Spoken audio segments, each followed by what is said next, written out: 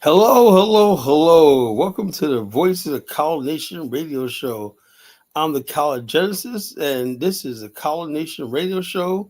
Hello, hello, hello. Welcome, welcome, welcome. Thanks for joining us. Thanks for you. Look, I don't ask for a whole lot, folks. Like, share, and subscribe. Hit the like button, hit the notification button so you know when the College Genesis is going live in College Land. So I'm not asking a lot. Tonight, we have a good show for you, good topic. But before we do that, I want people to get comfortable. So stop what you're doing, go get something, grab a bite to eat, grab something and make yourself comfortable. Tonight, let's do some pie tonight. Let's do pie tonight. We got apple pie, bean pie, sweet potato pie, and everything like that. The reason I want to do pie tonight because I look at Four Righteous, her fingers and whatnot, and she got them big fat fingers. Well, I know she can throw down some pie. So in honor of Four Righteous, we're gonna make tonight pie night. Because I know that sister can hook up some pies and whatnot. I don't know how, but she got them pie making hands. I get this picture now doing her pies and whatnot, sitting around. Yeah, blah blah blah. College Genesis, blah blah blah blah blah. College, blah blah blah. Yeah, I heard about she did a show about me. People, I got my informants out there. She did a show about me. Oh, it's just so funny. But like I said, I want to dwell on that tonight. I'll touch on her, Miss Four Black Righteous Folks, whatever the hell that is. How can you be righteous and you don't like yourself? How can you be righteous and you're basically of sub-Saharan African descent? You're hearing your voice and everything, but you somehow convince yourself you were already here. You have some lineage of some race that never existed. That ain't righteousness. That's freaking mental illness. And the lady is mentally ill. And like I said, we're gonna pray for Four Righteous, and that she get the help and treatment she needs and everything like that. So we're gonna basically, do this thing because we have nothing but love for everybody. We have no hate on this side. I love everybody. Even Four Righteous and all these other people. I hope God delivers them from their ignorance and stupidity and dumbness. That they into. But like I said, just stop what you're doing. When you got titles like last night's show, what was the title of last night's show? I'm trying to think. That's been so long. Oh yeah, yeah, yeah. It's gonna come to me. What am I getting? Dementia or something? I can't remember what last night. Last night's show's topic was oh yeah. Yeah, yeah. I borrowed that from O'Shea Duke Jackson. The buffoonery remains an all-time high. And after last night's show, I was right. The buffoonery remains at an all-time high. So anyway, tonight we're going to basically talk about choosing the correct path to salvation. And people don't seem to understand something, right? We're in the black community are on different paths, right? Some people think the path to salvation is going down the road of reparations. I proved the other night, there's no path to success for reparations. There's none. If you think the political system is going to deliver to you a reparations check, you're either stupid, and those who are not stupid are nothing but liars and deceivers. That's another thing. You got people who know better, right? They know there's no political chance in this country that black people can get reparations and everything. That's never going to happen in this system. But they string ignorant black people along or not. You got people already picking out the car they want to buy when their so-called reparations check comes. You really do. You got people out there, having a discussion what type of car they're going to get with their reparations. They're like, yo, I'm going to get me a Lambo and stuff like that when they get their reparations check and everything like that. Some people say they're going to take that long-awaited vacation. Remember their wife and everything going to get that vacation they always wanted. They already got the money already spent. And so it's frustrating because they look for the political situation, like they hear all this mumbo jumbo, mumbo jumbo, mumbo jumbo, boom shakalaka. And the bottom line, a year keeps going by and they're not getting no reparations check, right? Because slick people like Yvette Carnell and Tariq Nasheed have basically told them that it was, Tariq goes, I'm going to show y'all how to get some reparations. And Tariq is nothing but a fucking pimp, how to the art of macking, how to be a pimp, whatever like this. This is who's fucking y'all looking to for leadership on how to get a reparations check. Yvette Carnell, you look at Yvette Carnell, the lady looks crazy. One eye goes this way and the other eye goes this way. And now you got Four Righteous chick right now, 10,000 subscribers, right? She's out there leading people. Like I said, the blind leading the blind. and all these people think they're going to get a reparations check. I just it's just like I said. People sit there with wide eyes and amazing bewilderment and whatnot. But hey, these are our people, right? Dumb, ignorant, with their mouths agape, looking at friggin' the starry-eyed and everything like that, dreamy-eyed and wilderness, whatnot. But they're our people, though. They come from all walks of life. They're the ignorant masses. And so therefore, if somebody's slick talking online and whatnot, yeah, man, we're going to go to reparations. So therefore, they throw everything else down for this reparations movement. It's not going to happen. You got people out there in California. Oh, the California, what the hell are you going to do? California legislation, if y'all don't sit y'all dusty ass down, you want reparations here. Here's a job application. We're hiring. Well, you going to demand some reparations and everything like that. So the path to the really ultimate path to salvation, I believe, is nationhood. That's the only path. The only really path left. Why? Because that's the only path that does not require somebody else approval or help. And the path to nationhood is solely based on if we want to do it. If we want to do it. Like I read this story. I did this song about the Vogel boatman. People, Elvis, don't even understand. Why you playing the Vogel boat? Well, if you really understood something, that's the difference between me, who grew up in America, grew up in New York, where I basically used to go to opera and stuff like that and read Shakespeare and stuff like that. You understand why people we have the best educational system in the world, and I'm a product of the cultural capital of the world, New York City, and everything like that. So basically, when you listen to people's stories, when you listen to the Vogel boatman, you understand why Russia became a mighty empire that it was. You could tell by their folk songs and stuff like that, the anthems, the folk song, what type of people that these people are. That's why I admire them. I admire success. People say, Carla, man, you always talk about you admire the Japanese and all these other people. Yeah, I admire people who are strong. I admire their strength. I'm not, look, people think that just because you're black, you're obligated to like stupidity and mediocrity. No, I'm sorry, I don't. I observe people that, the Ooga Booga culture, but the, it's not all the Soviet Union, it's Russia. The Soviet Union is one thing, and Russia never collapsed. That was the Soviet Union. It was impractical. The Soviet Union. The Soviet Union is different than Russia. G. So the bottom line is this: Russia. When you listen to Russia and everything, what they survived, Napoleon, they survived Hitler, and everything like that. They are great people. They are great people. They're strong people. Yeah, I know Russia part of the Soviet Union, but Russia's still Russia. Russia was the main country in the Soviet Union. It was called the Union of Socialist Soviet Republics, the Soviet Union. That means a bunch of countries, the developing countries, came under one banner, of the Soviet Solastic country. These were Slavic people for the most part. And basically, they basically united all these people. Why? Because it was infrastructure. It was all about infrastructure. There should have been the same way. I believe the Africa should have had the same thing. Basically, one country that could colonize the whole country. That's what Liberia wanted to do. Actually, people know the history. Liberia wanted to take control over the Congo back as far as like 1900. They was basically planning to take the Congo, Nigeria, Southern Africa, all that stuff like that under the Liberian Union. So people don't really know that friggin' history.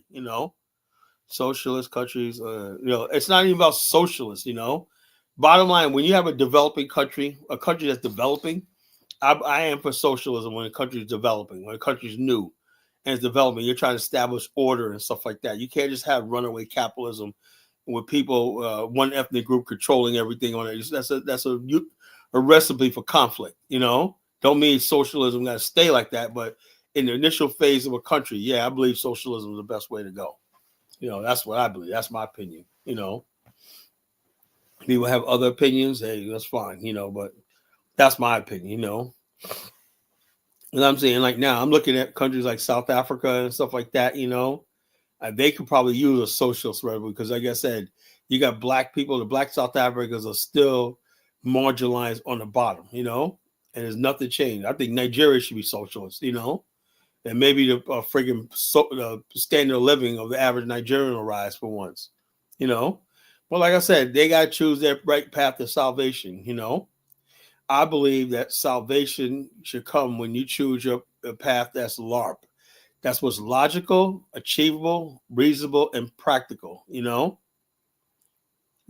I say the Belgium were white, they were colonial power. I'll talk about another black power controlling the Congo. I agree with that. I think Paul Kagame, whatever it is, Paul Kagame has to do it. Paul Kagame built the army to take over the Congo right now. I would support him 100%. Make Congo part of the Rwandan Union. That's what I mean. At least take half the country over. I have no problem with a black country colonizing an uneducated, uncivilized black country. Because it's black and black on black on black. But I don't agree with white people colonizing Africa. So you can call me the colonizer genesis all you want. I know that works. So yeah, tonight's show is choosing the correct path to salvation. And we'll talk about this this girl that keeps freaking mentioning my name for righteous. I don't know what her problem is. I don't know what her problem is. I hope somebody come online and tell me. Which I think I'm blocked on her channel. I couldn't get her live stream up on the channel, but I think I got her blocked and everything. I talked to my partner Ross, my head of the Liberia chapter in the Liberia chapter, and basically he's one of the members of the Liberian Tourism Association, right? One of the heads of it, and he just told me, he said they've completed the first draft of a road trip tour from Sierra Leone all the way to Ghana. Can you believe that? Can you believe that? You could now drive. I don't know where the road is, right? But I heard there's a paved highway. It goes from Sierra Leone through Liberia, through Ivory Coast, and through Ghana. You imagine that? That means that sector of tourism is going to now boom. That means Sierra Leone, Liberia is now connected to Ghana and stuff like that by road travel. This is amazing development that's happening right now. I just got the news today. Yeah, so the bottom line, I know Diane Samir is thinking about doing a Liberia and Sierra Leone tour. And the bottom line is we black people in the West, that region right there is a point of return. We have to friggin' put a focus on that region right there, Liberia, Sierra Leone, as a landing point to the region, to the continent, the subcontinent and stuff. We have to, like I said, and I want to talk about something, right? Because people always ask me, why do you do this, Kala? What drives you to do this every night? What drives you to be a black nationalist? What drives you? You know what really, really sparked me? Back 8 years ago, there was 2 incidents that happened in this country. One was 3 of them, actually. One was Eric Garner getting choked out in New York. The other one was Alton Sterling, and the last one was Stanley Cratchit. I'm going to keep these brothers in my heart, right? But the one that really, really got to me was Alton Sterling, right? These 2 rednecks that basic cops, right, killed this man, tried to arrest him. And he had permission. He was just a guy out there selling mixtapes, whatever like that, just to make some extra money to feed his family, right? And he ends up dead. The owner of the store said, I gave him permission to sell on the property. These guys come rolling up because anytime you see a black man standing outside, there's people intimidated. Oh, there's blacks out there. Well, I feel intimidated. So they're going to basically enact vigilante justice, even though they were law enforcement. And the guy, while they're basically putting him in handcuffs, I guess the gun went off and he's dead. But what got me is, with that case is, when everybody's talking all this Black Lives Matter, like that, and they put a mic in front of his son's face, right? And his son only said, what his son said that broke my heart to this day? He said, all I know is I just want my daddy back and whatnot. I just want my daddy. He starts crying. So I said to myself, man, what kind of country and world am I living in? What kind? So that means everything I worked for and everything like that, everything I believed in about this country just went out the door. When I saw that little boy, little black boy, innocent black boy, say, "I just want my daddy back." When his daddy's dead in the ground now, dead and whatnot. He said, "I just want my daddy back and whatnot," And we're powerless to friggin' tell him. It shouldn't have happened in the first place. And then a couple months later, we had Stanley Crutcher. This bitch Betty Shelby blew his brains out right there on camera, just because he was black, just because she knew that she could, with her little white privilege, could get away with it, right? Those two incidents made me say in my heart, I now declare war on the United States of America and everything it stands for. You understand that? I said to I don't give a damn who's listening to this right now. In my heart, right now, America is the enemy, and Afghanistan is the only path forward for me. It's the only path to salvation. I don't want to hear nothing about no goddamn we were already here. I don't want to hear nothing about we're Americans and all this kind of bullshit. When that's what you want to do, fine, right? My path is I know that our people need to be delivered from these beasts that run this country. That's the way I feel about it, right? And when I saw Alton Sterling getting killed and his son crying, and I saw Stanley Crutcher's family in tears one night because this Betty Shelby had no reason. This guy was broke down on the side of the road. She approached this man and blew his brains out for no reason. And then they tried to cover it up by throwing drugs on him. This guy was a deacon in the church, just stopping to change his tire. And he ended up because she knew she could get away with it. She knew she could take this man's life. It was a power. And she knew that the society, American society, Oklahoma and American society would back her up. So therefore, I'm sorry. There's no forgiveness. There's no love in my heart. There's nothing but anger and hatred. And I'm sorry if you come across my path and I hurt your feelings or whatever like that, but I'm sorry. I'm a raging beast right now. I'm angry. Yes, I'm angry. And I'm not one of these people that nice people and whatnot, I'm not that. I'm angry. So the bottom line is this, I believe the only path forward is nationhood. That's the only I believe black people will ever have peace, is we have to have a nation on our own. We have to sever ties with this country and sever ties with America and everything like that, it's not welcome to whiteness. It's welcome to the fact that we don't have enough strong men backing college and saying, let's get the fuck out of here and build our own shit. We know America is a freaking white country, but why are we saying welcome to whiteness? I didn't ask for none of this shit. We did not ask for this shit. And we ain't like we came over here and said, well, like that. No, we were stolen. We had no say so in being here in America. We didn't sign up for this shit. Do you understand that, G? I'm saying we need a land of our own on the African continent. Do you understand why I'm here, G? We need to friggin' have a nation of our own. And real black men will back me up. The cowards, where are we going to go? We're going to go. Who the fuck cares? I don't give a damn if we go to Mars. It's better than this shit right here. Jeez, man. I'm sick and tired of talking to black men who act like fucking cowards and whatnot, So it was like this here. Slaves said the same thing. No. The bottom line is our ancestors with the Liberia weren't slaves. They were free black people who saw the writing on the wall and they got the hell out of here. And they were right. The only mistake they made was they didn't become the majority in Liberia, right? And keep it for themselves. That's the puts up. We're in Africa. Don't worry about we're in Africa. We will do it. Africa has 12 million square miles. You know what I'm saying? 12 million square miles and whatnot. And 99% of it is unoccupied, undeveloped. It's a blank canvas. We could build a freaking state, anything that could do like this. We put our minds to it, we could do it. Even if we don't go there. But the bottom line, psychologically, people need to know we have an alternative. You cannot have 48 million people under the thumb of another race of people without an outlet. It's unacceptable. If people want to be Americans, fine. But be an American from a position of power and strength. Do you understand that? There's no G. There's no creative law. But I say you don't understand what I'm talking about. All you need to know is you need to get the hell out of here. If I studied the Zionist movement, they knew they had to have a homeland of their own.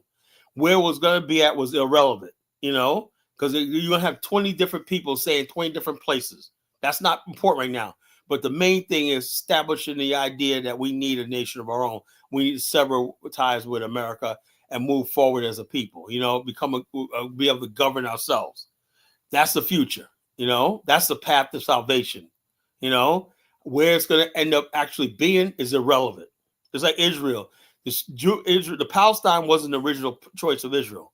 They had several different places that they wanted to build a Jewish state, but there's some people who were pro-Palestine, that became the leading place, so, gee, I know for a fact when people ask me that question, I know they're not serious, so I'm not going to engage you. You're not serious about knowing anything. First of all, you have to really believe that you need a nation of your own, but you're pro-American, so you're pro-American, so you're not serious about anything, If you basically believe that we have a nation, that where it's going to be at is irrelevant. You just have to believe that we need a nation of our own. It's time for us to sever ties with this country and everything. That's what it is. A war. This is like the road to Armageddon.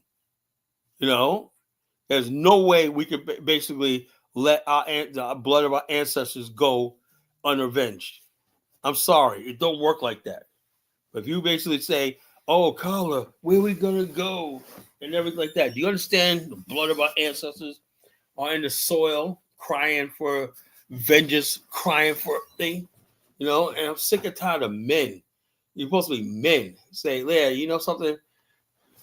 What are we going to do about our ancestors? What are we going to do all the people's lives that were lost in the system? What are we going to do? What are we going to do about the Trayvon Martins? What are we going to do about the Alton Sterlings? What are we going to do about the Stanley Crutches? What are we going to do about Medgar Evers?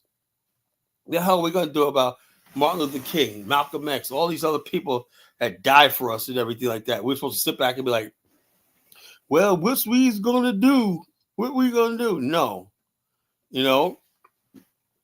So the bottom line is this. So that's what I say. I say, choose your path to salvation. If you think America becoming a MAGA and America is the best way, hey, go for it, But I know my path is convincing people that we need a nation of our own. That's the path that I'm on, I believe it's time, Time is this because there's nothing else. We see babbling Roland Martin, blah, blah, blah, talking about the Democrat. Look, who's still voting for Democrat? This is what they do. Let me tell you something. Let me be frank with you, right? Racism, white supremacy is nothing but a straw man, right? They get you talking about, basically, I'm not even paying attention to the chat room. I'm sick of that. If anybody got anything to say, you call in. You call in when I put the thing on. I'm not reading any more chats, whatever like that. I'm not looking at the chat room because my eyes are bad, so I can't even see it. So I'm not saying nothing to nobody. Call in and talk to me, have a discussion. Anyway, basically, when people say racism, white supremacy, so they get us basically forgetting about building and everything like other races of people do, being free and independent and developing. Our whole point of existing in America is fighting racism. What the hell does that look like? It's a never-ending conquest to fight racism or not. And so, but they know there's no end game in that. There's no end game in that because you got people out there. You had if they say America is such a racist country, right? Oh, America's racist. Okay, if it's racist, right, then you should agree with the idea of your own nation, right? No. If America's so racist, how did they elect a black man to the White House twice? How is that? How is that possible? So I don't go by when I talk about Nafristan about American racism. I know for a fact America is capable of being a loving, good country, but still, I'm saying that's not enough. I don't care if America has come a long way, and that's very evident that we do live in a multicultural society and with a lot of equality and opportunity. I get that, but I'm sorry, it's too late. It's too late. The damage has been done. You can't take back those lives that were lost. There's blood in all this. There's blood loss. So the bottom line is this: that's why I'm here today. I believe this. I don't have to do this, right? I have a good career, business, everything like that, everything going for me, right? Why do I do this? Why? Because something in me says this is the right thing to do. There's a void out there, right? It's just God gave me this vision, to carry this out. It's my job to freaking carry this out. You know, you double talk and talk college. Yeah, for somebody who basically, how do I double talk? If somebody won't even call in and confront me, Jay, why don't you call in? Why don't you call in and say that? Call and say it. Somebody who just talks in the chat room, I can't take you seriously. You talk in this thing. I said blood. Yeah, we have blood spilt on this land. Yes, but that doesn't mean it's ours. That's what I was talking about. Blood on the land don't mean that friggin' land belongs to us. You know. Say I'm not saying, but no, it's not net positive, right? It's not a net positive. It's just saying that because there's blood on the land, right? Because the white man paid for this in our blood and whatnot, we basically there's a blood debt there. So we can never forgive because blood is there. It don't mean what you're trying to say is when I said that just because you spilled land on the blood doesn't mean it's your land. I never said this is my land because we spilled blood. I never said that. That's two different things I'm talking about. I'm saying our blood was spilt in this country, so I do let everybody talk, Chuko. You just stupid, you're just stupid and dumb. You just can't, you don't know how to articulate yourself, I hope that's clear, Jay Sanders, he says, okay. I'm very clear about what I'm talking about,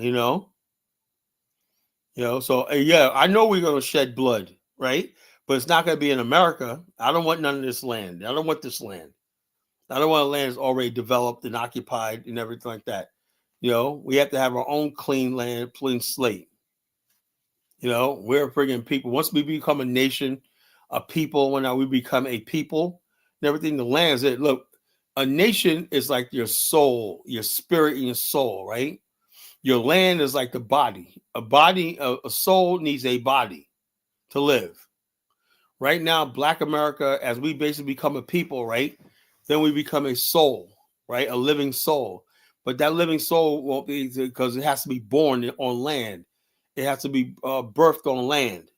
You need a land, a nation state to have an identity. That's when we're going to become a people. We're never going to become a people inside of America, you know? So like I said, what we do to develop on land, that's not don't worry about it, Kung Fu Panda. Don't worry about what we're doing.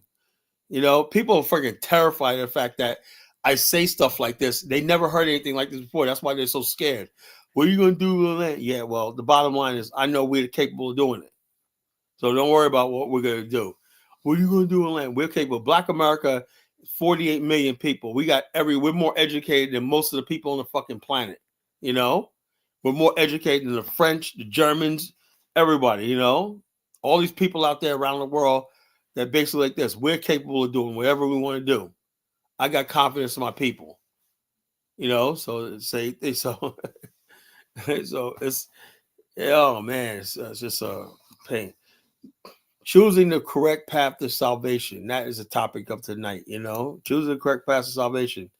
I believe my path is a path to nationhood. Whatever your path is, when I sitting here doing absolutely nothing is not an option anymore. Sitting here just saying, well, woe's me in the by and by, sweet by and by. No, that's not relevant anymore. I don't care about Afro dumbass. As Afro dumbass have to do with me. Afro dumbass is just a dumb, ignorant kid to me. He's a dumb, stupid, ignorant kid to me. So what you call it? So it's ridiculous. Talking about Afro dumbass. Wow, that pearl of wisdom, Professor Afro dumbass. Yeah, man, I got to take advice from him. Jeez, Kung Fu Panda, man. Yeah, you're enlightened, man. You hang around an enlightened crowd. You hang around Afro dumbass. Okay, yeah, okay. So it is what it is. But that's the future, folks. The path right now is the nationhood. We tried everything else. We put a black man in the White House. But yeah, all we got is division in Black America, gender wars, everything like that is falling apart. We need a fresh new start, so it's like this, And the bottom line, before we even talk about land, we have to become a nation, a people, you know, so yeah, okay, I'm penniless, okay. Whatever, just keep doing what you're doing, Kung Fu Fanta, whatever your for Kung Fu Fagta, you know,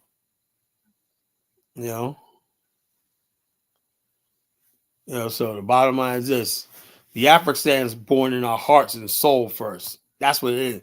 Yeah, once it burns in your heart and soul, the building is the easy part. Because you could have land and whatnot. If you're not a nation and you're not a people and whatnot, it's never going to work. The Jews were a people before they settled in Israel. So the bottom line, before you become a nation, like when America had the Revolutionary War, they became a people. They're not British subjects anymore. They saw themselves as Americans, and that was a spirit, the spark in the spirit that led to the American Revolution. Like I said, most people here don't even know basic history.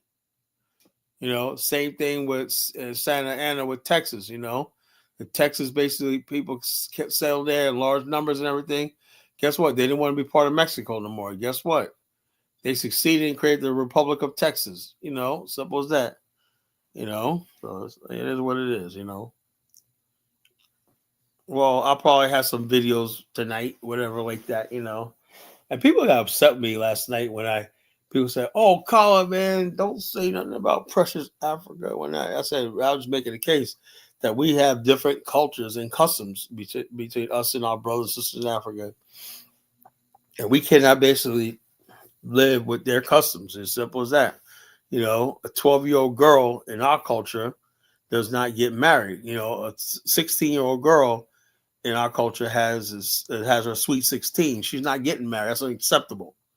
It's unacceptable for a grown ass man to friggin' lay with a 16-year-old girl in our culture. We're not Chukwu people. We don't friggin' have child brides and stuff like that. So therefore, like I said, those fundamental things are the reason why we need to have our own land and whatnot, so we can enforce our own customs and laws and everything. So, hey, it is what it is. So I don't know why people get up triggered what I say. People get upset. Man, how dare Carl even talk? People get mad like me, like this for righteous for just talking. I'm just online talking. You don't have to listen to me and everything like Chantel. Why people listen to me if they don't like what I say? I don't understand. I don't listen to For Righteous. I don't listen to nobody. I don't listen to Afro Dumbass. I don't know what they do. Because they're not important to me. They're not important to me. The Chantel got a channel when that Chantel's getting a channel up. You have this vision of Chantel, Mystic Dime, and all of them coming at me. Blah, blah, blah. Kyle's public enemy number one now. Yeah. So, yeah. Like I said, Chantel and For Righteous. That's why we have tonight's pie night. Because I could picture Chantel basically making some pies and whatnot. So. Yeah, so what you call it? And then Chuko keeps calling our women bunquishas and baby dads and whatnot. But the bottom line is this, as soon as I get up here and says, Chuko, Chuko, you want me to play a video of child brides in Nigeria? Child, I'm not really laughing like that, but geez, please don't go there, man. Most Boquishas have their first baby daddy before they drop us.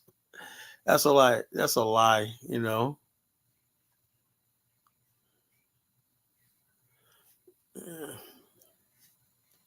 That's a shame you don't know how to cook jollof rice, Miss Chantel. How you gonna get a man if you don't know how to create jollof rice with shrimp and shrimp? I love my jollof rice with shrimp, spicy with shrimp and everything like that. So yeah, Chantel, I could see you getting married to some dusty African. That's what you're gonna end up doing, man. Much you resist it. You and For Righteous, Y'all gonna be hooked up with Afro dumbass. Y'all gonna be on Afro dumbass's compound, serving him freaking mai tais and banana breakfasts and everything. Where, oh, Afro dumbass, let me rub your feet. I can see Four Righteous doing Afro dumbass's feet while you're feeding him grapes and whatnot while he's in his little hut, whatever like that. So yeah, look, I don't know, it's like good. So so it is. So who will do the fishing, Chantel? You or Afro dumbass when y'all get y'all finally hook up and y'all go to the Gambia and whatnot? You'll do the fishing out there? No, you gotta do the cleaning of the fish. Women do the cleaning of the fish, the scaling and cleaning of fish over there. So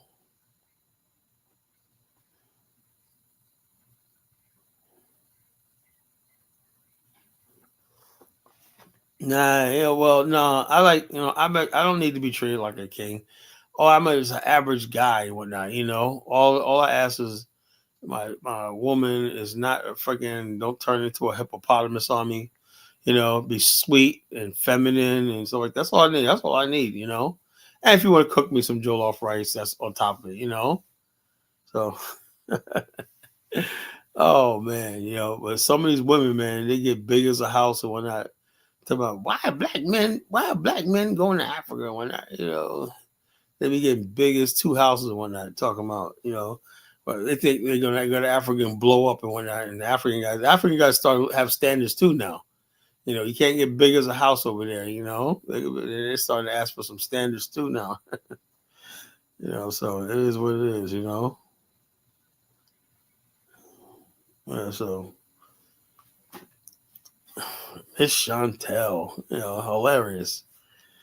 Hilarious. It is funny, man. It is funny. It's hilarious. But yeah, so like I said, we was basically talking about that tonight. I forgot what I was gonna play. I was gonna play a video to make a point, make a point tonight about something. Well, whatever. Yeah, I was saying earlier today. I was thinking about something, right? I was thinking about the fact that back in the '90s, right? This was, oh my God. Let me tell you something for all you young people right out here. We had the hottest women in black culture back in the days. We had this group called SWV. We had In Vogue. We had artists like Aaliyah, Queen Aaliyah, and we had Brandy. We had Monica. We had TLC. We had Left Eye. We had Destiny's Child. We had all these beautiful hot chicks around us all the time. Then I look at it now, man. What the hell happened to our friggin' women? Why do they look so busted? Sexy Red, Glorilla. What the hell is going the fuck on? Why are black women in their actions and their looks look so disgustingly ugly right about now? What's going on? What's the ugliness that's happened to black women? Why they think being loud and ratchet and confrontational, like this Four Righteous chick and whatnot? Why does she think she could talk to a man like that? Talk to a man disrespectfully? These women have no friggin' respect whatsoever for manhood and everything. It wasn't like that a generation ago, So it's like, yes, so it's this, No, I don't look disgusting. I'm a very handsome man, and you know it. So the bottom like this, So the bottom line is, it's like this. What the hell? What the hell? Manhood where the men's at? Not here. Obviously, not you, sir. So I guess I'm not a man now. So what do I got to do, Chantel, to get you to admit I'm a man? I gotta be. I gotta say I love big women. That's that what it is. I can say big girls try harder. Why not get one? What I gotta do?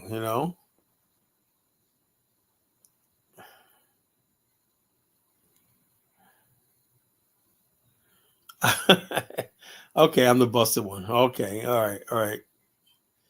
That's good. I'm the busted one. Okay. She won't show her face. She won't show her face.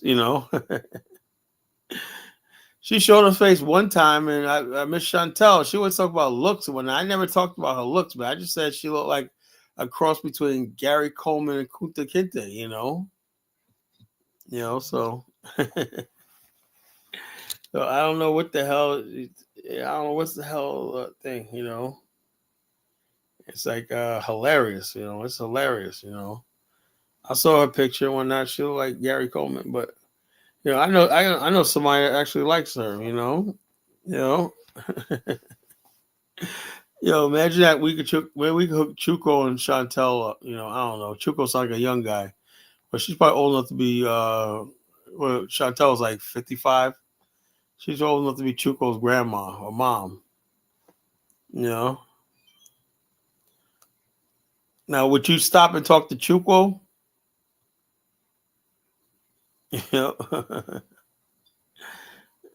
I wouldn't stop and talk to you for a second. So what if I came to you and asked you for directions and I was lost? Would you stop and talk to me then? Uh, yeah, Chantel, you're hilarious. Flirting with me would be a total insult to my looks. Oh Lord, I'm not an immigrant. God dang, which part are you? Oh, so you were dating immigrants? I'm not one of them though. See, no, how do I have a friggin'? How am I friggin' immigrant? I am not a damn immigrant. Do I got an immigrant? No, I don't friggin' immigrant. I'm American. 100% American. Oh wow, man. Denzel said Chantel got 8 kids. Wow, that's a lot of kids though. Well, Denzel's a young guy, right? Denzel, you're a young guy, right? Would you basically take one for the team and hook up with Chantel? Denzel, would you take one for the team?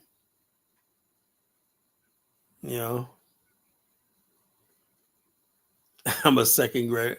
Oh yeah. I didn't know that. I'm a second grade.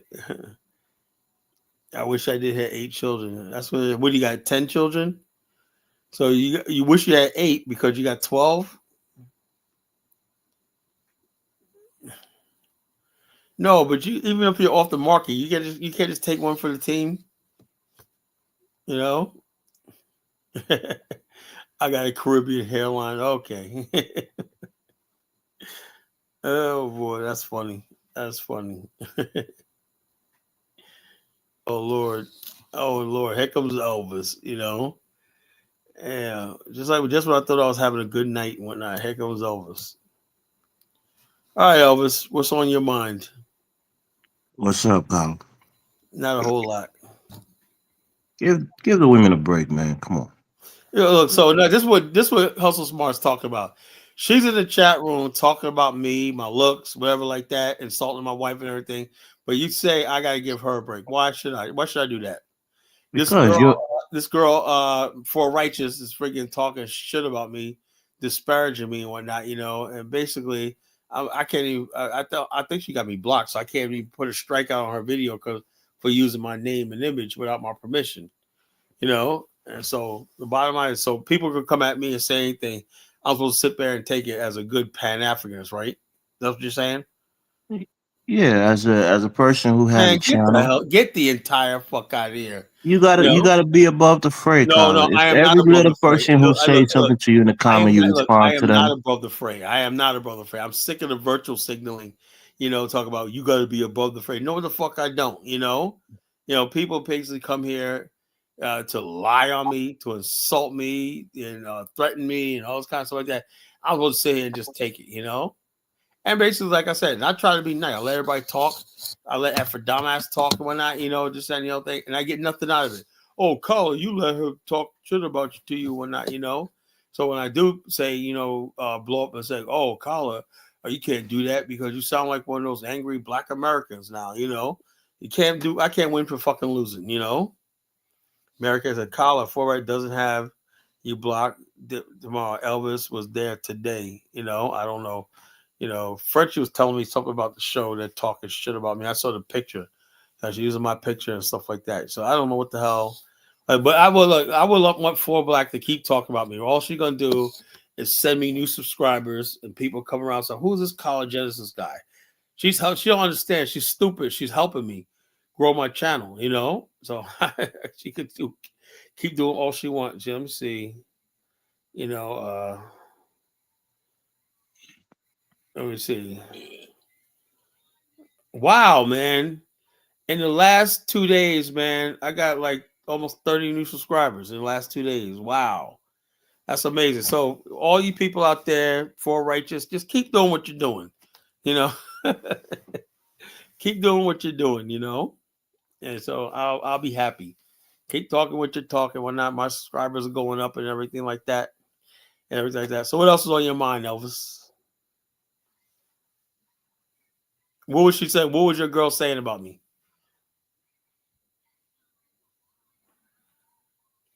Elvis, are you there? You fell asleep? I don't know.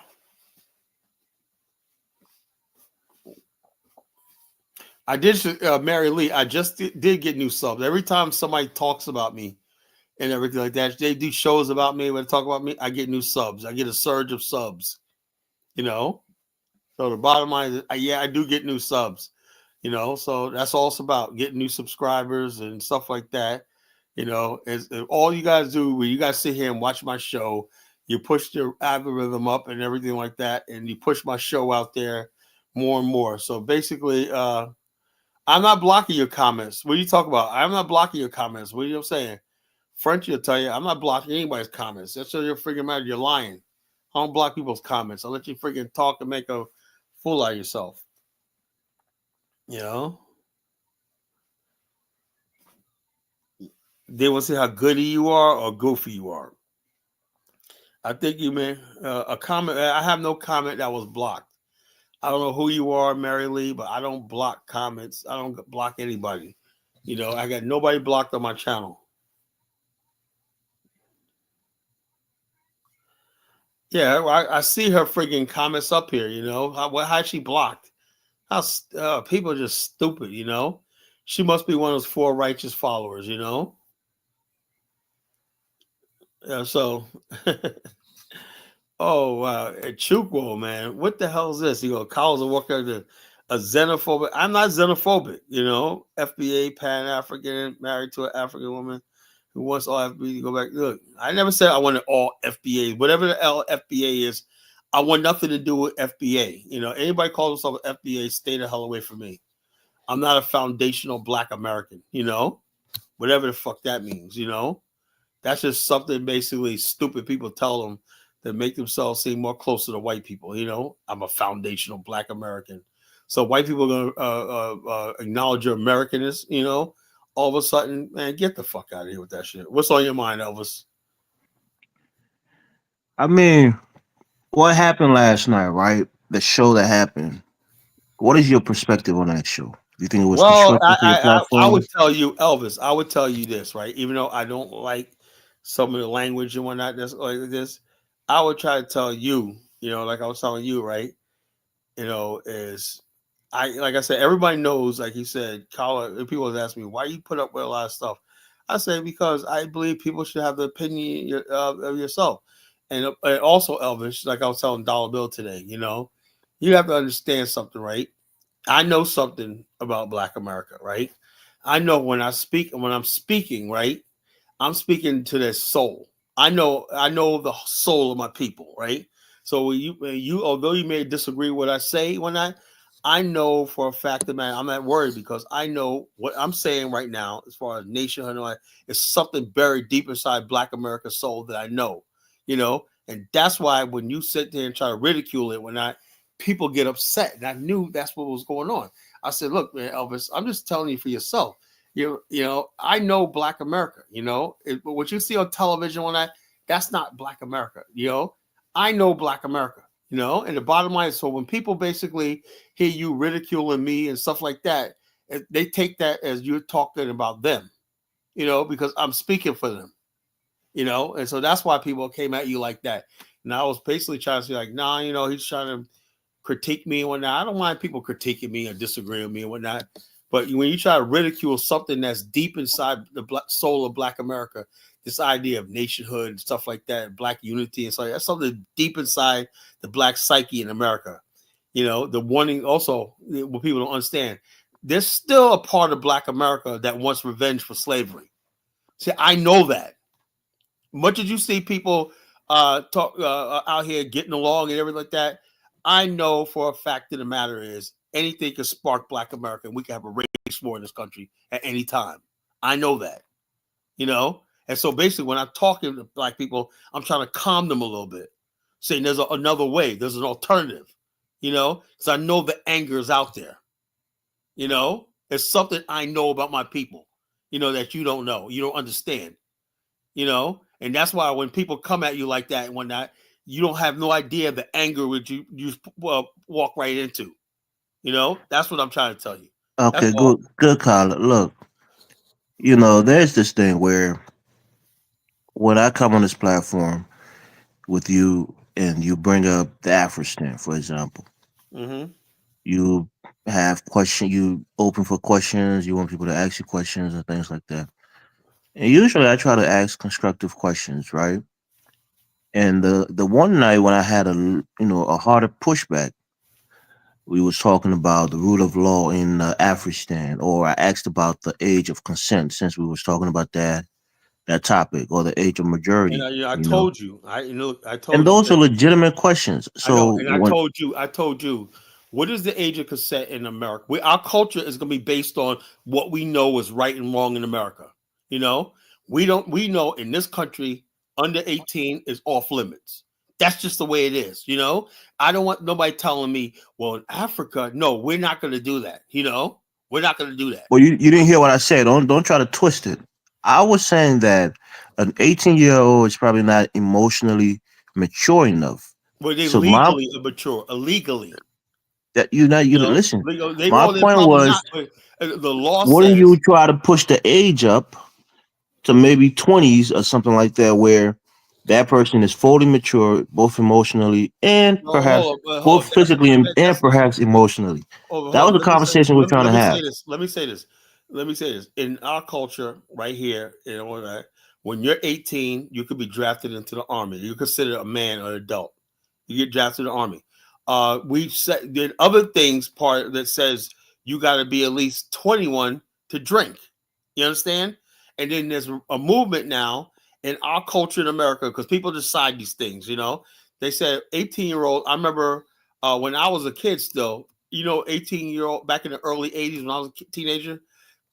18-year-old could drink, and then what happened was this group called Mothers Against Drunk Driving came up, and next thing you know, I was like within 4 years of turning 18, and when I thought I was gonna have my first beer one night, the next thing you know, everybody's like, the legal age But nationwide but is but 21. Kyla, is that your culture But or it's is not that the written in white man's stone. culture that's No, imposed it on Black doesn't matter. America? Look.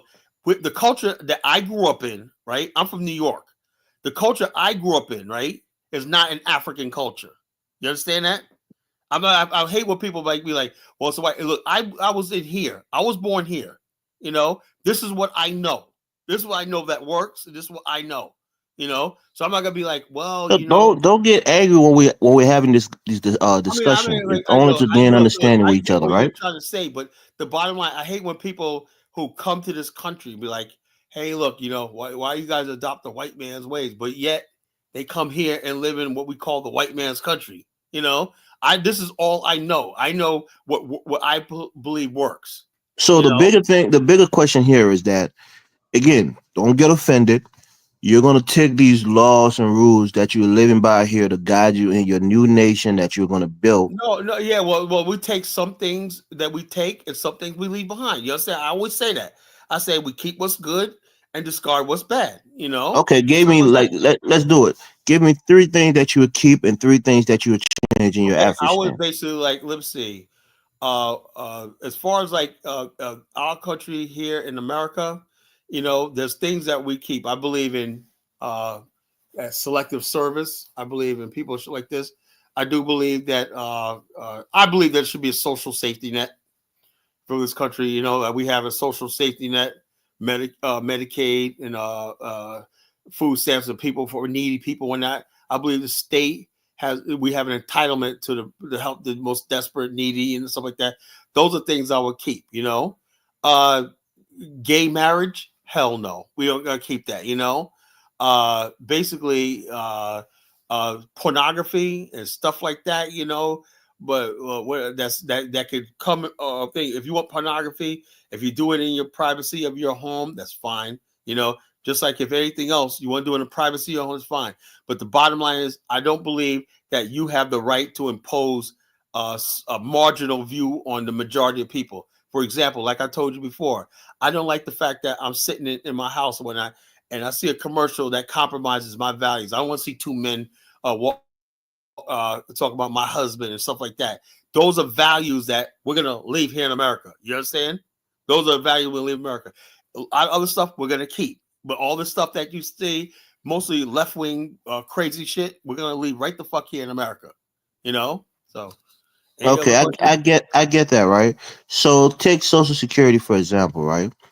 With Yeah, FDR, pushing for Social Security. That happened, I think, in the 40s, right? they haven't And, started in 1930s. okay, in the 30s. So that's something that happened way after this nation was founded.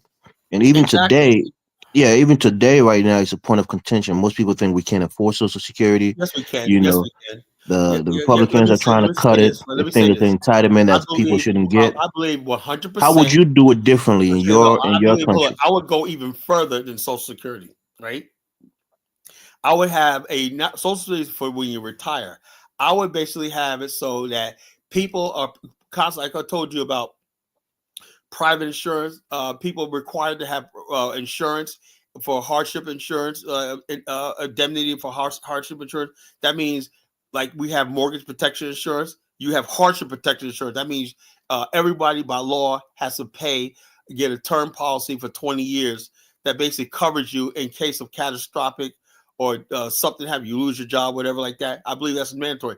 And I also believe the government should supplement that with the matching funds or whatnot. So therefore, you can take that funding, like we have the Medicare savings account. You have a health savings account that the government puts some money in, and you put some money into that also. And say, yeah, I believe that. I think everybody person should have mandatory have a stock portfolio by the time they're in the fifth grade. Your parents by law should require them to put make a stock portfolio for their kids and start putting money in for the kids a college fund and retirement fund. These things should be mandatory. And say America's too free. They basically like, oh well, you could do it. No, those things are going to be mandatory. That's how we build a nation. Mandatory. So like I said, there's things we keep. America has too much liberty to be. So with that, what's your tax policy? If people have to have The tax mandatory policy things, is this. This is what I'm saying. Tax policy. I talked this with the Angolan people. I said, look, if I had this discussion with the Angolan people. I said, hypothetically, if we built territories in your territory, right, and they say, well, we'll provide the initial infrastructure, right. I say, do you know how much we'll generate in sales tax, property tax, income tax, oil and gas tax, electricity tax, like this? The bottom line is this: I believe the sole purpose of a person is a social contract. We're gonna make sure you have a good life, but you're gonna be a tax generator for the state. That's what I believe. You know, but that's what I Kyla, believe. Everybody's generating taxes. certain policies are revenue and population dependent, right? Like take Social Security for example. That's what many people think the United States is letting in so many immigrants to try to keep up with the Social Security I people don't think. paying I into don't Social think. I don't think Security. they're paying it associated. So Look, I I do think this for a starting a living. nation I do in the this. beginning, certain Elvis, I do policies this is for probably I not do this for a feasible. living, right? And the bottom line is this: like I said, when I go to like food pantries and stuff like that, and I go to immigrants, right? Because I only deal with people who have Medicare, right? You could only have Medicare when you draw Social Security, okay? And so that's what I do. I deal with people on Medicare, not Medicaid, Medicare. So anyway, when I go to these food pantries and stuff like that, and there's a lot of illegals there and whatnot. Not one of them have Medicare. Why? Because they never drew 40 quarters. In order for you to have to draw Social Security at a certain age, you have to put 40 quarters, 10 years into Social Security contributing steadily, for 10 years. That's 40 quarters, right? After that, you're basically entitled to Medicare Part A, right? You could elect to get Part B for a premium, and then you mandatory, you got to get Part D, which is prescription drug coverage, right? So you got to get all those parts. Almost never do I see people who are immigrant. Now, the only people immigrant I see doing that are people that from the Philippines in Asia. I never see Hispanics, anybody else with that. It's only people Well, from what are you saying? You're saying that immigrants don't qualify for Social Security? No, they don't. You got to put 40 quarters in. This is what I do for a living. You got to put 40 quarters in. Matter of fact, I got a lady that's coming by my office. A son. I have family friends who are retiring like they are receiving Social Security Well, coverage. if they look, there's two ways you can receive it, right? If they had a Somebody like me spouse. who was an immigrant, God willing, I'll get Social Security when I Hold on, retire. hold on, hold on. Somebody, if somebody was a spouse or somebody who drew super, yeah, they can get it. Well, they work 40 quarters. In 10 years, 40 quarters, then you draw Social Security. You contribute a certain amount of the Medicare tax, Social Security tax from your check for 10 years, then you qualify for Social Security. You have to put Yeah, in but there are 40 many quarters of work. immigrants who've been here for 30 Yeah, years. yeah, okay, yeah. If they So yeah, they qualify, look, qualify if they for it. qualify for what we call Social Security because They they work for 10 qualify years at for it least, because they're that's fine. citizens Yeah. now. But like I said, me personally, it's very, very rare. It's very, very rare. And what I do for a living, I come across with people I come across. It's very, very rare. I do see a lot of people from the Philippines because remember something, a lot of people from the Philippines. You got the U.S. companies in the Philippines and stuff like that, and you got the Subic naval base and stuff like that. So a lot of people in the Philippines on U.S. Payroll company payrolls, and they draw out Social Security for them. If they want to be considered like a resident or whatever like that, they want to travel to the United States, whatever like that. So, but that's what I see. But I don't see a lot of people from like Mexico and Central America with Social Security. I just don't. I don't know. Maybe I'm missing something. Maybe it's just like I've been this for many They years. probably haven't reached the age to start collecting No, no. yet, Even right? the ones that reach the age when they said no, no, no Social Security, no Social Security. They'd be like 70 years old and have no Social Security. 60 Social Security. You get Social Security when you turn 63. 65, right? Or 64. Medicare was 65, but Social Security you could draw it like a year or two before that. You gonna get Medicare till you turn 65. You know, so that's what it is. Philippines is not a U.S. colony, but the bottom line, there's a lot of Filipinos that come to the United States for work visas and stuff like that. That's how they got it. A lot of Filipinos that work in the United States and stuff like that, or work around the U.S. base and stuff like that. So that's how they draw Social Security. They're working like 10 years in a quarter. 62, yeah, you get Social Security at 62. You get Medicare at 65. So it is what it is. Social Security, you automatically, once you work 40 quarters, you turn 62, you can get Social Security. You get your Social Security checks. So All right. that's Somebody's asking you what state you're in, right? You're in Virginia. So maybe why you this don't Barry you don't Lee's interact with a lot of foreign she'll come to immigrants. Virginia and shoot me and shit. Oh boy. What state are you in, Colin? They try to change these laws. They're trying to change. What change what laws? Well, ain't nothing wrong with the damn laws that we got right now. Ain't nothing wrong with the laws we got right No, now. I think he's talking about the Social Security, I laws don't and see what there's immigrant nothing get wrong. it. They should leave They Social try to Security. push the age up. Yeah, I know. They're trying. What they're doing too is they're trying to. Some Republicans are trying to push the age up to 70. They'll save billions of dollars right now when people will slow down the entitlement because of all these baby And that's boomers. what I'm saying. Do you agree with that policy? What, 70 years old? No, Hell no. no, that's too Okay. old. 62 is perfect age for drawing Social Security. They don't need to put it up to 70 years old. They don't need to do that. I work in this area. So like that. So most people, some people, man, that's all they get that's the only source of income after working their whole life in this country. They don't have a pension, and they got a Social Security. I'm saying no. There's things in America that's good. There's things I'm saying like I look at the Singapore model, right? There's models out there that are way better. I've been studying all this. People that should not have to work to their death with that. You should already start your savings for investment and lifestyle at a young age and everything like that by law. So we want people to have a good quality of life. It's not enough to basically say, here's a little check when you turn 65 when you're old and gray. It's Yeah, that's why it's encouraged to do a 401k too to But yeah, but supplement hell, your I want to SSI. go beyond 401k. I want to have it so that people are basically have the state, the government, right, give matching funds, right, and broaden the 401k. You can't draw out until you turn a certain age, right? But So Kyler, those policies, right, are for really wealthy nations, no, right? no, So no, no, no. starting Hold off, you on. probably won't Bottom line have is, the wealth bottom line when you is, take. bottom line, we're gonna be that. We're gonna be that wealthy nation. Why? Because we're gonna be already at a first world level, so we could do that. So we're not going to be starting from scratch. We're going to already beat people.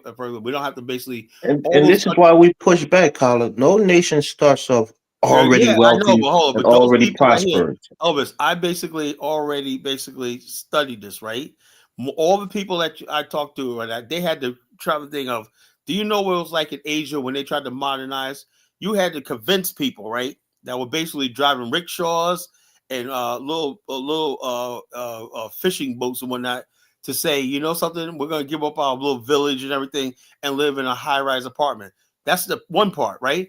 Now, before you got to convince them to move there, right? Now you got to teach them basically how to live in one of those apartments, right? You can't throw trash out there. You can't light fires. You can't do stuff like that. You know what they had to go through just to train people how to do the basic things like write a check, have a banking account instead of using barter and stuff like this. All that took billions of dollars and years to do just to get the people into the from the third world to the first world. You look at Lee Kuan Yew. They had to teach people from the base, train people from the basics, of what modern life. You got people living in the 13th century, right? And you got to bring them into the 20th century overnight. What we're talking about with Black America is we already in the 21st century, and all we're doing is parting over, and we're gonna find a more deeper way. Like I said, dollar bill. I talked about this even back in the days. Hope and I agreed about this. We're gonna basically talk about the new prototype. We're studying the new prototype cities where it's something like Epcot Center and stuff like that. We're not gonna have the suburban sprawl. That's why Africans make that mistake. They're trying to So build. Kyler, right now, right, with Trump coming in and having all most of the power, you think Social Security is on the threat of being No, I either don't think pushed so. up He's to not gonna do nothing. 70? He's not gonna do nothing with Social Security. Those were the Rhino Republicans. The Bush, the Rhino Republicans were trying to do Social Security. What they wanted to do was privatize it. And that would have been a disaster. They wanted to privatize Social Security. He wanted to get his hand because there's billions of dollars still in that fund. They wanted to get a hold of. Wall Street wanted to get a hold of and gamble and bet on. In the stock market and everything like that. Trump is not off. Trump is not for that. All So, right, let's see. so that's it. But yeah, I was on what's her name? Four black righteous What folks the hell was she saying? She was channel. She was critiquing the live last night. She's doing two parts, and she was talking about the idea that a lot of African Americans don't feel attached to the continent. So we, as Africans, and I agree with her on this point, that we should just accept when African Americans Well, tell but us they you gotta are not understand. Do you African. agree with what I said last night that lady's mentally ill? No, I don't think so. I think she's I pretty think no, smart. see, that's She what she problem, sounds Elvis, sharp. right? Elvis, the lady is mentally ill. You I know, mean, that's a huge no. impression to You know what? cast on Your her, problem, your Kyle. bottom line, Elvis, she's mentally ill. The bottom line is this: when somebody basically sit here and tell you that I believe my ancestors were here in America and I'm not from Africa, I can hear it in your voice. I know who you are. Look, black, and it's not her fault, right? It's not her fault, because like I told you last night, Elvis, right? America taught us how to hate ourselves. This country taught us how to hate ourselves. That's why you got people like Chantel and everything. They're mentally ill. We need to get mental illness under control in Black America, right? These people are crazy. So, it's about they're already here. When Chantel looks like a cross between Gary Coleman and Shaka Zulu, and we're not talking about she's not African. Come on, let's stop the cap. And so it is what it is. So, like I said, I'm not being disrespectful to the four righteous and whatnot. I'm basically saying that when people basically are look, these people will never tell you that they don't want to be American or white American, whatever like that. If you give them the chance to be white or whatever like that, they'll jump on it in a minute, right? But what is it about Africa that they hate so much? They just despise so much. What it is what they've been taught. They've been taught to hate.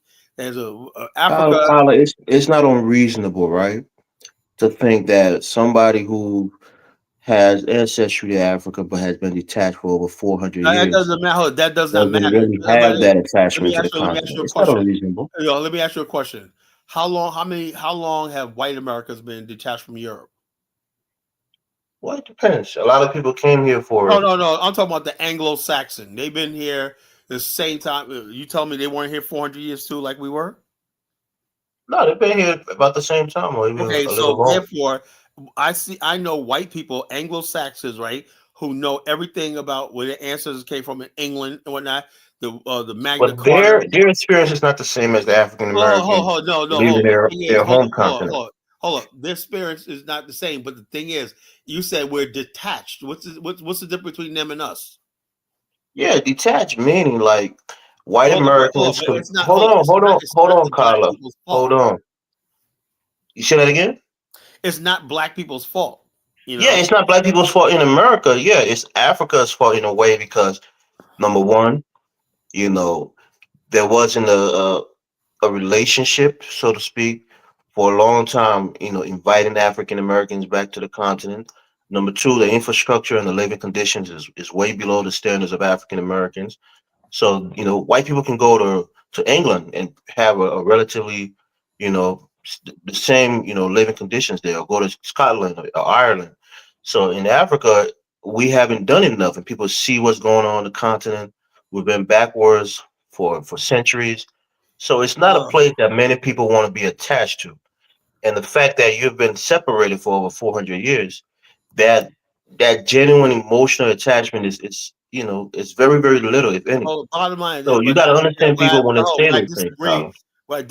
is the fact that uh, I did a study. I said black people in America, right? Do you know the idea? See, the thing is, the difference between what Africans see as Africa, what we see as Africa. We saw Africa from the West. Pan African is a Western ideology. Black national is a Western ideology. We just simply believe Africa was a place where black people could make their stand and basically build a nation or republic like to stand up to the West and stand like this, remake Africa. That was the black people in the Western mind. Maybe we were naive when that because we thought the African mind would be on board, and obviously they're not. So obviously they're not. They rather be colonized and overrun by Lebanese and everybody else than to basically make a stand as far as like black nationalism.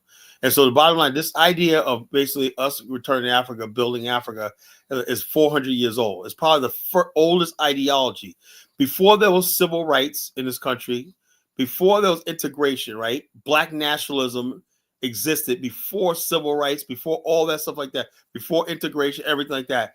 The first black educated black people were black nationalists, way back in the 1600s, So like at 200 years later, it came to fruition with Sierra Leone and Liberia. That didn't happen overnight. That was like 200 years in the making. Sierra Leone and Liberia was 200 years in the making, you know. So like I said, people don't realize that. People say like this idea that we should return and build a new republic, whatever like that, and to the what we call the dark continent, bring civilization to the dark continent. That was 200 years old before it even took root. All right, G, go ahead. What's on your mind? Well, Jonathan Mills up, but he ain't saying nothing. All right, G, what's on your mind? None, brothers. How y'all doing? Doing all right. All right. But now what I'm saying, Kala, is why you I was on the I heard the podcast last night.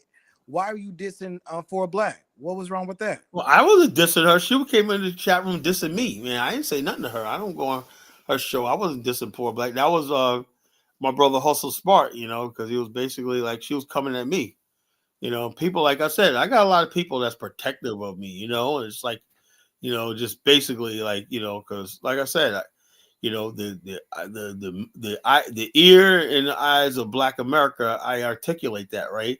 So when people attack me like that, when not, you almost like you're attacking somebody, you're attacking Black America, when you attack me, it's like because I'm always saying what's on the minds and the hearts of most people, most of our people, and so we got like right, look.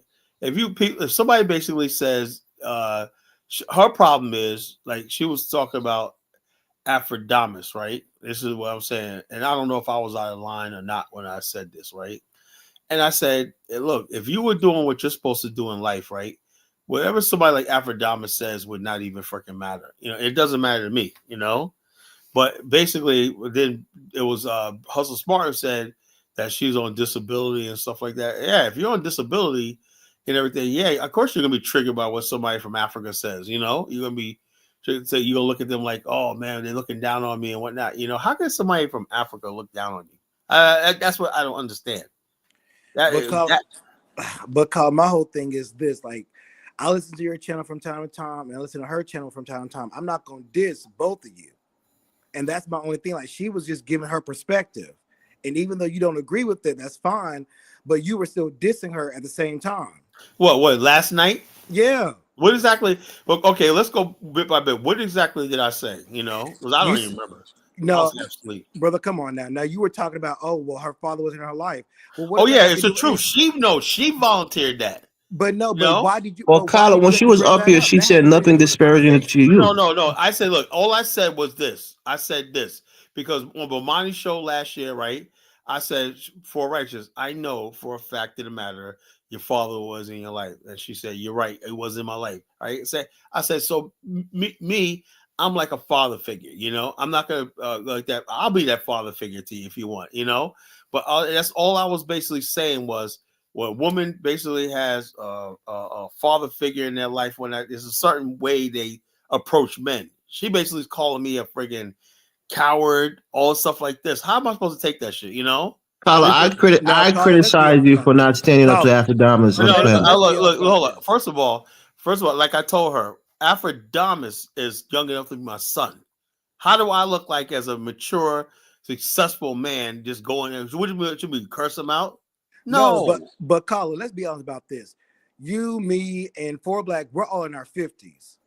Now, what does it mean that we're all going at each other like this, and yet we're talking about being leaders or just doing our own thing, talking about our own Yeah, like perspective? gee, let me say this right. One thing is, I never go on nobody. You never see me on anybody's channel, do you? I never do. No, I I don't. But at never the do. I same never time, go on nobody's channel. I never like this. Like she basically, first of all, she did a show the other day where she wasn't even involved with. It was about Aphrodite and everything like that. She did a show, and then she showed up in my comment section last couple of days talking stuff. And I said to myself, I don't show up on her channel talking smack to her and whatnot. That's why when I tell people like Elvis, I'm But like, Kyla, call her. we I don't do Elvis. invited I her don't. we invited her You up invited her. and we Oh, said we was gonna so protect her. you invited her up and whatnot, and I let her talk. I muted myself. I let her talk. And the bottom line is this: she just kept with this whole "I'm a No, coward" and everything like that. on the panel, but she wasn't that caller, you disrespectful. know I what? asked a couple questions and she answered. She Yeah, but wasn't that hold disrespectful on. to you, But Kyle. caller, just to be Whole tone completely was I should honest. have let Aphrodite talk. Right? Look, the bottom line is this: look, if you basically are triggered by something Aphrodite says, there's something in you need to correct. But caller, you know what? That's Let why me I just see ask it. you this: as a man, do you think that it's our job to protect our women, or just women? Period. I'm like this. I'll protect women, right? When women act like women and stuff like that. But if you're gonna jump up there and constantly jump in men's face and stuff like that and act erratic and disrespectful and whatnot, a woman has to become a woman. It's not our job. I told you this before, G. It's not our job to protect women who don't want to be protected. That's what I'm saying. What did she do last night to lose your protection, Kyle? Well, no, I'm saying the fact that she was basically in here calling me a coward and stuff like that. That's what Hissel Smart was trying to tell you. She was coming here being disrespectful to me and stuff like dismissive of me and whatnot. This and thing. You're nobody and all stuff like this. So the bottom line, I said, okay, when women talk like that and whatnot, I'm like, hey, you're on your own. Like Chantel, you're on your own. I can't help you.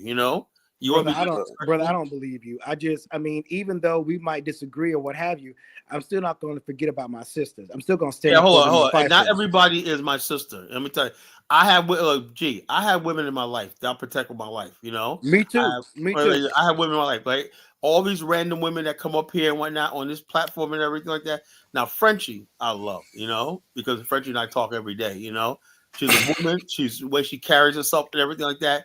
That's how I receive women. You know, when But every someone's single woman loud. that came on your platform, caller, has All defended right, who's themselves, breathing but you hard, dissed man? Big them. Come Black, on, wake your ass up. Big Black man. Come on, Big man. Black, it's not time to start sleeping, bro. I'm you breathing just hard. came Y'all on, might dog. hear You so did look. that shit last night, bro. You gotta You get was in the sleeping gym, on bro. us You gotta last get in night, the bro. gym. Gotta get in the gym, bro. What's up, Big Black?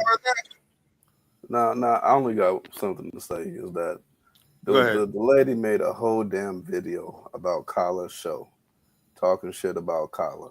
So to come up here and act like Kyla did something wrong by defending himself to somebody who literally disrespected him in every possible way, that's some clown shit. That's what I'm talking about. That's what Hustle Smart sees. When you do shit like that, Elvis, that's what people see. You know, and you ask me, what about last night's show? When people hear you talking like that, everybody knows I never done nothing to this lady. You know, never mentioned her, whatever. That's the difference, right? I never did anything to her. I On never this mentioned her, channel, people whatever. that came at me, cussed me out, the dollar bills, Yeah, or you the know why? Hold whoever. on. You know why they But the cuss you out? next time I engage with them, well, hold on. The next time I engage with them, I'm not coming to cuss them out. Hold on. No, You hold on. know, The thing is, we'll though, have a Elvis, conversation. If it goes there, it goes there. Elvis, you But I'm gotta not coming understand with the something, right? intent to Elvis, cuss them out. when people listen to this Isn't show, that the lady that says she's an Indian? That said we yeah, Indian, something like stuff that. Yeah, that. Why are we caping up for this FBA movement, man? that's what I'm Y'all talking about. getting too So, soft G, over It's here, not man. FBA. I don't have to protect people like that. No, I don't. You know, you Man, want to be that's too crazy and stuff unselfish, like man. that. You know, you choose your own path. You know, you want to come down this path of nationhood, right?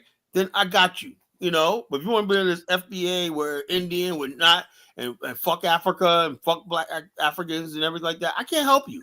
We You know, all really. know that movement was created by non-blacks. Let's be real, and it's beyond the time. I'm determined to Really destroy that movement. I'm protecting determined to destroy it. straight up, because this is getting ridiculous. Now they're pretty much having a war against Pan-Africanism. They can't fall under the whole we need reparations thing because now the Republicans have it. They know the Republicans Bob, get they have reparations. no path to reparations. They have none. I said this the other day on the show. I said the path. If Kamala Harris basically would have said, yeah, she supports reparations, she probably would have lost by bigger. She probably would have lost California in the electorals. You know, she probably would have lost like all the states she did win. You know, she probably But would. do you think FBA is only about reparation or I know claiming their you know lineage? Elvis, right? You whatever your end game is, that's what you are. You know, your end game is what you are. I don't believe it is like that. Everything else is just a straw man. You know, they talk about racism, white supremacy, blah blah blah. The bottom line is this: they really don't have any end game. They use reparations just to say, well, this is our end game, and they know for a fact the educated ones, right? No, they have no path for reparations, but they keep people stringing along just so they have an excuse to attack us. I had people, my old producer on my radio show, right? April Flowers, right? Love her to death, but she turned on me. Why? This FBA movement, you know? She Yeah, turned on me. and there are genuine rhetorics that Elvis. people are going with. This idea that they're not African, they are But the either, bottom is mental illness. It's mental illness. foundational American. That's rhetoric, and a lot of It is people accept that bullshit. rhetoric. It's mental illness. But it's more than just the reparations. They're claiming their identity. They're changing their identity to well, something you that's can't more just change identity. A akin. frog can't become a cat. You know? Go ahead, Big Black. You want to ask me something? Yeah, man, because you keep defending this movement, and there's Tariq's already stated they're half Indian. Why you keep trying to defend this movement? Jonathan agrees with the movement. Is that true, Jonathan? I have never heard him say that shit. Yeah, he said we're Indian. Yeah, we've been here. We've been here. I've seen him say that we are completely of African descent, but that we had an ethnogenesis. And that explains the whole FBA identity. He always said that. Big Black, I know what you're I'll saying. play the video. I know what you're saying. We can't be lying and Tariq, saying that the dude's saying shit based on some niggas that say shit in the comment section. Will say that, okay, we're African, but we're different from them, right? But also, if somebody basically got a super chat and they like was send him $100 super chat and they're on this, yeah, we were already here. He'll say, yeah, we're here. Why? Because he's a like Hustle Smart said, he's a guerrilla pimp. He's a guerrilla hustler. He's trying to get that guap, you know. And the bottom line is, if you basically, he's going to go along. He goes wherever the money is. That's what Tariq is about. His whole argument is, only so many people came to America, so how did we all get here? That's his whole argument. I done heard him say that plenty of times. Not all of The us can't one thing I think, my understanding of FBA all he is does, all he those does is giving. those people who were here at the foundation of the Tariq has country, a lot of support from people who were enslaved out or of was Africa. here freed when There's this nation gained its independence in 1776. has a lot of support. That's from my people understanding of it. I don't know any No, other that's paying him definition. to go along with this nonsense. You don't think that's what his definition of it is, you Big Black? understand he's been at war with the Albos because the Albos been saying that he's been taking their talking points. The who? The Aboriginal movement. The ADOS? No, I'm talking about there's a Like Dean Calloway people? yeah, he's been at war with them because they say he takes half of their talking points. The only reason they disagree with him because he still keeps a little Africa with it. So yeah, we have Africa. Yeah, but Tariq might say like some people have India. Like me and Scholar was talking last night about Snoop, right? He has a reasonable no, he's part not of his talking DNA about, that's Indian, but he's not saying that they're all Indians, like how Dan Calloway would go and say they're the original Indians, right? He's not So there's talking some about differences. that 1%. And you talk about Snoop as an anomaly. He's probably been mixed with some Mexicans because really, to be honest with you, Mexicans are really Indians that just got conquered by the Spanish, to tell you the truth. So that's a whole other discussion. We ain't really got to go into that. But he's on that West Coast, but Snoop is anomaly. Yeah, but let's ask Jonathan. Jonathan, I mean, I don't know if he's an ardent supporter, but he agrees with the movement. So you can ask him what he likes about it and what is their ideals. If you can't find something good about it, then you just choosing not to find something good about it. No, choosing not to, that's what's about it. It's the facts. What's the facts? The facts that he says that we're like half Indian. He talks about a lot of different tribes that we done mixed with, and we're the true Indian. And then those Indians they're fake Indians. I haven't seen that. I've heard that many times. I haven't seen that. Well, What I learned is a lot of times. Let me ask you this. People will listen to people in the comment section say this, say that, and y'all just go ahead and blame Tariq Nasheed for it. And just like what Tariq Nasheed must have said, and that ain't the case. Y'all wilding. Jonathan, come on, man. You got the red, black, and green in the background. I know you're a Pan-African. Stop it. Listen. Brother, that is a Black American heritage flag on the left and a Nigerian flag on the right. That's like red, black, and green all on the left. And I just explained it to you, so you can't say that again. Go ahead. Okay, well, this is what I'm saying, right? Now, why do you think he got into it? You remember when he got into it with Dan Calloway? No, I don't know who the fuck Dan Calloway is. Okay, so you ain't been following him like that. Because everybody, even Elvis know that he got into it with Dan Calloway. I didn't know they got into it, but I seen Dan Calloway.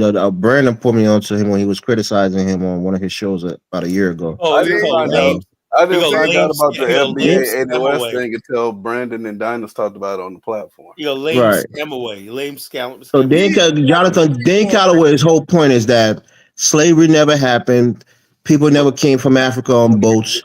You can see those boats was not even. He was making some case that the boats couldn't have existed during that time, and as such, the black people who were in America was actually indigenous to the land. It was captured by the white, settlers and enslaved. I think that's his overarching point. That this land is for African Americans, and they were here first. That's a dumbass. The reason why he got to it with Dane Calloway because his message was overlapping Dane Calloway's. He was going to that we were real Indian, and then he was using some of Dane Calloway's information. So that's why Dane Calloway started making videos about him and saying that, hey, he's saying that some of us came from Africa. None of us came from Africa. And that's when the slavery never happened and this and that. Tariq would never say slavery never happened because he needs an exit when that movement dies to get back on the Pan-African train. What? Yes, he does. Y'all just be saying crazy shit. Hey, wait. He made. Come on, man. Let's not act like when he first came out on the consciousness, he was all on some Pan-African stuff.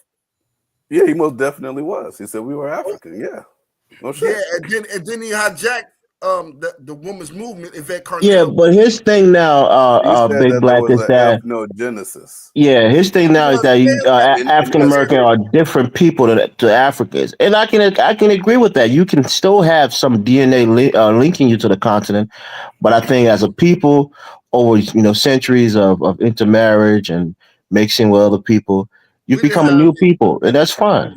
we didn't have any ethnogenesis. That's his Brother, way of brother, trying to brother. link to the What continent. what ethnic group are you from in Africa? And I don't. I mix with a lot, but that's not That's my the fault. ethnogenesis by default. You That's really not an understand that, right? ethnogenesis. You're a mixture of different ethnic groups, bro. That's not an ethnogenesis though. That's what it is. But I That's think it has to literally happen what over it a is. long period of time, Jonathan. And I think that do qualify Ethnogenesis. also over Over a 400 years. You have a over a whole long different type period of of haplogroup. time. That's an After a ethnogenesis when you long have a period whole of different type time, of haplogroup.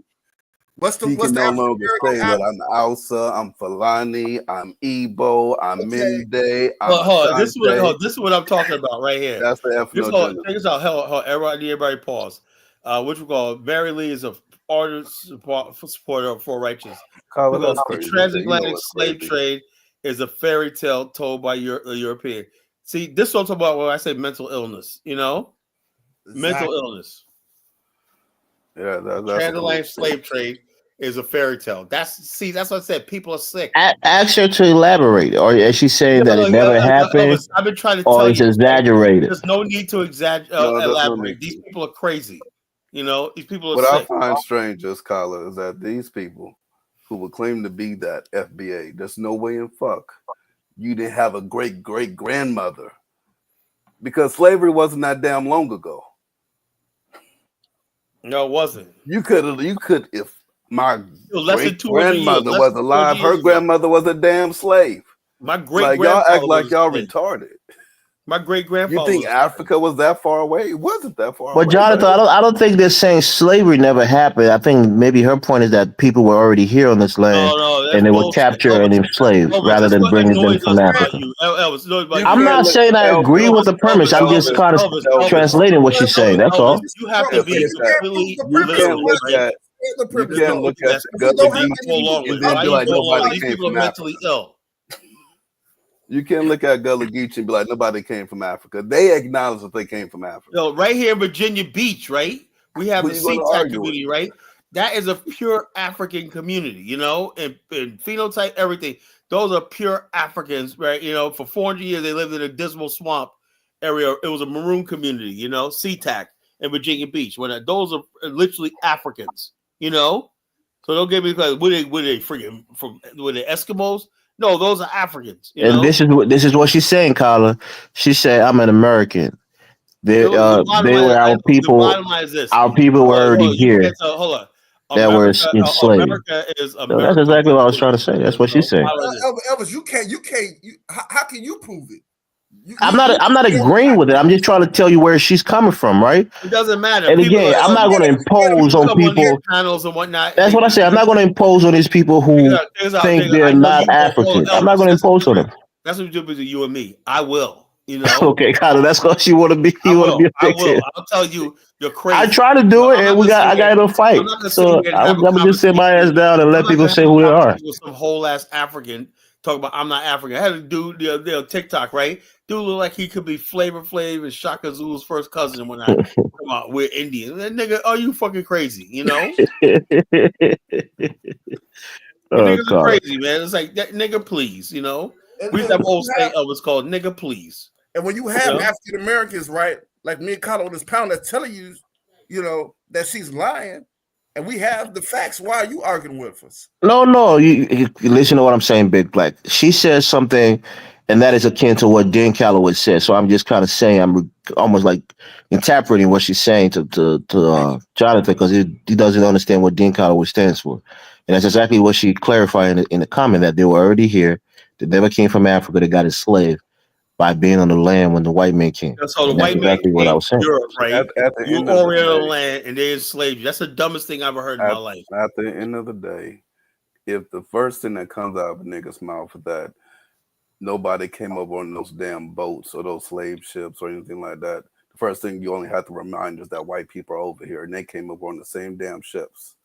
So if you can say that, well, the white people can come over on the ships, but they couldn't bring people over on the ships, you sound like a dumbass. There's no How the need white to people even get keep here? Yeah, talking that's why I about it. disagree with Dan Calloway.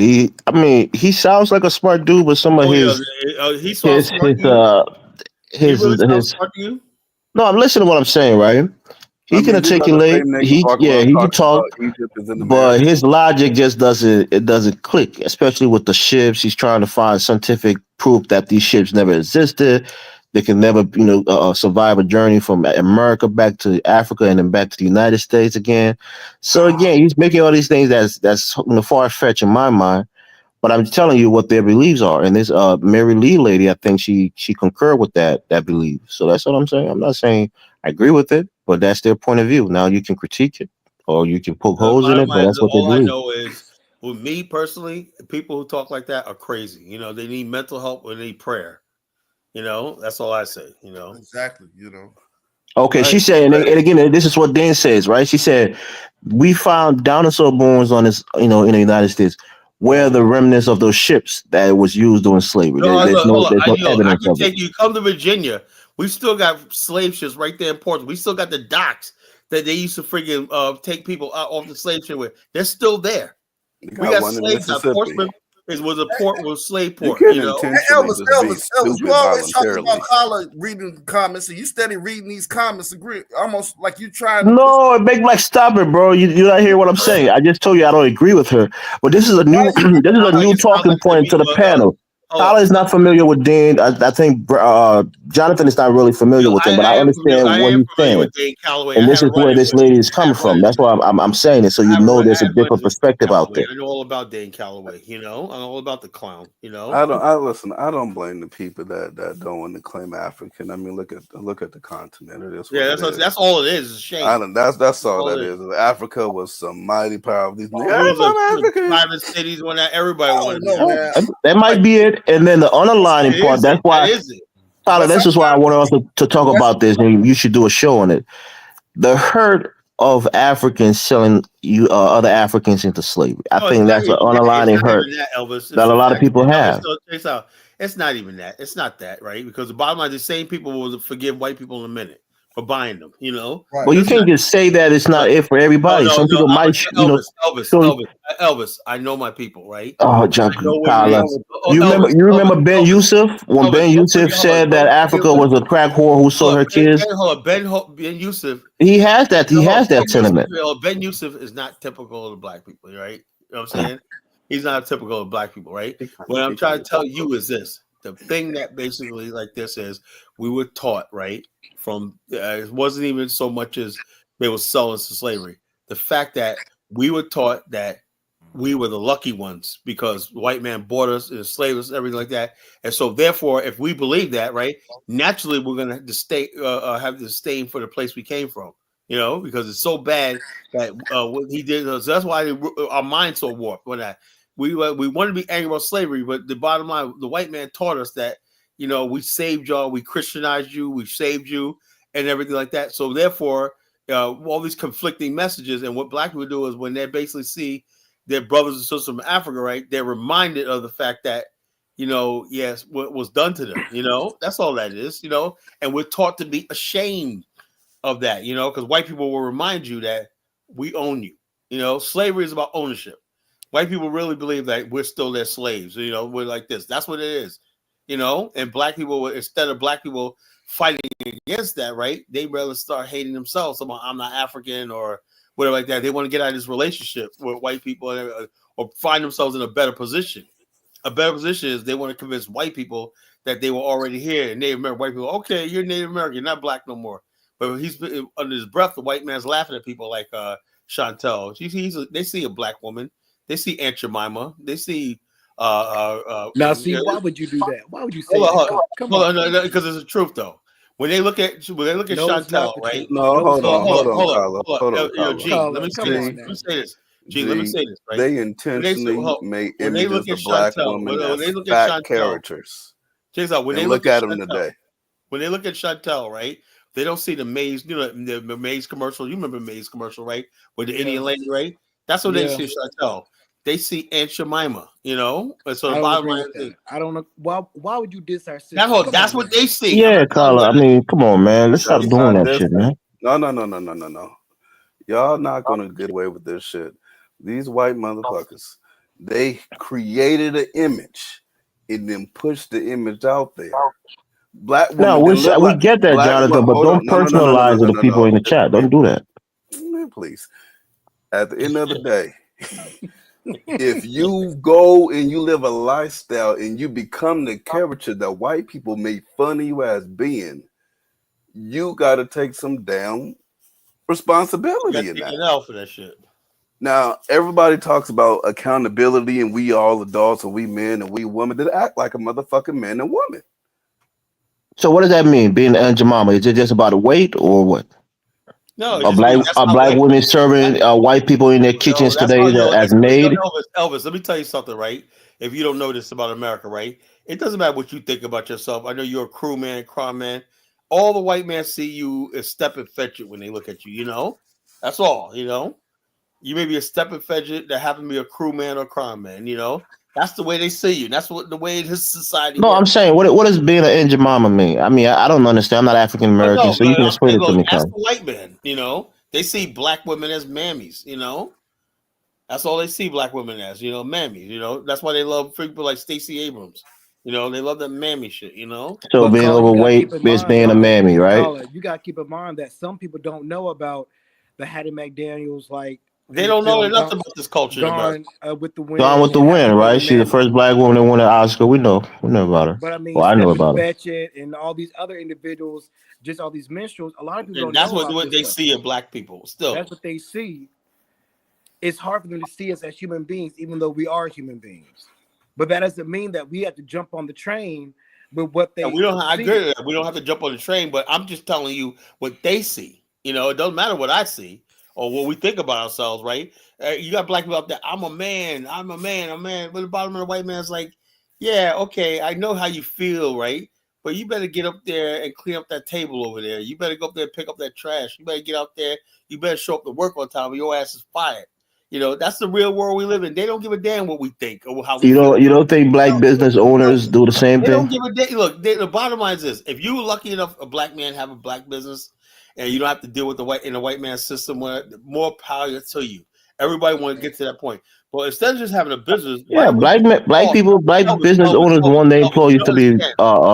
productive as well. Every time you talk, Elvis, you make my case, right? Because I say like this: why don't we just go for broke instead of just having a business here and there? Let's have a fucking nation of our own. Then we don't have to deal with none of this shit no more. You see what Yeah, I'm saying? I agree with you, Carter. I'm not Elvis, saying you shouldn't have a That's nation. why, I agree with all that. you gotta do is make my case every freaking day. You Elvis, let me know, explain something to But you. where, Carla? Where? That's what huh? I'm Let me, It don't saying. matter where. hold on, let me explain Hold on. something. You just need to know we need one. That Elvis, where work itself out. You know. Elvis, let me explain something to you. That Indian movement, Dan Calloway, 90% of those people don't believe that shit really. Over 90%, they don't They're just really trying to get believe out. that They're shit. just trying to get out of being black. That's all it That's is. all it is. That's all it is. So you can't take that stuff for face value. Like she I bet for righteous don't even believe that shit. So I mean, bro, I'm an African, right? African American telling me that they're not It African. doesn't I'm matter, not going to argue Elvis. with I them. try to tell you that you're talking about mentally ill, That's what I'm deranged, saying. Even if they traumatized think they're Carla, people. stop mentally saying ill, You that. I'm know, not going to argue Carla, with them. stop I'm saying just that. I'm going not to mentally accept ill. it. I'm not just African. mentally ill, Yeah, I'm traumatized. just going to accept it when they tell me. I'm Carla, going to stop accept it, saying bro. that.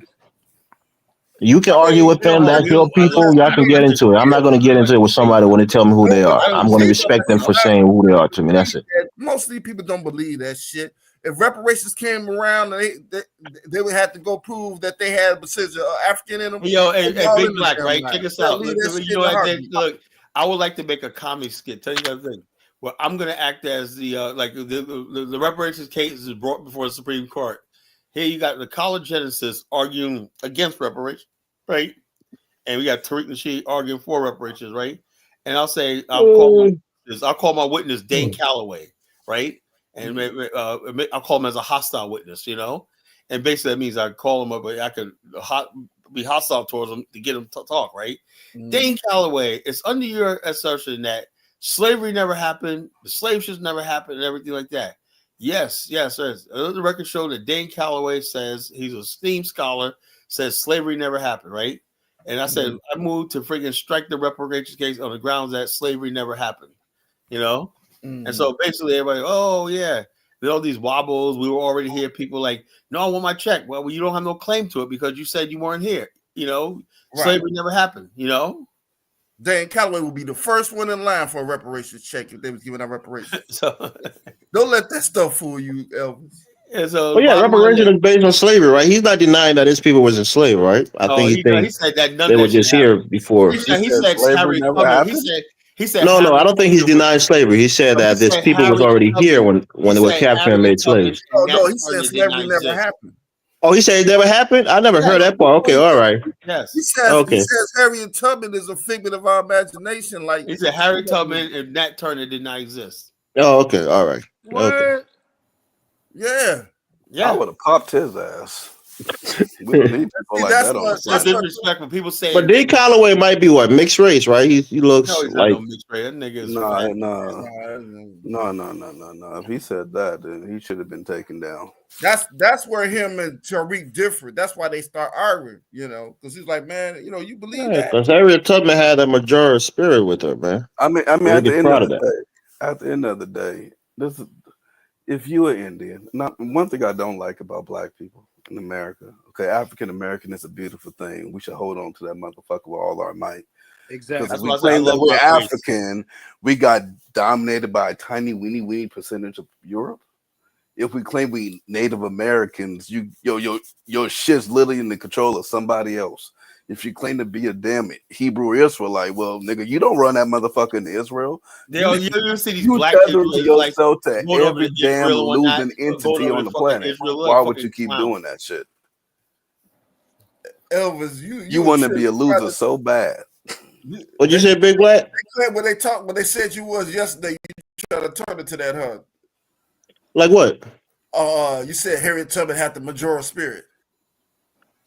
Don't you think she did? She had a fighting warrior spirit. That's what it means. That's some shit Tariq made up like 2 days ago. I mean, you can try to quantify it, but I'm saying a woman to be brave enough to fight. I think she fought in the Civil War, and she had underground railroad. What is major? I mean, from my understanding, the way they describe it is just that fighting spirit, never giving up, fighting for freedom. What's up? Who described it to you? Tariq. I mean, Tariq and those people, yeah. Nobody knew what majority. I mean, bro, Big Black. Hold on, Elvis. Just because you disagree with them, people can come up with things that make sense, and I think that makes sense. Certain things you can't quantify unless you put a definition to it. Big Black, what I dislike, Big Black, y'all cannot get up here all the time and want to disqualify anything that another black person creates, but then you'll claim everything that the white person created. That's bullshit. Thank you. Majority. Kill that shit. So we both. So I should roll it be an acronym, huh? FBA, huh? And then say, well, you know what? Half of us was. You may not agree with the acronym, but you can agree that Harriet Tubman was a warrior. She was a lady who had a spirit to free her people, and she did everything she could to do it. The man said half of us was here already. I'm supposed to agree with that shit?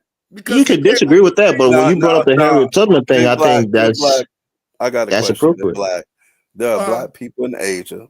There are black people in the Middle East. There are black people. Yeah. So that black people manage to be everywhere. Yeah, but they weren't in North America. That don't even make sense. Black people are not be that damn stupid.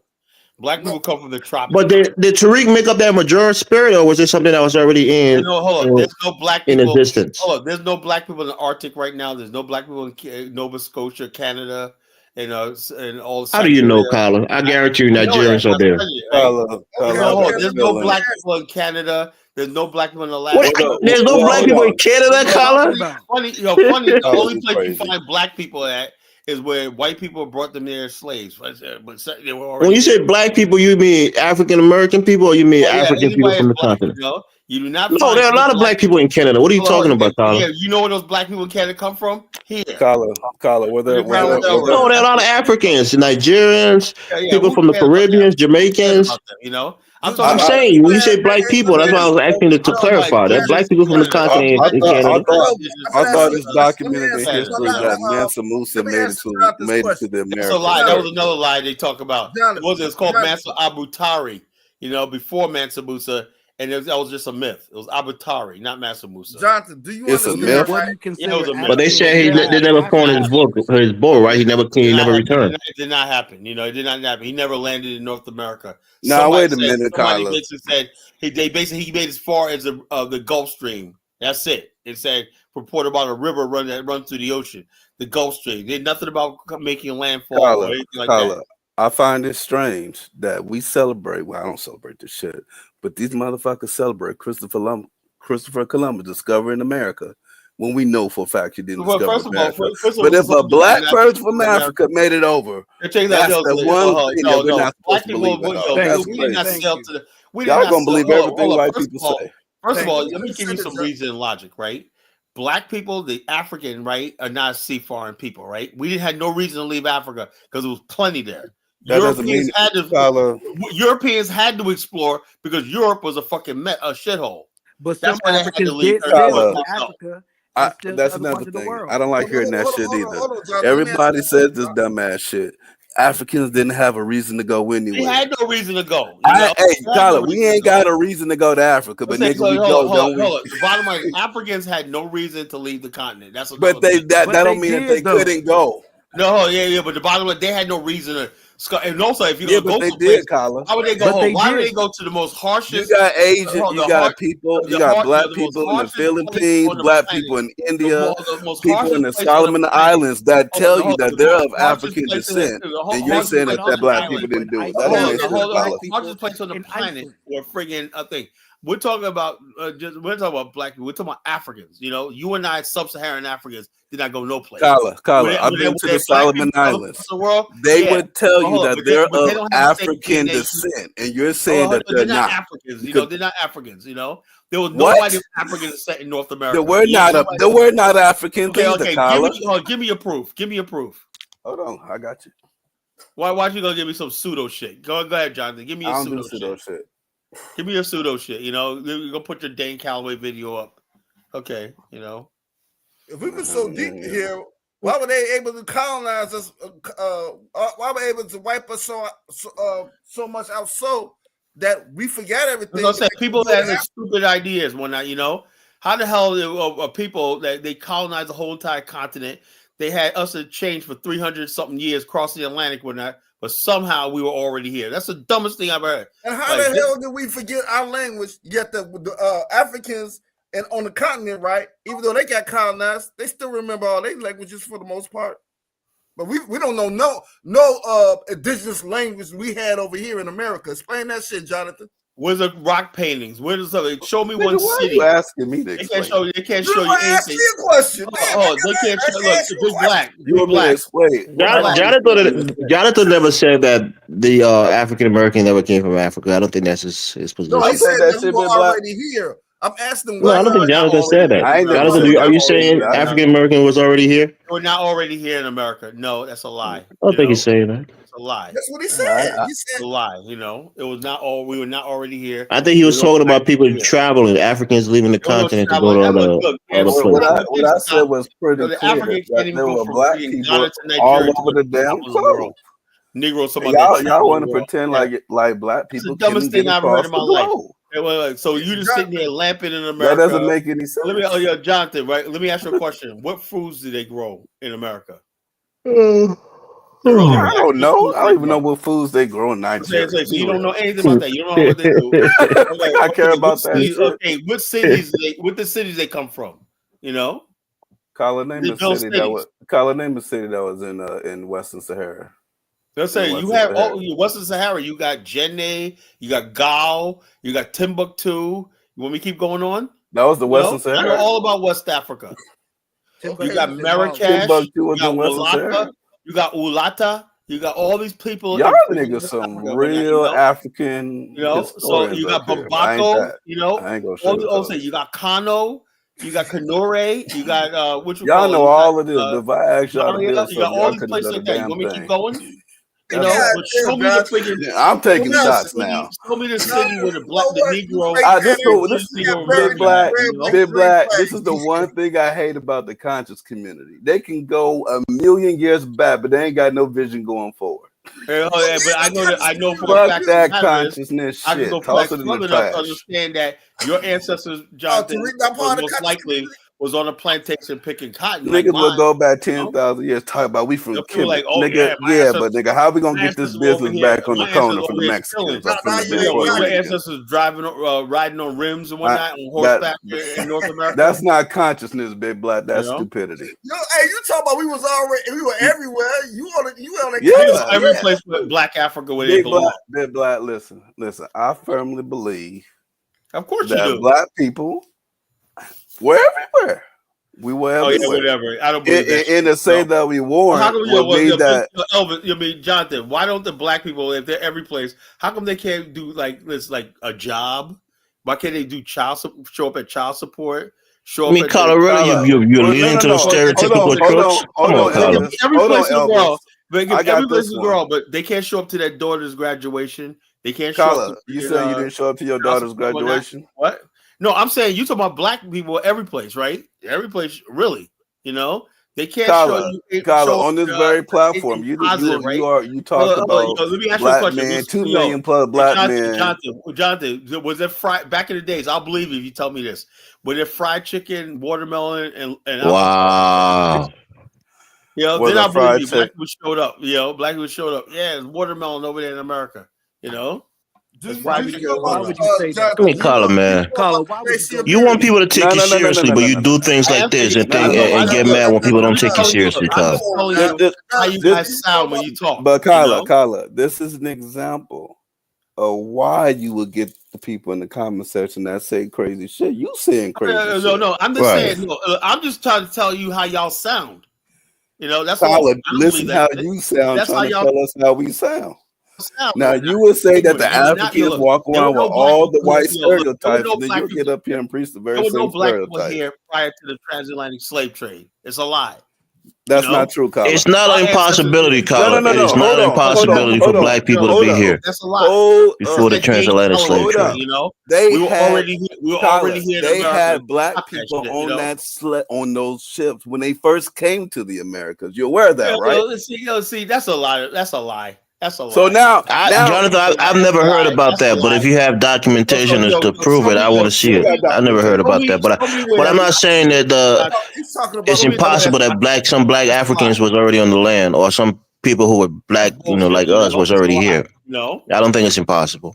No, it is impossible. Why? Why is it impossible? Because Black people couldn't leave the continent of Africa and travel to other continents? What Tyler's trying to say, tropical. Why would you come to shot at Africa? Why would you come to cold, icy North America? What was the purpose of that for? Probably they didn't know the weather. They were just exploring. They were just wandering around and whatnot, landed up in North America out of nowhere, right? I mean, Carla, man, I'm not saying it happened for 100%, but I'm not saying it can't happen or it didn't happen. Elvis, man, you sound freaking crazy, you know? I'm just saying, what do you want me to say? Like, there's no impossibilities, Carla. Nothing is absolute. Nothing is absolute. I'm not going to dismiss the possibility that it did happen or it could happen. Outside, you hate Black people so much, you like them seeing them. These people, if they talk like that, are mentally ill. You know, so Jonathan is mentally ill right now. Obviously, he probably is. You know. Wow. I mean, Carla, you do these things and you want us to like you and respect you and give you reverence. You can't act like this, bro. America are descendant of the transatlantic slave Carla, trade. at the end of the day, your view of Africa is so negative that you don't believe. Not only did they not want to go anywhere, but they couldn't go anywhere. Well, no, they had no reason to. They had no reason to. Doesn't matter, Carla. So in other words, we have no reason to put people into human slavery, but motherfuckers done it. People that had big cities like Oyo and Kanu and stuff like that, they say, you know something, we got it good over here and whatnot. Let's get on a boat. Even though you can't show me any ruins, any ships that were seaworthy. Okay, Carla. People in the comment are saying there are books that's written on it. Some What people book? saying What that the book? What Moors book? came with No, Columbus that's a from lie. That's Spain a lie. That's or all from pseudo Portugal. stuff. It's not a lie. That's It's all not a pseudo. lie. That's It's all even I've taught pseudo. at never heard about universities these That's all things, so I'm pseudo not gonna nonsense. That's all say it's a pseudo lie. But if nonsense. I will That's look all into it. pseudo nonsense. I've been studying for It's not years. But When they pseudo was have you shit. heard about it, Carla, and debunked it, or you never yeah, heard yes, about it? I had debates with these guys. I fucking ate them up. When I know, No, you know, I don't believe hold that. up. You know what? You know who you need to talk to about this. I'm gonna have on my brother Chief X. He Bring him ate out. all these people. He ate Dan Calloway up. All these people like this. All he's a pseudo killer. You know, Chief X. He a pseudo In fact, killer. let me find one of his videos. Man, bring him up. That's the fucking thing. Let me find I one of his just videos. took his pseudo In the killing self. meantime, I gotta drop everybody down because I needed 5 minutes recoup. Hold up. The fuck is going on?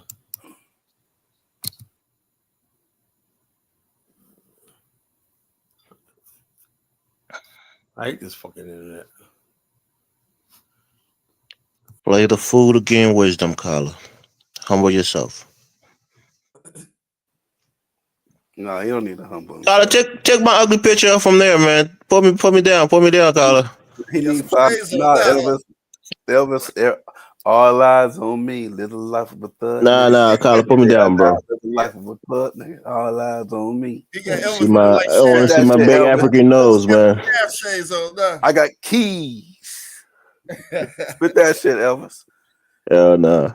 All eyes on me. I'm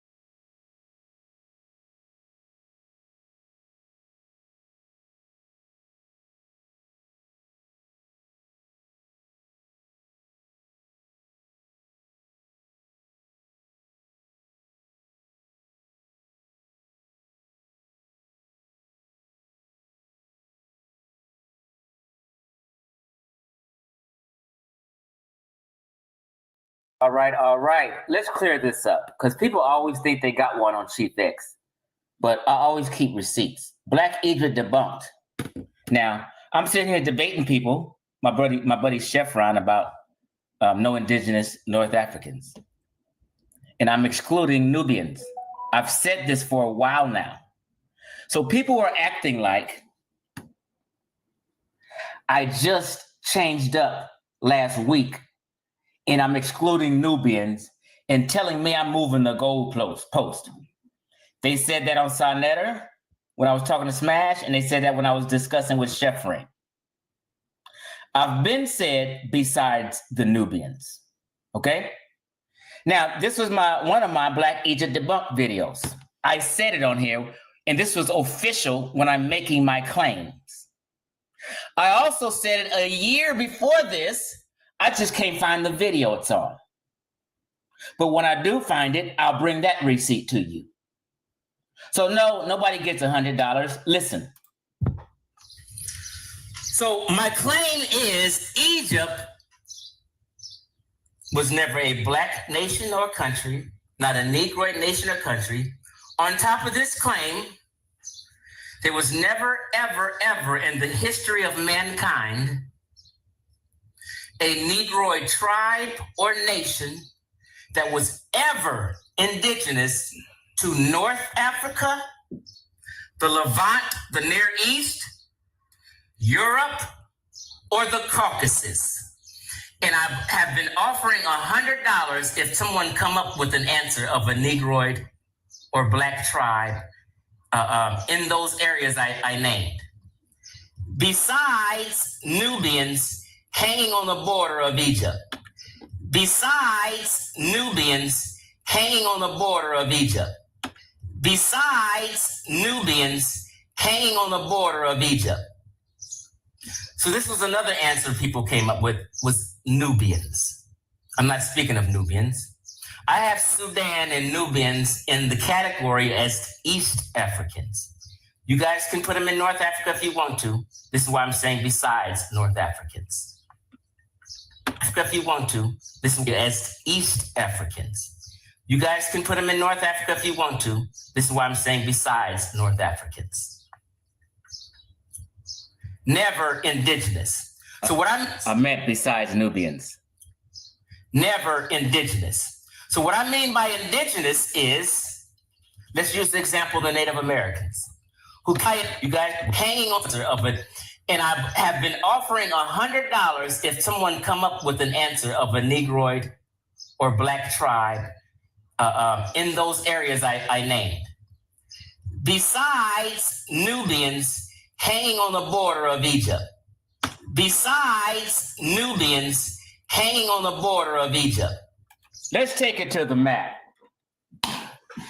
All righty, let's take it to the motherfucking map. Now, my claim was there's never been any indigenous, nappy-head, Black, Negro tribes of these areas. And I pointed to this when I first made the claim. I said all up in here. I didn't say nothing about down here. I said all up in here in North Africa, and my context is Mediterranean North Africa. Nubians ain't Mediterraneans on top of that.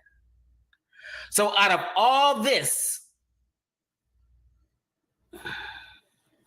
all the Levant, all the Near East, all of Europe, all of the Caucasus, all this, and all you niggas came up with is some wannabe motherfuckers hanging on the borders down here. You niggas failed miserably. All this geography with niggas saying we was the first this, we was the first that, we the original Europeans, we the original Greeks, all that bullshit you niggas been saying for all these years, and you can't pick out one Negroid tribe indigenous to anywhere around here. You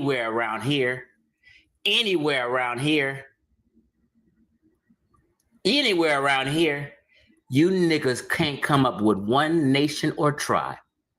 The only thing you thirsty, hanging on a thread, hanging on a border niggas came up with was some Nubians on the motherfucking border way down here. That's sad. You guys might have gotten not even 1%, 0.5 of the answer right. You niggas failed. 0.5 of the answer? You don't even have 1% of the answer. You niggas have failed. I said besides Nubians. And when I said it here, I said it a year before that, and I will find that goddamn video. You niggas ain't getting no $100. You niggas need to pay me $100. All you niggas owe me $1,000 if you want to be real.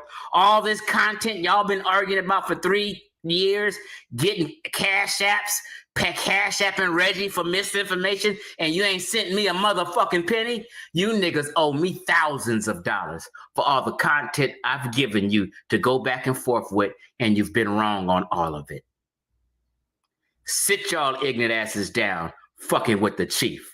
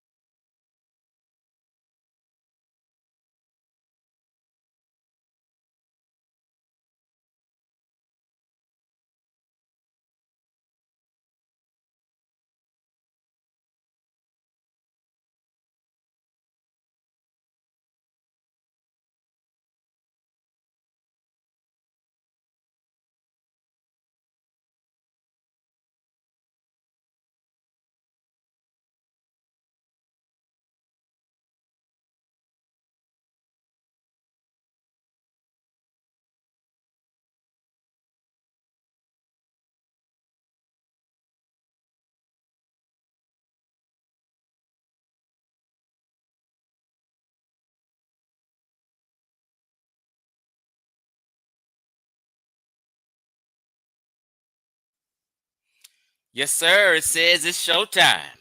You are live, it says. Right? Let me give it about 5 minutes for some people to come in. And this is going to be real brief. I just wanted to address Tariq Nasheed's his documentary called The Maroons video clips. Because it's such fake ass history. Fake and revised history these people love to push to intentionally miseducate black folk. And it just chaps my hide, right? So we're going to chop up this little brief 1.5 minute clip of Tariq Nasheed. And we're out of here. Okay? 1 second.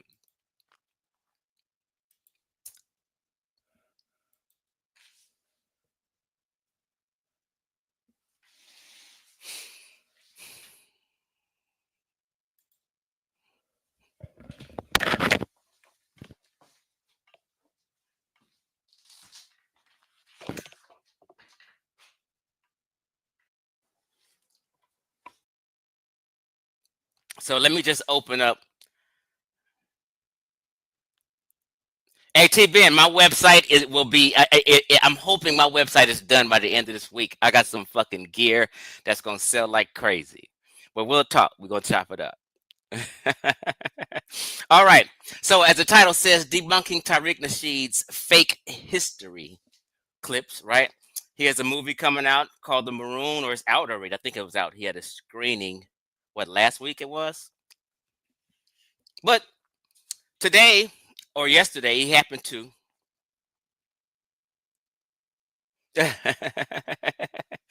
he happened to upload a brief clip about Columbus, right?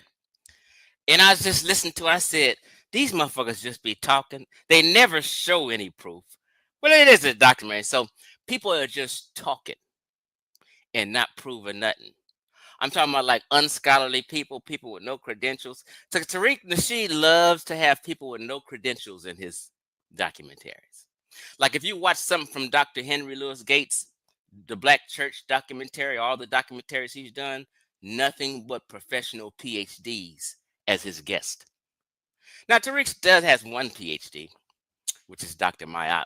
But Dr. Mayat be on some funny shit these days. So she into helping people who push fake history. So I don't know what the hell is going on with Dr. Mayat. You see, I should team up with Pan African Strikes Back. You know, I left him silver messages. He don't return messages. You know what I mean? Like some people are leery of others. You know what I mean? They don't want to team up with you because, you know, sometimes you might outshine someone, right? Who knows? Right? So what Tariq Nasheed is doing, and let me tell you, he's intentionally and purposely miseducating blacks. This is not a mistake, or he was just wrong about something. Although he's wrong about a lot of stuff, he's not a history guy. He tries, but he's more of a race hustler, a race baiter. He likes to play to your emotions and sell you some bullshit, right? Fake history and revised history, right?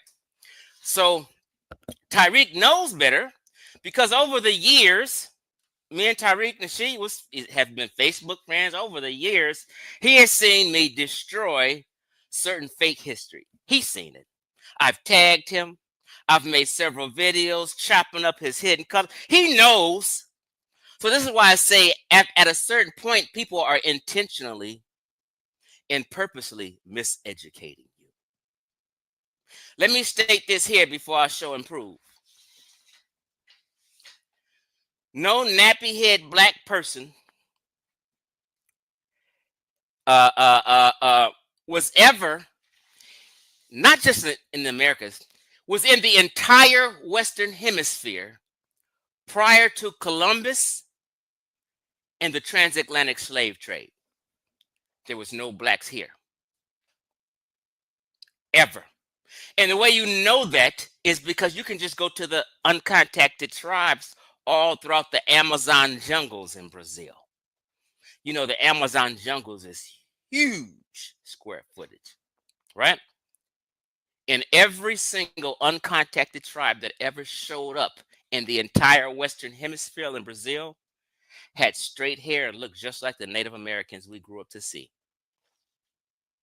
Let's just be honest. Tariq or none of these idiots has ever seen a black man come up out that Amazon forest. They weren't there. Black folk come from sub-Saharan Africa. That's it. They weren't seafaring people. Now, outside of sub-Saharan Africa, they weren't in North Africa. They weren't indigenous to North Africa. So you'll have maybe about 5 small groups of black folk outside of Africa. And I'm going to give you the Papua New Guinea. I'm going to give you that, even though I don't. You got Negritos, a very, very, very, very, very, very small population of people in the Philippines mountains. Okay. I may throw in the Solomon Islanders. They're not black to me, but you guys consider. I'm just trying to throw out some people who may similarly look black outside of sub-Saharan Africa. I might. No, I'm not gonna give you that, but I'm just gonna throw it out there. Aboriginal people of Australia. Okay. So maybe about 5 groups outside of Africa, and these are 5 small groups outside of Africa. That's it. So black nappy head, kinky haired people outside of sub-Saharan Africa may be only 5% of the population in the entire world outside of Africa. Prior to shipbuilding technology that took people across large bodies oceans. Follow me now. Let's go. Let me share my screen. And I'm going to play his 1 minute and 30-second video clip. And then I'm going to chop up each point he made and throw it back in his face. Okay, let me okay, there we go.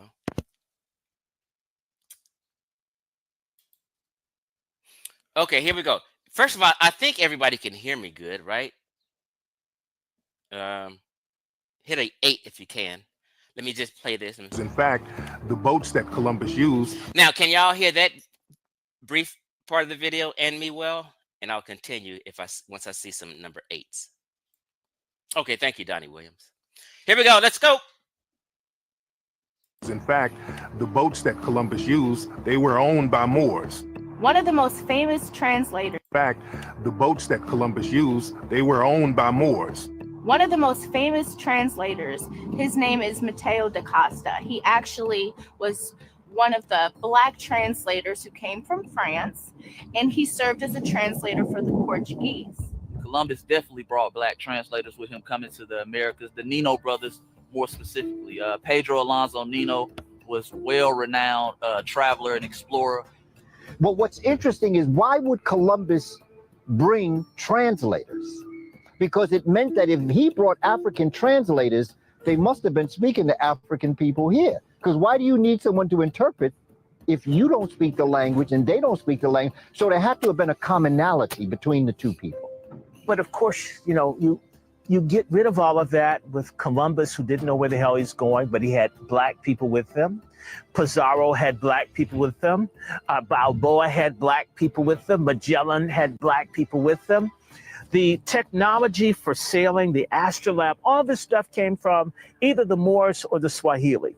When Columbus came to one of the islands and he brought one of his Black translators with him, it's documented that the translator came off the boat, went into the Aboriginal society, and immediately started to communicate with the Aboriginal people there.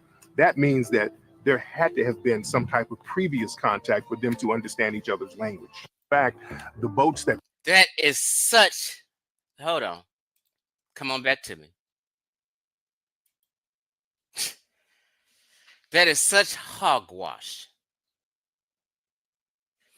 Every single claim made in that 1 minute and 30-second clip is total bullshit and hogwash and fake ass history. Prove that shit, Chief X. Okay, let's go. Let's go. Point by point. Columbus used, they were owned. The boats that Columbus used, they were owned by Moors. Pause right there. Let's pause right there. He said the boats that Columbus used were, let me just hear it again. Make sure. The most famous In fact, the boats that Columbus used, they were owned by Moors. He said the boats that Columbus used were owned by Moors. When he says that, he's under the impression or trying to tell you in talking that old played out shit that Moors are Black people. They are not Black people. Web Funk, are you talking about me crazy or Tariq Nasheed? Because I've blocked you before. And I said I only block people for habitual disrespect. I don't block nobody for disagreeing or arguing with me. But maybe you're talking about Tariq Nasheed. Okay, I see. Thank you. I had to be clear because I've been seeing you last week on other people's site slander me. Watch the step over here. Okay, we good.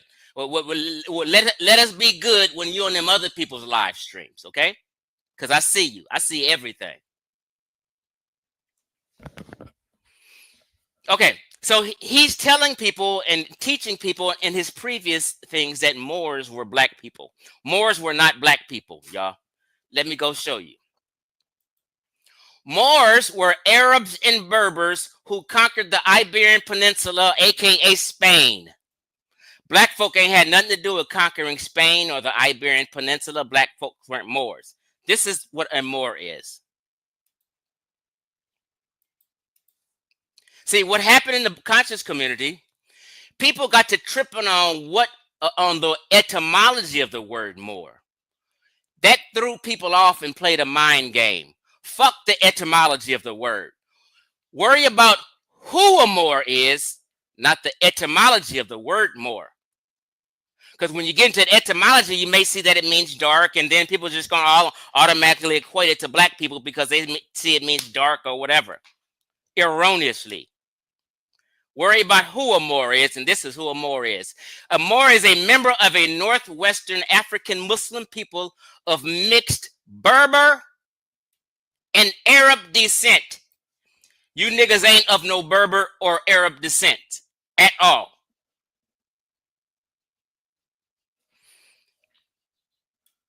In the 8th century, they conquered the Iberian Peninsula, but were finally driven out of their last stronghold in Granada at the end of the 15th century. So you guys have to get into dates and chronology. Anywhere you look up what a Moor is or who the Moors are, they're Berbers and Arabs. And Berbers and Arabs enslaved West and Central Africans, Sub-Saharan Africans. Okay? Berbers and Arabs are not you. Moors are not black people. They're people all around Morocco and Algeria, but they don't even go by that name. So it's just an old played out name. Okay? So first thing he was wrong about. Let's continue.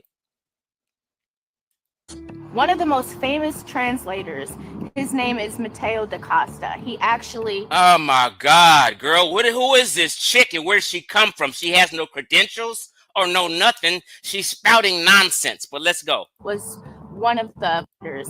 His name is Matteo da Costa. He actually was one of the black translators who came from France, and he served as a translator for the Portuguese.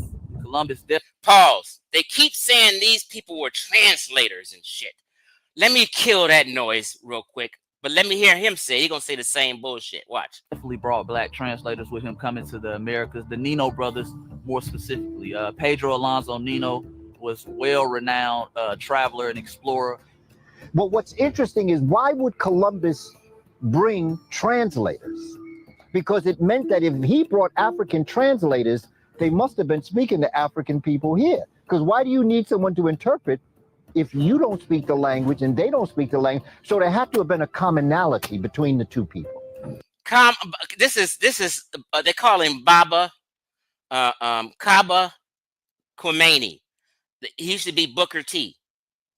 But Kaba Khomeini, he's a devil.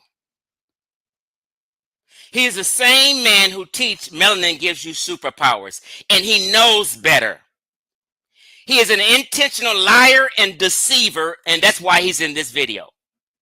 It sounds good. He may sound sweet, but sometimes in the good book it says the devil can come. What is that? What is that verse? The devil will come sounding like an angel of light. But he's the devil with his tricks, right? So they're talking about translators. Watch this. But of course, because it meant that if he brought well-renowned Pedro Alonso Nino was well-renowned. Pedro Alonso Nino and all these translators, she said it, he said it. Well, let's go. Why did they even mention translate? This is how ignorant of history they are. First of all, they couldn't translate. You know why? Watch. Here we go. Columbus Day interpreters. Columbus Day and interpreters. Let's just read. Columbus brought Luis de Torres, an interpreter, with him during his first voyage. De Torres spoke Hebrew, Aramaic, Spanish, Portuguese, French, Latin, and some Arabic. Pause right there, people. The Native Americans didn't speak none of those languages. Therefore, he can't interpret. Let's go. Because he expected to encounter Asians. That's why he brought interpreters. But they failed to tell you that in the video. Because they didn't know and they're ignorant of history. They just race hustling you guys. Okay? Let's read it again. Torres, an interpreter with him. Columbus brought Luis de Torres, an interpreter, with him during his first voyage. De Torres spoke Hebrew, Aramaic, Spanish, Portuguese, French, Latin, and some Arabic. Because he expected to encounter Asians, Columbus felt de Torres' proficiency in Hebrew and Aramaic would be particularly useful. because they didn't know. He thinking, hey, he might come into some motherfucking Asians, right? However, this is what they failed to tell you. De Torres's proficiency in these languages was of little use in communicating with the natives who spoke an entirely different language. Sit the fuck down with that dumb shit. So what happened? Columbus had to rely on indigenous interpreters. So all three of them people talking about interpreters, and maybe they spoke the same language and trying to, but one other thing they leave out, that all these interpreters are mulattoes, mixed niggas. Let's go, all of them. The brother said who? Pedro Alonso Nino. Let's blow it up and see who the hell Pedro Alonso Nino and these Nino brothers is, right? Pedro Alonso was a what? Afro-Spanish explorer. See, they want to give you the impression that these people were just straight black folk. They weren't. They're biracials. I don't even consider biracial black. I'll call them just what the fuck they is, biracial. And that's fine. I'm not a racist. But I'm just one who does not agree with a person denying one side of their race and only representing one side of their race. I'm just not that kind of person. That's just my personal thing. So Pedro was an Afro-Spanish explorer because them niggas who was running around with Columbus and all these other explorers were children of African women they didn't fucked and had babies with. It's the same thing happened in the Arab world. Arabs had babies with African or sub-Saharan African concubines. And their offspring and those children had allegiance to who? Their Arab daddy over their mama. So these Afro-Spanish people in the same dynamic, these Afro-Portuguese people had allegiance to who? They daddy, not they mama. So they daddies is taking their children who may be, you know, okay, here we go. Pedro Alonso Nino, Afro-Spanish explorer, he piloted the Santa Maria during the Christopher Columbus' first voyage of the Americas in 1492 and accompanied him on his third voyage in 1498. Nino was born in Spain. He was known as El Negro. His father was Juan Nino, a Spanish sailor. And his mama was what? An unknown African woman. Because when these Arabs, Spanish, and Portuguese and shit, once they get to fucking an African woman and having kids, them kids have allegiance to their daddy. Okay? These are biracials. Right? Let's continue on. According to the folklore, Juan Nino was one of the captured European sailors in the Ghanaian settlement of Elmina, right? Because them Portuguese was up in Ghana, and sometimes they had beef, and he might capture a white boy. So that's what his daddy was, a captured white boy in Ghana, right? So they leave all this information out. Let's go back and talk some more. Traveler and explorer. Well, what's interesting is why would Columbus bring translators? Because it meant that if he brought African translators, they must have been speaking to African people here. Because why do you need someone to interpret if you don't speak the language and they don't speak the language? So there had to have been a commonality between the two people. But of course, you get rid of all of that with Columbus, who didn't know where the hell he's going, but he had... Pause. See, this is why I be tripping on it. Like, to me, I had to stop doing this, right? Hating on a motherfucker doing great things. Now, I'm not saying Columbus and the explorers was doing great things in that sense. What I'm saying is they had shipbuilding technology in Portuguese. The Portuguese was the first to advance shipbuilding technology. And they were able to make boats that were able to cross large body oceans. Human trafficking across large body oceans never, ever, ever happened until the Portuguese developed ships that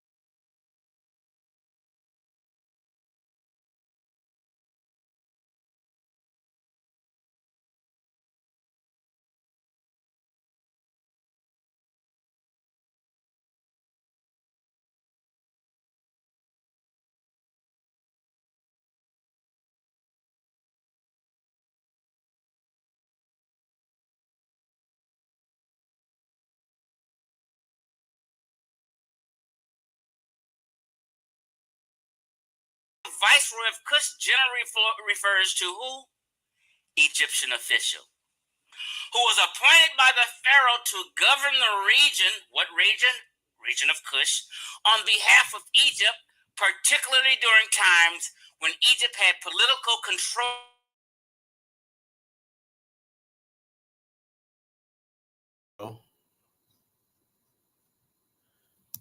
Why did he Big want Black, to Big Black, are you on? Kush were Nubians? Okay, yeah, you got to turn the back thing off. Okay. Yeah, yeah. I'm trying to get Chief X to come on. But he says he's busy, but he might just stop by. I don't know. But Carla, is he a professional? Does he have This is what credential he in history? does. Or this is what he does. No, when you say this Yeah. is what he does, like This as is a what he hobby, does. or is he a Hold on. Like I professional? Does he said, have if he degrees? comes on, I'll let you ask him the questions. Let you Okay. ask the questions. I can't like this. This guy, I've seen this guy crush everyone. Ever he goes on. Nah, if he's a authority on the issue, if he's an No, the expert bottom line with is he degrees, basically, then yeah. but he hates his pseudo history. He hates it more than I do. Pseudo history, pseudo history. Negroes is telling themselves anything, without no backing on because it sounds good.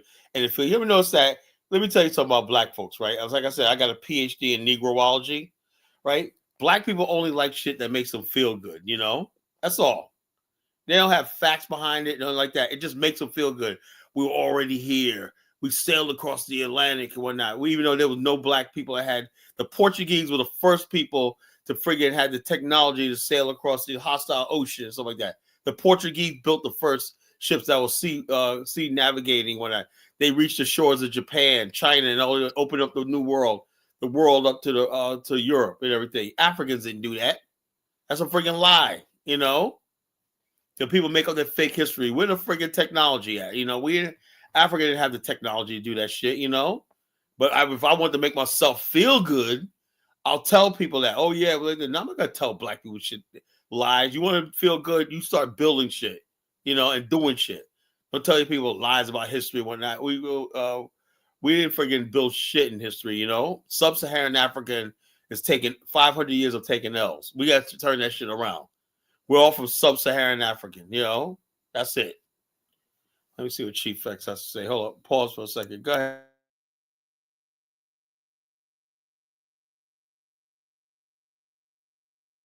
Big Black.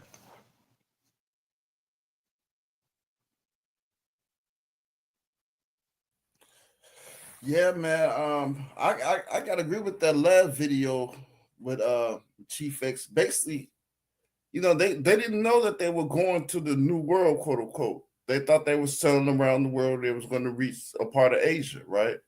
So the interpreters that he had with him were people that knew some of the languages that were known around that region, you know. So that would be the reason why that he had the interpreters. But His to intention was to go to India. You know that, right? right. Yeah, he was trying to find a better Big Black. He was basically, this is what I'm saying. Don't fall into that pseudo trap. Yeah, he basically thought he was going until after he went back to, he swore he was in Asia. right, You right. know, That's he didn't know where the fuck he was. You know, he thought He he was was. going for He the thought the spice in Indians. India. He thought the Indians. That's why they call them Indians, because he thought he was in India. Yeah, he He was didn't trying come to to find North America and a say, "Look at better these Africans." You know, that's another lie. He called them Indians because they knew what Indians looked like from the time of Marco Polo. They knew what Indians look like and Asians look like.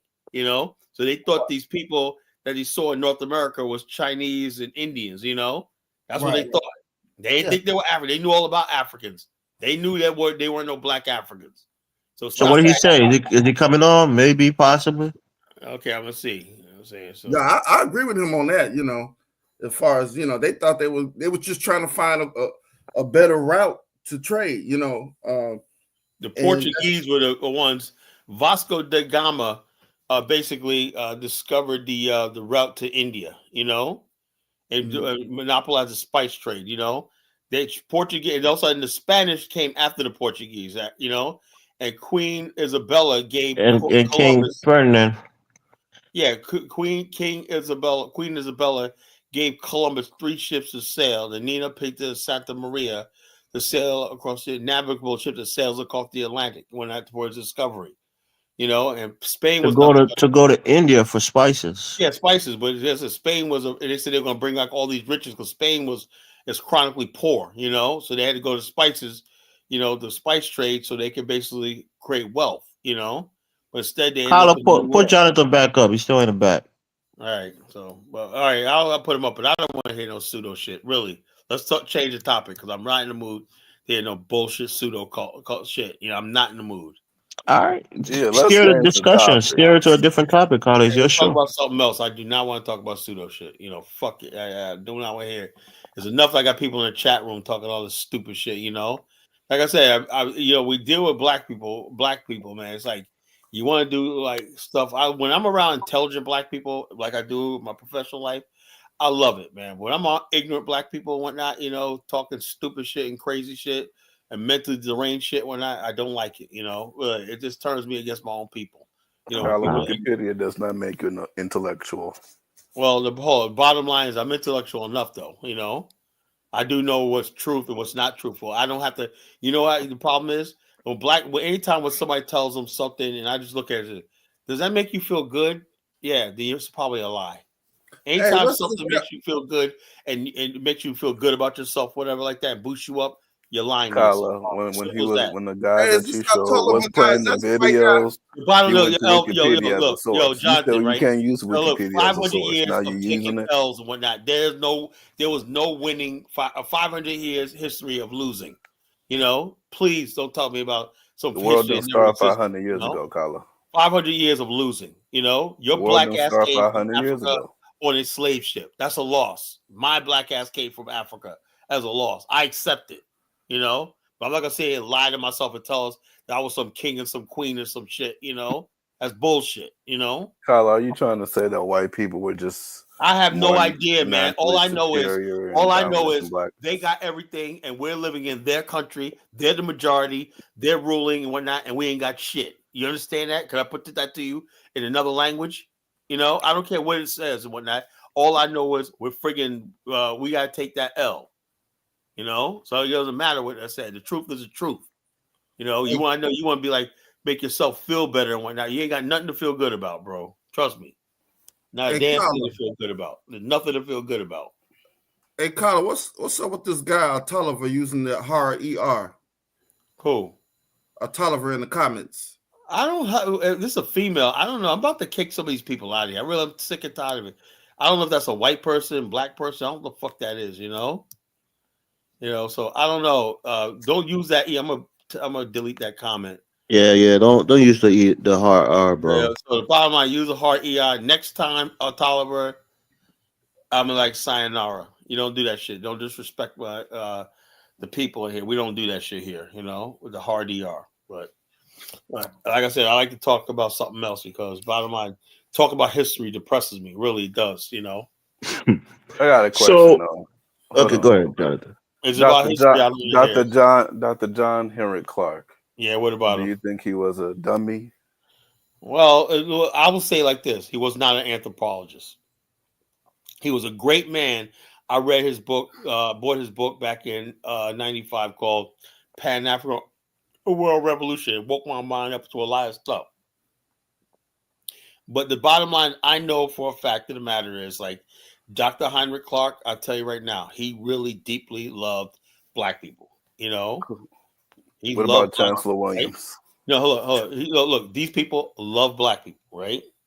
And the bottom line, when you see your people broken down so much, you want to pick them up. So sometimes we have to stretch the tree for a little bit. I should do that too. Are you saying that the guy that debated and beat the hell out of white professors is a liar? I'm not saying he's a liar. I think it's a lot of times. Well, then that dude that you played contradicts both of those people, and those were real professors, not some. Look, I don't YouTube believe. nigga. Look, I don't believe. Look, I don't. Let me tell you something right now. I do not believe sub-Saharan black Africans created the pyramids. I don't believe that shit. It doesn't matter if you believe it or not. I don't believe that shit. But he said so. I don't, and I appreciate him for so that's the point that I was making, right? So you don't think black people are smart enough to build the pyramids? You don't think they're smart enough to have a great civilization like Egypt? Of course we have the solid, but we didn't. Look at your country, like Elvis. I mean, I'm saying you always run back to that. You're making a statement here that's sweeping. Elvis, right? The reason why you're in America was because of what? Don't make it personal, Carla. We're talking on just listen to what I'm saying. I'm just telling you. You're in a foul mood and you want to get personal. Don't make it personal. You want me to play a video of people drowning in the sea trying to get to Europe from Senegal? That doesn't prove anything. Right. Listen to what I'm saying, right? You say that a great civilization like Egypt wasn't built by black people when there have been proof that there were black dynasties in Egypt. Hold on. The bottom line is this. Look, I don't believe black people, our civilization. First of all, another thing is, you don't believe what? Say it, Carla. Finish that sentence. You don't believe they're capable of ruling Egypt? Let me say this, and then you guys can have the floor, right? Look, one of the things about Egypt, right? If you look at Egypt history, it was a first republic. It was a country that was highly advanced. Everything from clerks to the laws and stuff like that, as far as business and everything, was almost modern. It was highly advanced. The rule of law was so friggin' ingrained in Egypt. It ran so smoothly. When you talk about one the advanced civilization the world's ever seen, right? By default, right? I'm just telling you how the nature of black people from America and everything. black people, Africans, black Africans, when I seem to don't like systems, they don't like government, they don't like the law, they don't like police, they don't like things like that. So how can you basically talk about you built this advanced civilization where a lot of black people really believe the law is just an opinion backed up by a gun? You know, so how can you say you built civilization? You know, Egypt was the ultimate civilization. You know, and that goes against everything what I believe black people But believe right now. one Well, thing I'll hold say, on, Elvis. Kyla, what was the first civilization, industrial civilization I don't know about in the industrial. I'm saying ancient the days? first Was organized it in Europe? civilization was Was it Egypt. in Europe? It was Egypt. Egypt was the model that basically the Greeks copied and whatnot, and Plato wrote the Republic 2,500 years ago and whatnot. It was Were the based on Egyptians the first ones that observation of created Egypt, right? Hold up, that? Egypt, right? But Egypt was not a black country, you know. It was not a black African country, you know. I don't Were believe. Carla, I think they were black. They just I know probably they, wasn't West no, they African weren't. black. No, they weren't. They were more How Cushitic was black, like the how was it? Ethiopians How is and the it? If it was so Nubians. advanced, then what about the rest of Africa? Why is the rest of Africa so backwards? Africa's a big ass continent, Oh, Kyla. so in other words, But Carla, you even telling me Egypt today is one place in poor and Africa it's not as had developed highly as the developed West. civilization, had highly developed civilization. Yeah, but it's not as developed as the West. There's a lot of poor places in Egypt today. Why haven't they developed it, or the most advanced civilization on the planet? I don't believe Forget it. that, So Elvis. let's move on. According to your theory, Kyla, is What's that that got to do white with the people are topic tonight? What's advanced. that? No, you're Topic? saying that I because don't want to West, look. I told Western you Europe. I don't want to discuss that. You know, because the okay, bottom then line, let's move on, it's Carla. going in Bring up another circles, topic. going in circles and whatnot. You know, you guys gonna believe what you want to believe, whatever like that. I So, So, Carla, what is the correct path to salvation? Tell us the path. me personally is nationhood, right? The bottom line, that's what I'm saying. I believe that basically being in a white man, everything I'm saying, believing in a white man's country arrests our natural development, you know? And the bottom line, the fact that we settle for this, right, shows me that something in our culture, in our history, in our DNA, basically, it's almost like basically we're born to be slaves. We're born to be subservient. Unfortunately, Kyla, You know? what you're saying is contradicting reality. No, Because I'm according saying, to look, you, I'm according saying, to you, hey, hold on, the mere Elvis, fact that we are I mean, African Jonathan, people. let me listen to you. Let me tell you what I really feel. I feel there's something deep Don't down say in feel. What do us you that think? basically, if we want to, we could break this. It's not inevitable, you know, but it's like everything is, do we want to? You know, that's all it is. We have the capability of surpassing any other civilization if we want to. You know, the question is, do we want to? You know, But Kyla, based on what you just saying, Black America's arrested development is basically DNA. It's biological. no, it's not DNA. It's Because when you stupidity. look at based Elvis, on what you said, check this out. I'm No, I'm not trying to based on what I'm saying. I'm based on the fact that black people use anything to basically get out of their responsibility, which is basically you guys say like this: if you believe that if you believe you're oppressed in this country, right? That's what black people think. They call people your hero Tariq, call the police race soldiers and stuff like that, white supremacy. If you really believe that, right? Why is he now saying that he's a foundational black American? See basically how it doesn't make any sense. On one hand, you said how racist America things is, can make and you got sense, white Kyla. soldiers and everything, and now you're telling black immigrants that we got it popping over here. What the fuck? Are you crazy? It's plausible deniability. Kyla, So you guys don't even make any sense. You guys don't even the make toilet you sit your ass on every day. You know, a black person created that, right? What? The toilet you sit your ass on every day when you take a shit. Whatever. Sure, Black I'm people sure created it is. that. Yeah, I'm sure it is. When you go and get John D. when they Toiletto, check your heart rate and everything, a black person created that. John D. Toiletto, the toilet was created hundreds of years ago. It's not new. It wasn't created in America. Are you using a toilet from hundreds of years ago, or are you using the one that a black person made? The toilet actually been around since Rome. They have public toilets. What are you talking about? He's talking about porcelain toilets, Carla. Porcelain toilets. We're talking about the shit you use today, Kyla. You're like that. I know what you're doing. You're talking about the friggin' toilets that they had. I'm gonna bring up every black invention, and you're going to have to tell me that black people didn't create it, Swahili and white coast and people did whatnot. it. But you can't prove that was an African civilization. You can't prove that. I know exactly what you're talking about. Kyla, we can't prove nor disprove it. That's the problem. These people had toilets and whatnot, this and the other thing, but you can't prove that those were indigenous Africa. The Swahilis were indigenous Africa. As a truth to that. So stop. Like I said, the bottom line is, I understand, Jonathan. You want black people to feel good about themselves, man. But you know, it is what it is, man. You know, I don't need. I don't do. We were talking about Kyla, the Afghanistan, then we came back to this topic. Yeah, Let's well, move forward. bottom line, look, I'm like this. Let's start Elvis, you from can't blank. just Let's move start forward from the like that. blank. Let's get a blank canvas and show the world what we can do. You know, Kyla, so as a that black removes all doubt. That nationalist, removes all doubt.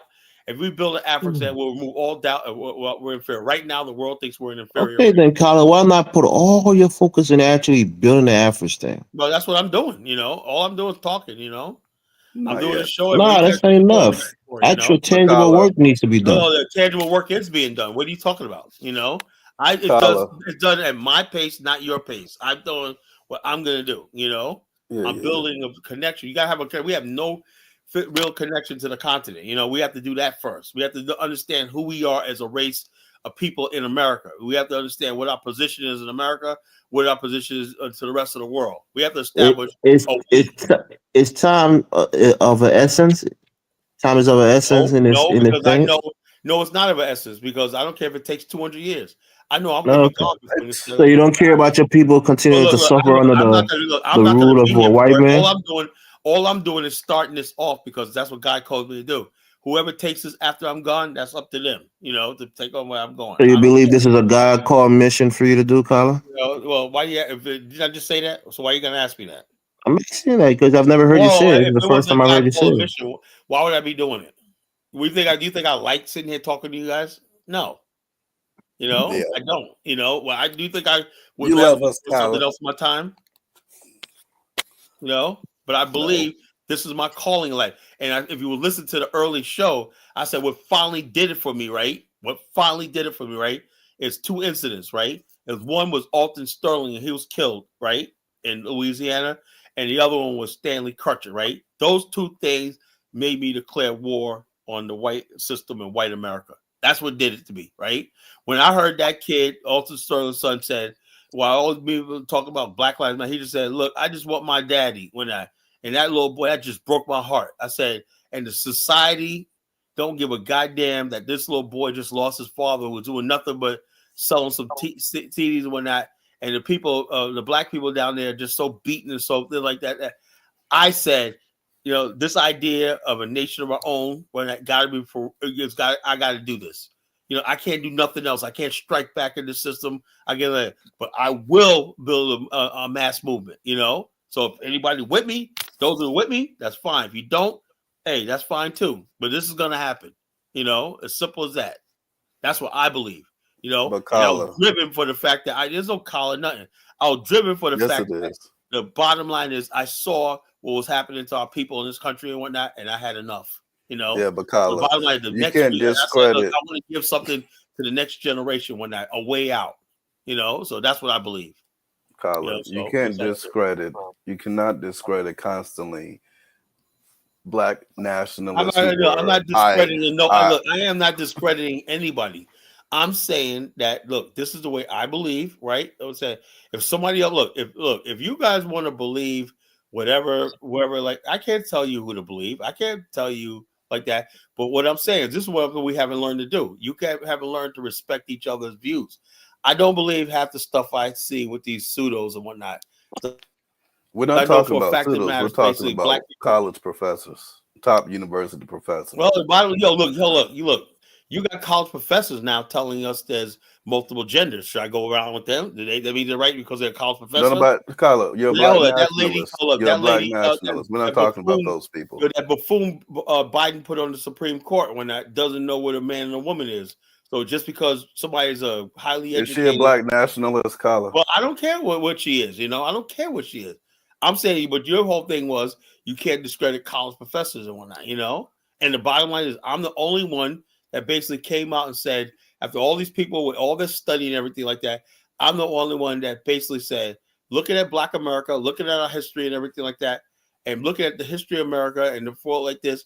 In my conclusion, and my old colleagues in the BAO, we just came to the conclusion is that it's time for us to say, are we capable of building something without we complain about racism, white supremacy, and all stuff like that? And then we ask a conundrum.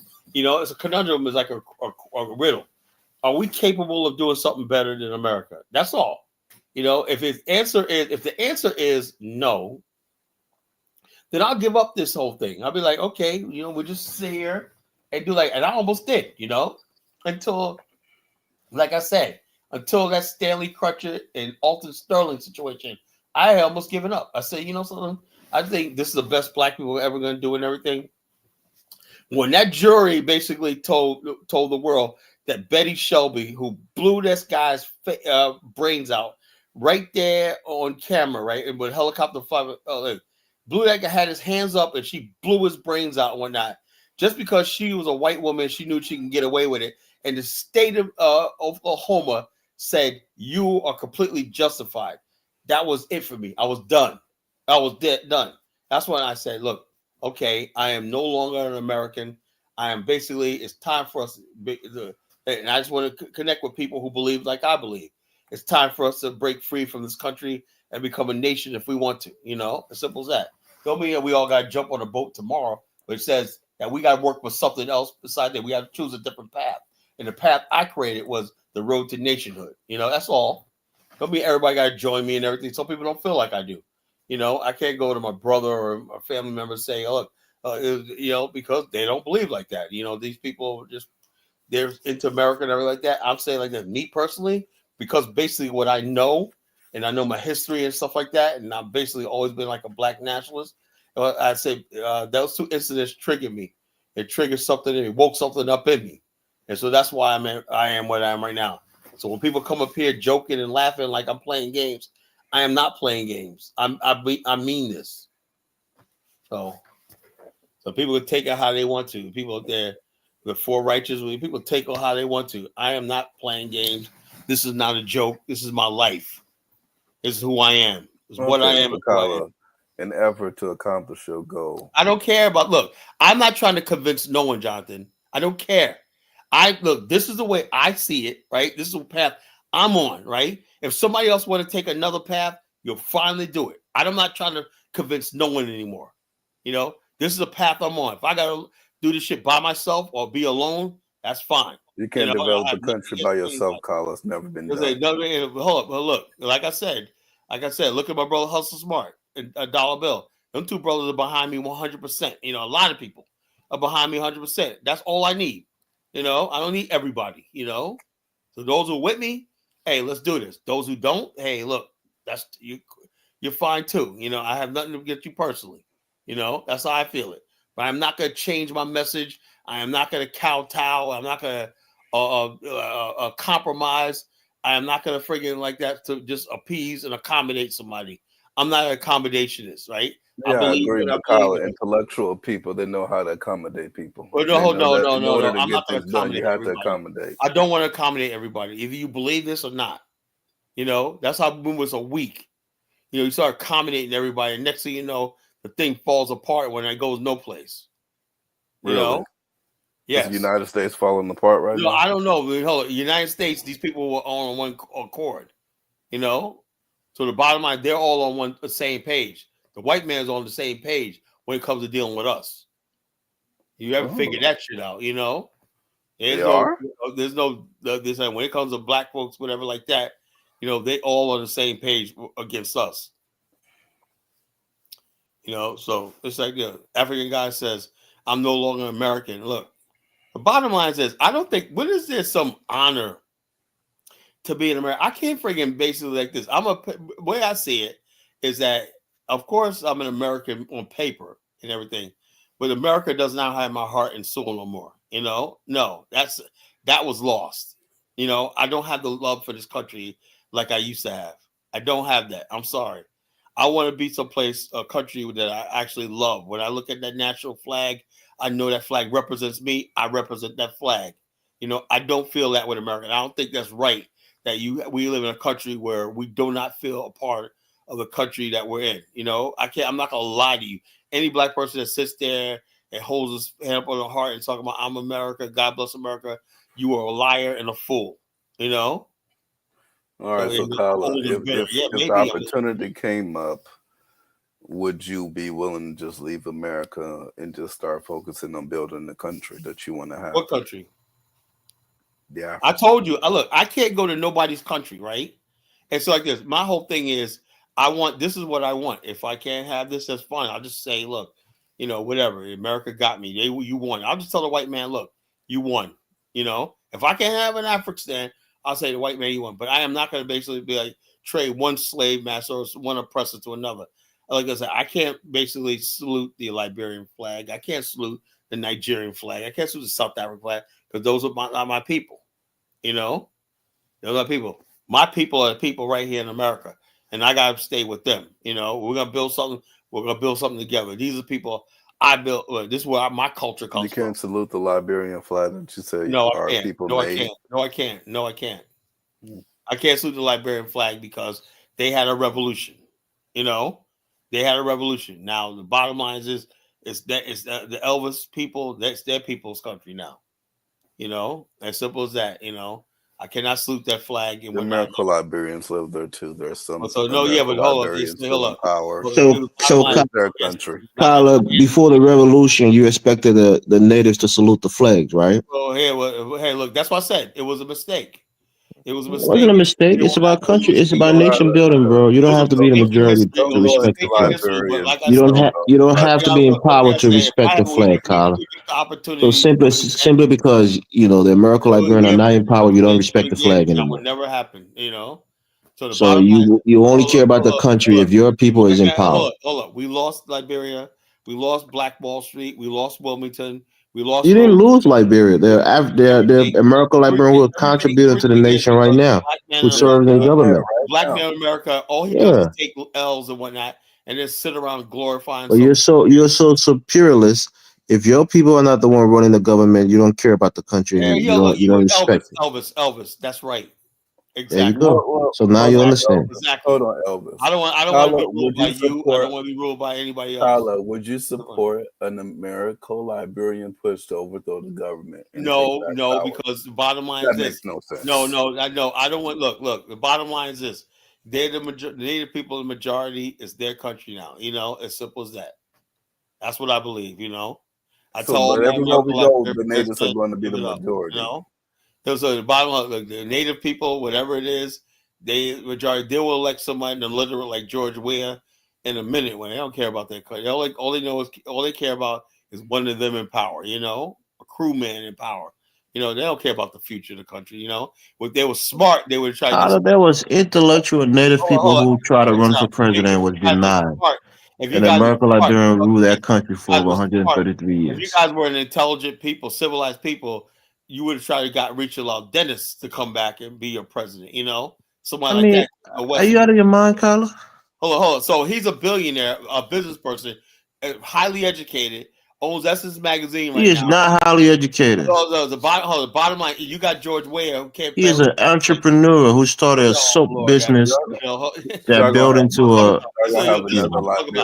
Two different value systems, right? Elvis basically discredits somebody like Rachel Dennis. I see Rachel Dennis as a great man. You see him as it because he's a Congo man. That's not that's not even what I'm saying. You said he's highly educated. He wasn't. Because he was living in a one-bedroom flat with his grandmother, and they came up with this soap business that turned into a successful business. So kudos to him. A lot of American Liberians tell me, they said the fact of the matter is that these people with freaking the country of friggin' J.J. Roberts, Tubman, and all these people, you got a soccer player raise his hand up to take the oath. This is fucking, it was like the most humiliating thing in the world seeing George Weah as a president. That's what they say. But I'm saying like this. I told them, look, you say what you want. They had a revolution in 1980. That's the country. Just let it go. That's what I told them. All my American Liberian friends. I guess in America, the people that win the presidency are always the most qualified and the most educated. Well, yeah, it is. Well, the bottom line is this. Hold on. Bottom line is this. If you I guess Biden was the most qualified and the most educated. He could have been president. Look, your bottom line is this. When George Weah was running, he did not do one speech. He did not take a. Cummings had debates, everything like that. You guys, that was probably the best chance of you guys saving that country. Politics is about popularity. It is not a meritocracy when it comes to politics. You understand that? That's why I said. It's not a meritocracy. You think all the American Liberians that served as president was the most educated and the most deserving to be president? That's what I said. Jonathan asked me about this. What are you saying, Jonathan? You don't understand that. Right. Well, popularity. Hey, look, if you're the most popular, hey, that's fine. Stay over there and whatnot. You can't rule over me. Simple as that. Simple as that. Yeah, because that'll never work. Liberia will never work. That's what I tell people all the time. It's a good place to vacation. I'm working with my Liberian guys. My Liberian guy told me today, the tourism board. Now they got. But I'm just glad you're showing your hypocrisy, because you expected the majority to be willingly ruled by a minority, but the minority refused to be ruled by the majority. Elvis, look. I said like this, like, you guys had your revolution, right? You had every reason, the layout. You didn't want to be ruled by these people and everything like that. You tied them, whatever like that. Hey, that's fine. I have no problem with that. You had, yeah, right. Y'all spilt blood and y'all took the country over. It's yours now. Simple as that. But I told my guy today, my partner Ross, head of the BAO, and he was telling me today about the tourism is booming in Liberia. He told me that they now have a route going from Sierra Leone all the way to Ghana through Liberia, and I was like, "Wow, that's amazing." That's good. So I said that's good news. So the bottom line is, but for me, I just can't wrap my mind around the fact that you don't want to be ruled by Africa, but by Africans, but you're proud of your people ruling over Africans. No, I am proud of that. I'm not proud of that. You are. You're always proud about it. And you brag about how things were better when they were ruling. But you refuse to be ruled by Africans. Right? That tells me a lot about you. Everything that the only time that we had American Liberian rule was under Tubman, right? Other than that, it was just administration. Most indigenous people were ruled by their paramount chiefs. You understand that? We did not rule over you. We administered it, and administered. We did you a favor, because had we not do that, you guys you collected HUD taxes, and when people didn't pay their HUD taxes, they were punished. Would have been colonized by the French and the British. You try to deflect. I get it, bro. Jonathan asked you the other day, would you rather be colonized by this? And so either you had a choice. You had no choice. You had to either accept Monrovia's domination. As I told you, majority of the people rather they choose to be colonized by the French. There are more crime people in Ivory Coast than Liberia. There are more deal people in Ivory Coast than Liberia. If that's the case, then why is Liberia? If you go to Monrovia, because I don't know when last time you've been there, you got so many people that come from Guinea, supposed to be more developed, and Ivory Coast. Why is so many? Have you seen Ivory Coast? Have you ever been to the Ivory Coast and see how developed it is compared to Liberia? Hold on. I know, but why are there so many people? Okay, then. So don't make that argument. Ivory Coast is way more developed. They have electricity in their villages. Okay, yeah, if that's the case, then why is it? This is what I'm saying. You Liberians suck. Well, you guys are the worst. You Native Liberians are the worst people on the continent. The bottom line is this: you got people from Jonathan. If you go to Liberia, right? All the vendors and everything like that come from surrounding countries. What do they love about Liberia so much that the native Liberians are? So the bottom line is they always want to be part of Liberia, rather than being a French culture. A lot of them want to speak English. They come to Liberia. When I go to Liberia, all the people working in a hotel come from the Ivory Coast. There's a village where my people live in Ivory Coast called Tuliplik. So the bottom line, they have electricity there. They have running water. They have consistent mobile service there. Even your boy Samuel Doe is from the Ivory Coast. He wasn't born in Liberia. He was born in the Ivory Coast. The major Liberian Civil War. Say that again?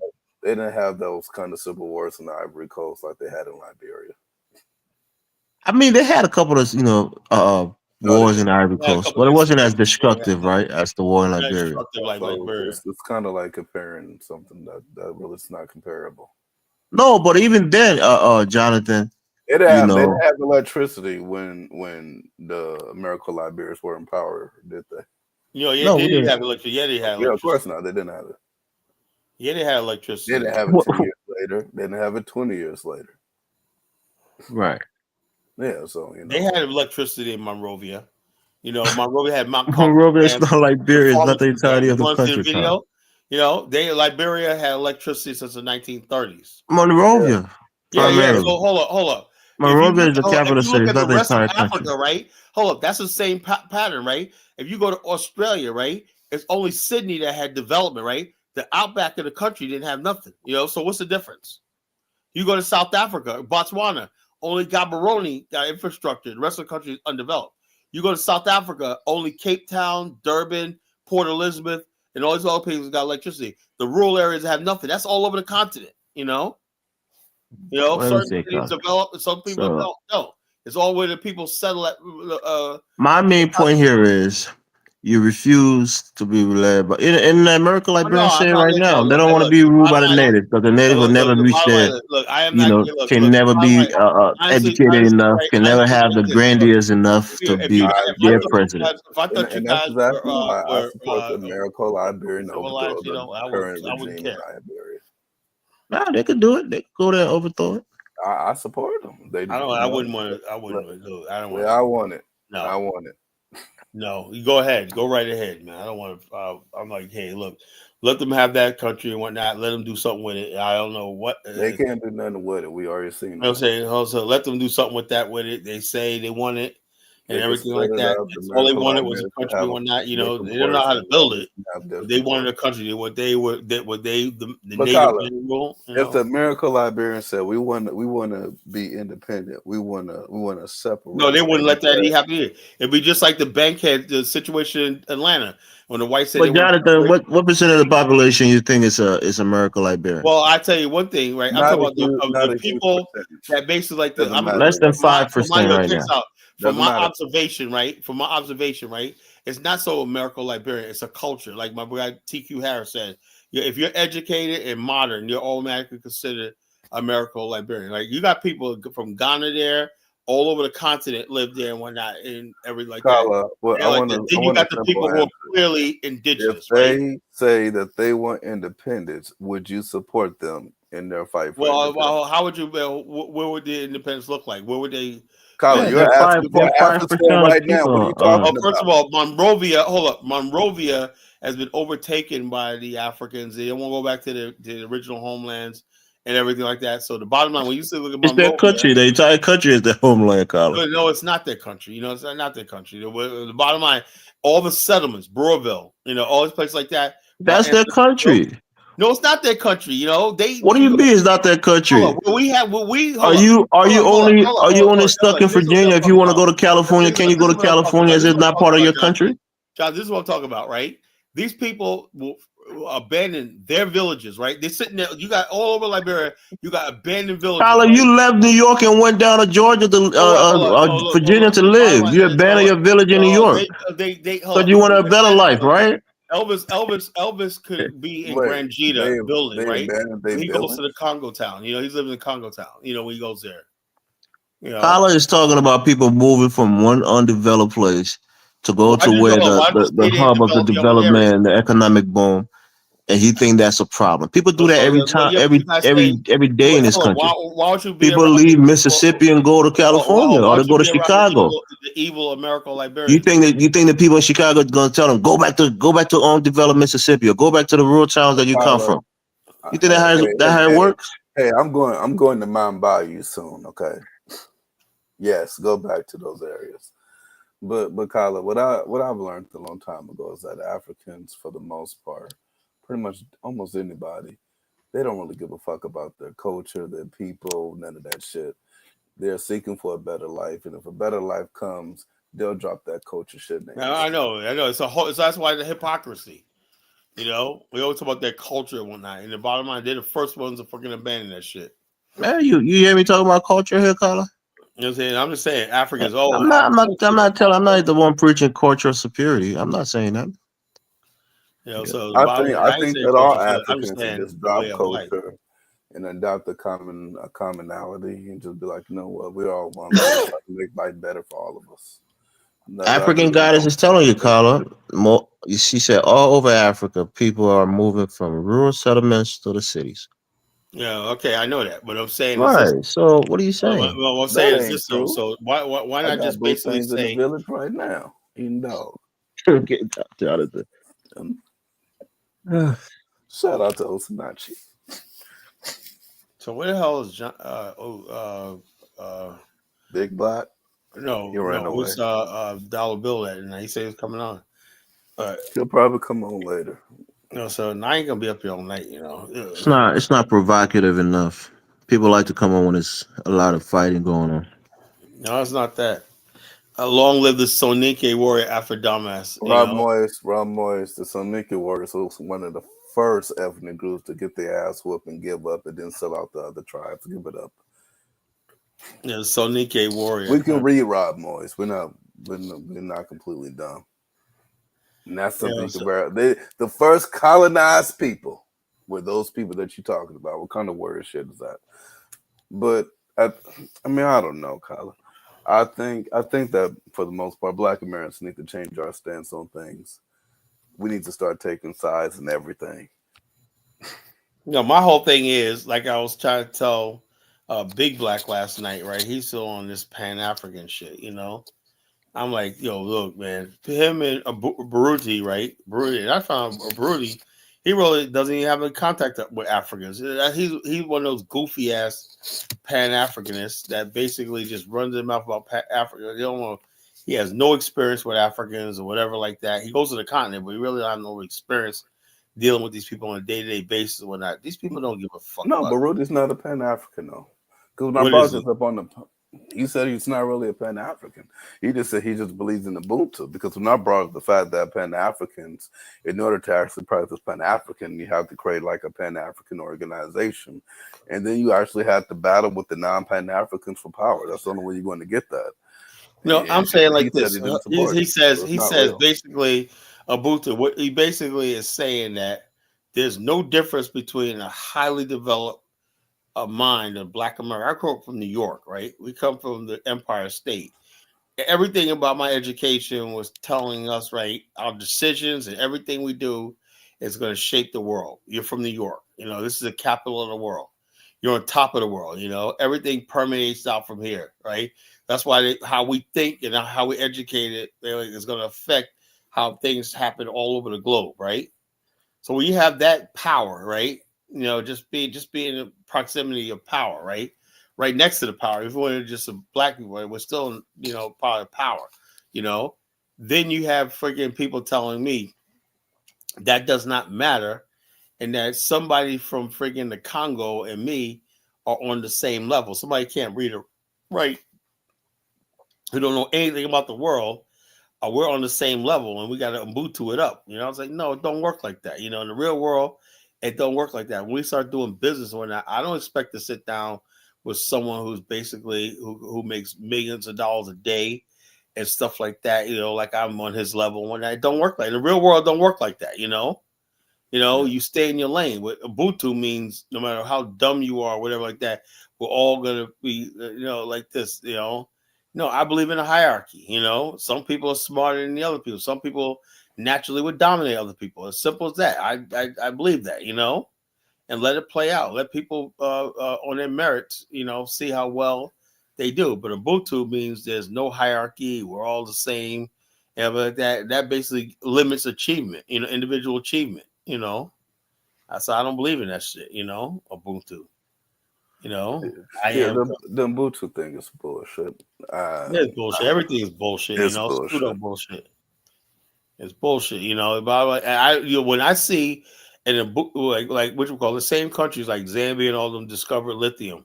Where's the Ubuntu? Well, let's see if Black America could invest and whatnot and make money off lithium. Let's create our own mining company and processing lithium into batteries. Why don't, in the spirit of Ubuntu, we're going to invite African American investors to join us. And they're going to also have we're going to make these batteries, and we're going to have distributorships and parts and stuff like that in America, where we create jobs in the inner city. Where's that part of Ubuntu at? It never is. Well, it doesn't exist. The problem is, I was talking to a business partner about this, that a lot of times Black people, we got a problem with supporting each other for some reason, and it's very bad. And we don't like But Black people.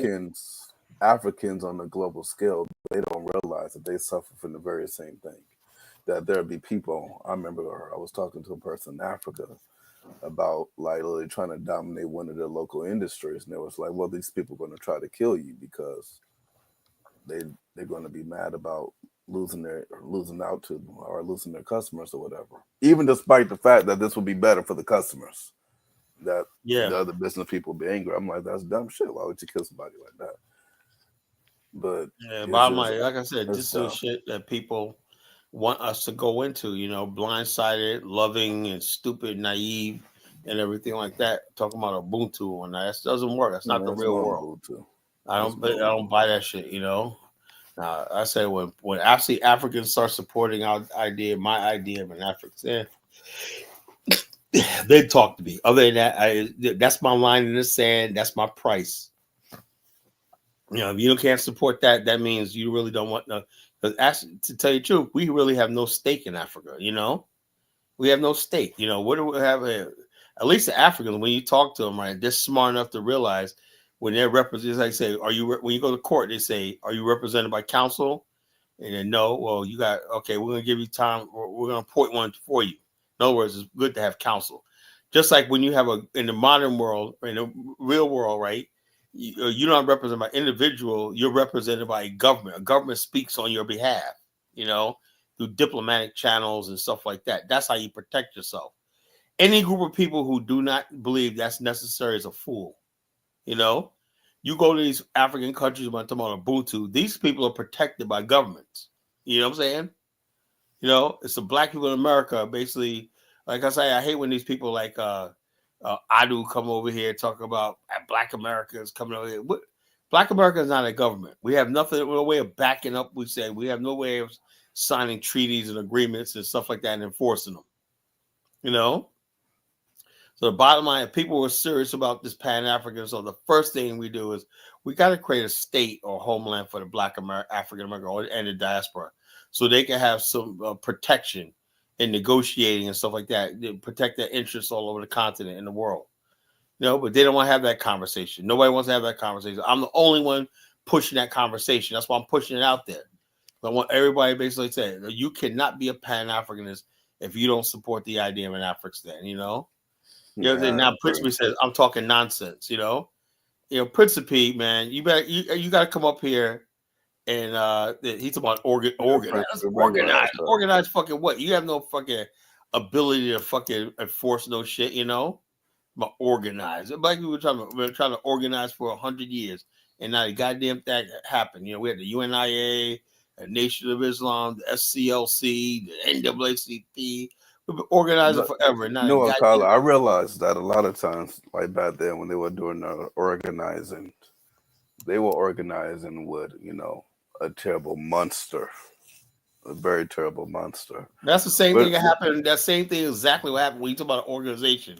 Organization, people come in and say. But I think organization is fine though. Like my man. Well, organization is just a vessel, a means to an end. Yeah, but he just said basically like organize just to be organized and to do what, Principe.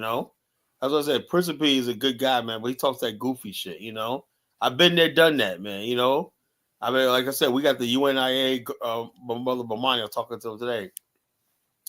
He's quick. Do you know, Principally, we got a UNIA, and the bottom line, they had land in Liberia.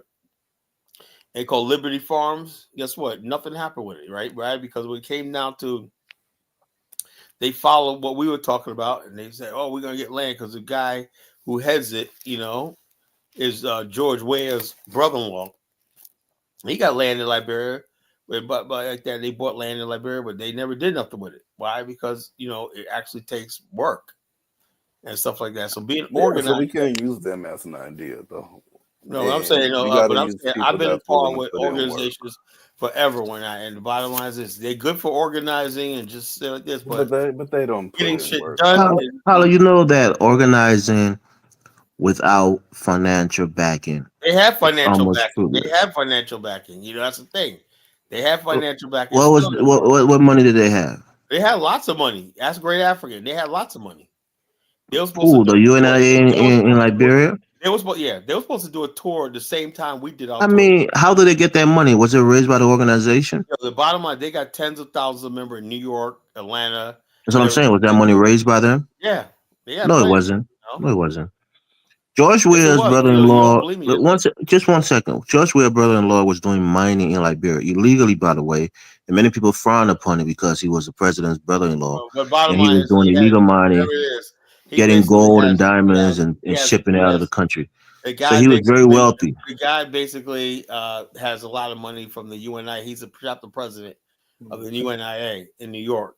So Yeah, he but that doesn't mean that the land or the money that he had it was doesn't matter. It doesn't matter. raised through the He has UNIA. That's land. what I'm trying to He tell you. has That's his land in personal money. Liberia. He has land in Liberia called Liberty Farms. It's sitting Yeah, there that doing might be his. That might even be his personal farm. And so the bottom line is this, but no, it's the UNIA's farm, and nothing happened. Oh, okay. Trust me, yeah, I'm in the mix with this. Great African tells me everything because they basically recruited Great African from me, Bomani. So is he a part of the UNIA? Yeah, and the BAO, but he's about what they wanted to do was they wanted to make the the BAO a branch of the UNIA. I said, hell no, hell no. Because you don't want to be ruled. You just want to be the ruler on your own, even if you're ruling one person. I just like this. You're not going to rule me if I don't think I know you ain't got the you don't got what No, it takes. because it's the Caribbean, right? You don't want to be ruled by the Caribbean. Had nothing to do with that. It's just you don't know what they're doing. Even Bomani was like, I can't fuck with these guys. All these guys do is talk a bunch of nonsense and everything. Everybody get up there. But they bought land, Carla. They have an organization that bought land. Yeah, Elvis. Let me tell you, let me shock it to you. It's not hard to buy land in Liberia. You know how easy that is? If you have $500 in your pocket, you can come away. They bought land. That's what I'm saying. They did something tangible. They have a property there. Buying land in Liberia is not hard, bro. I'm not saying it's hard. All I'm saying is they actually have a tangible property. Anybody basically, right, can buy land in Liberia. It's not. Yeah, and when that person buy land, they have a tangible piece of real property. Developing it and building something like Great African has. I was out on his farm in Nimba. I was on his farm.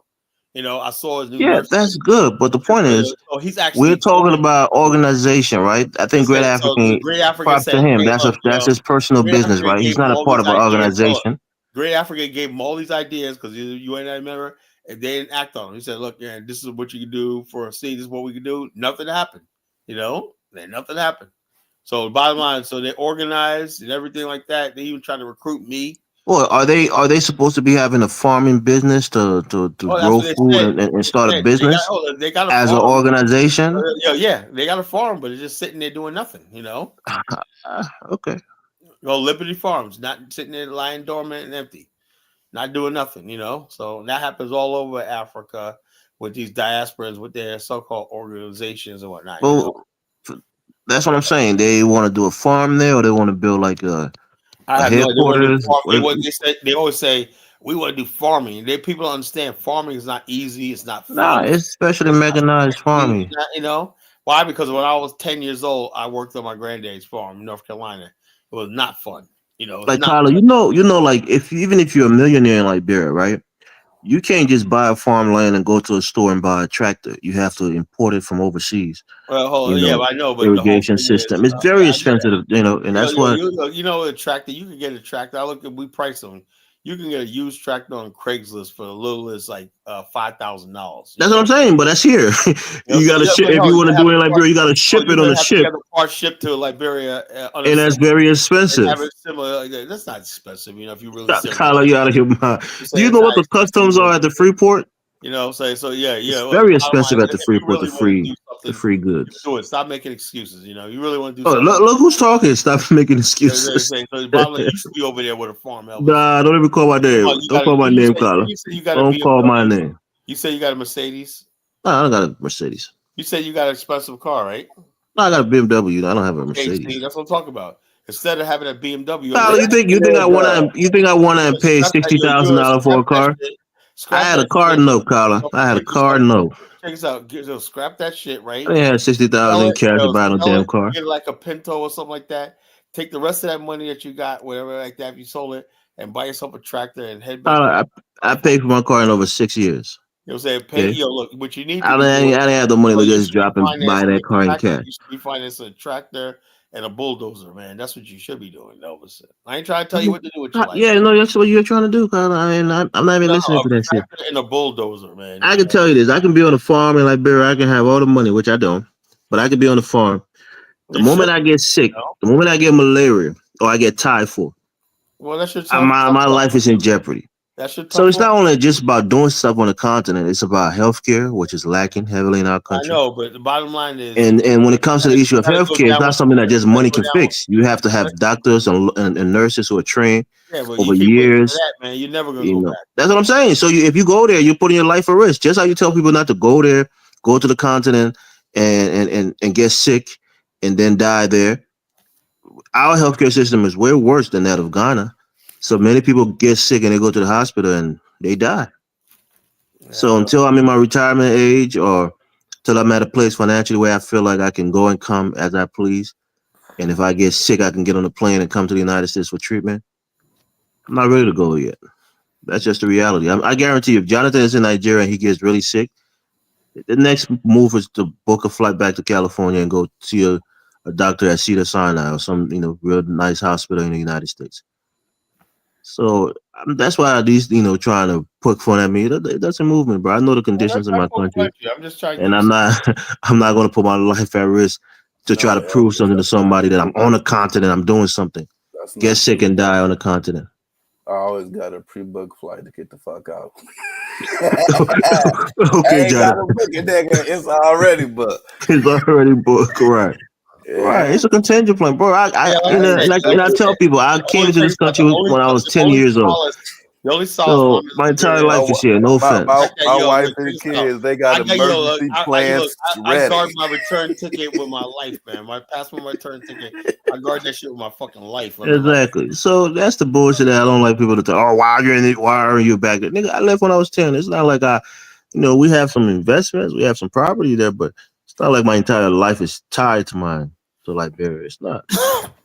I would like to go there and do something, but I'm not naive enough to think I can even carry $100,000 and do something. I want to spar with Prince. Transformative. You can. Say, Principe, come up here. Principe's probably at work. Jonathan, trust me. Nigeria is even way better than Liberia. So the things you can do in Nigeria, you probably can't do in Liberia that easy. So it's a lot more challenging. Liberia right now. I'm investing in Liberia right now, and I ain't even been there. Principe is probably at work, bro. If he can't come up, don't force it. He's working a job, Carter. I mean, what you got to make fun of the man's, livelihood, man. A job is a job, man. Right. A job is a job, man. So it is what it is, as long as it's working. Man, I had a job in so long. I wonder if that shit felt like to clock in and go to work. I mean, you're working, bro. Even if you work for yourself, you're still working. That's a job. Oh, there's a healthcare and there's African guys, man. She's the one that keeps selling these fancies. No, African goddess did well. She went back home. I'm sure she had a good, little nest egg, and she had daughters who are working as engineers. She's doing well. She's maybe higher middle class in Nigeria. She can probably afford the best hospitals in that country. So she's in a better position than most people would be. So I get it. I am not mocking the working man, bro. All I said was joking. It's about McDonald's. They ain't mocking nobody. The president leads the country African gods for healthcare. So man, President Buhari stayed in Europe, man. That's and that's the thing. And that's the thing with most of our leaders, man. They leave our countries, and that's what Putin was saying. They send their kids to European school. They go to European hospitals.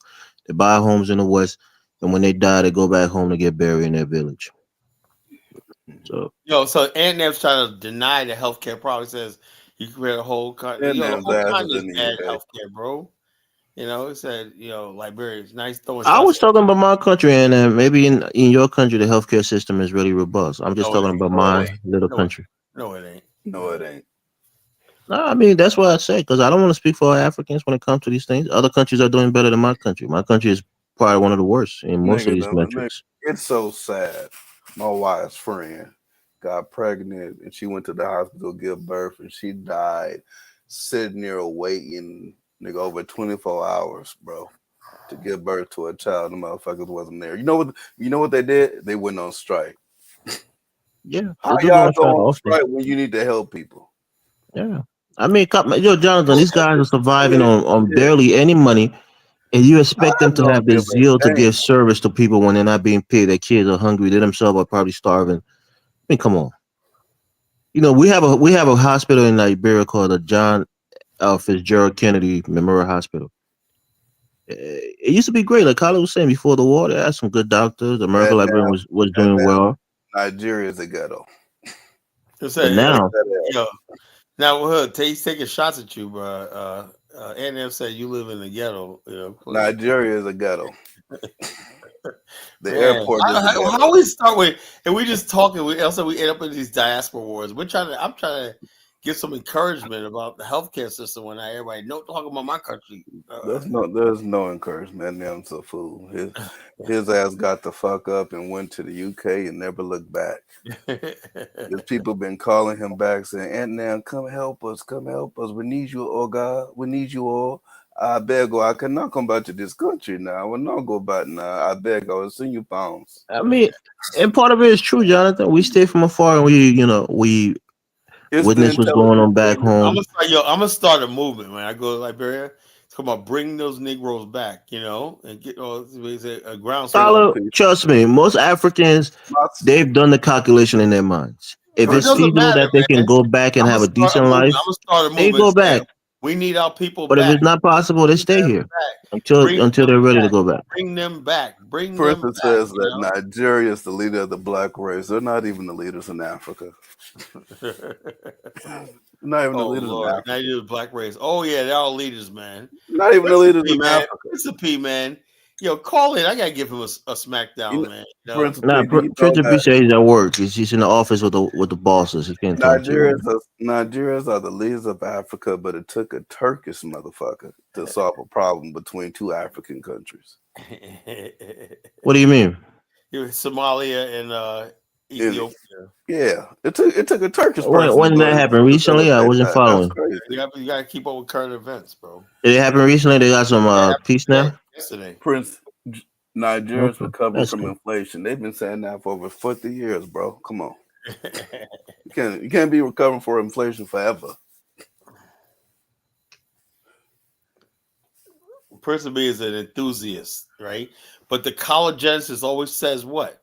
No, exaggeration is what?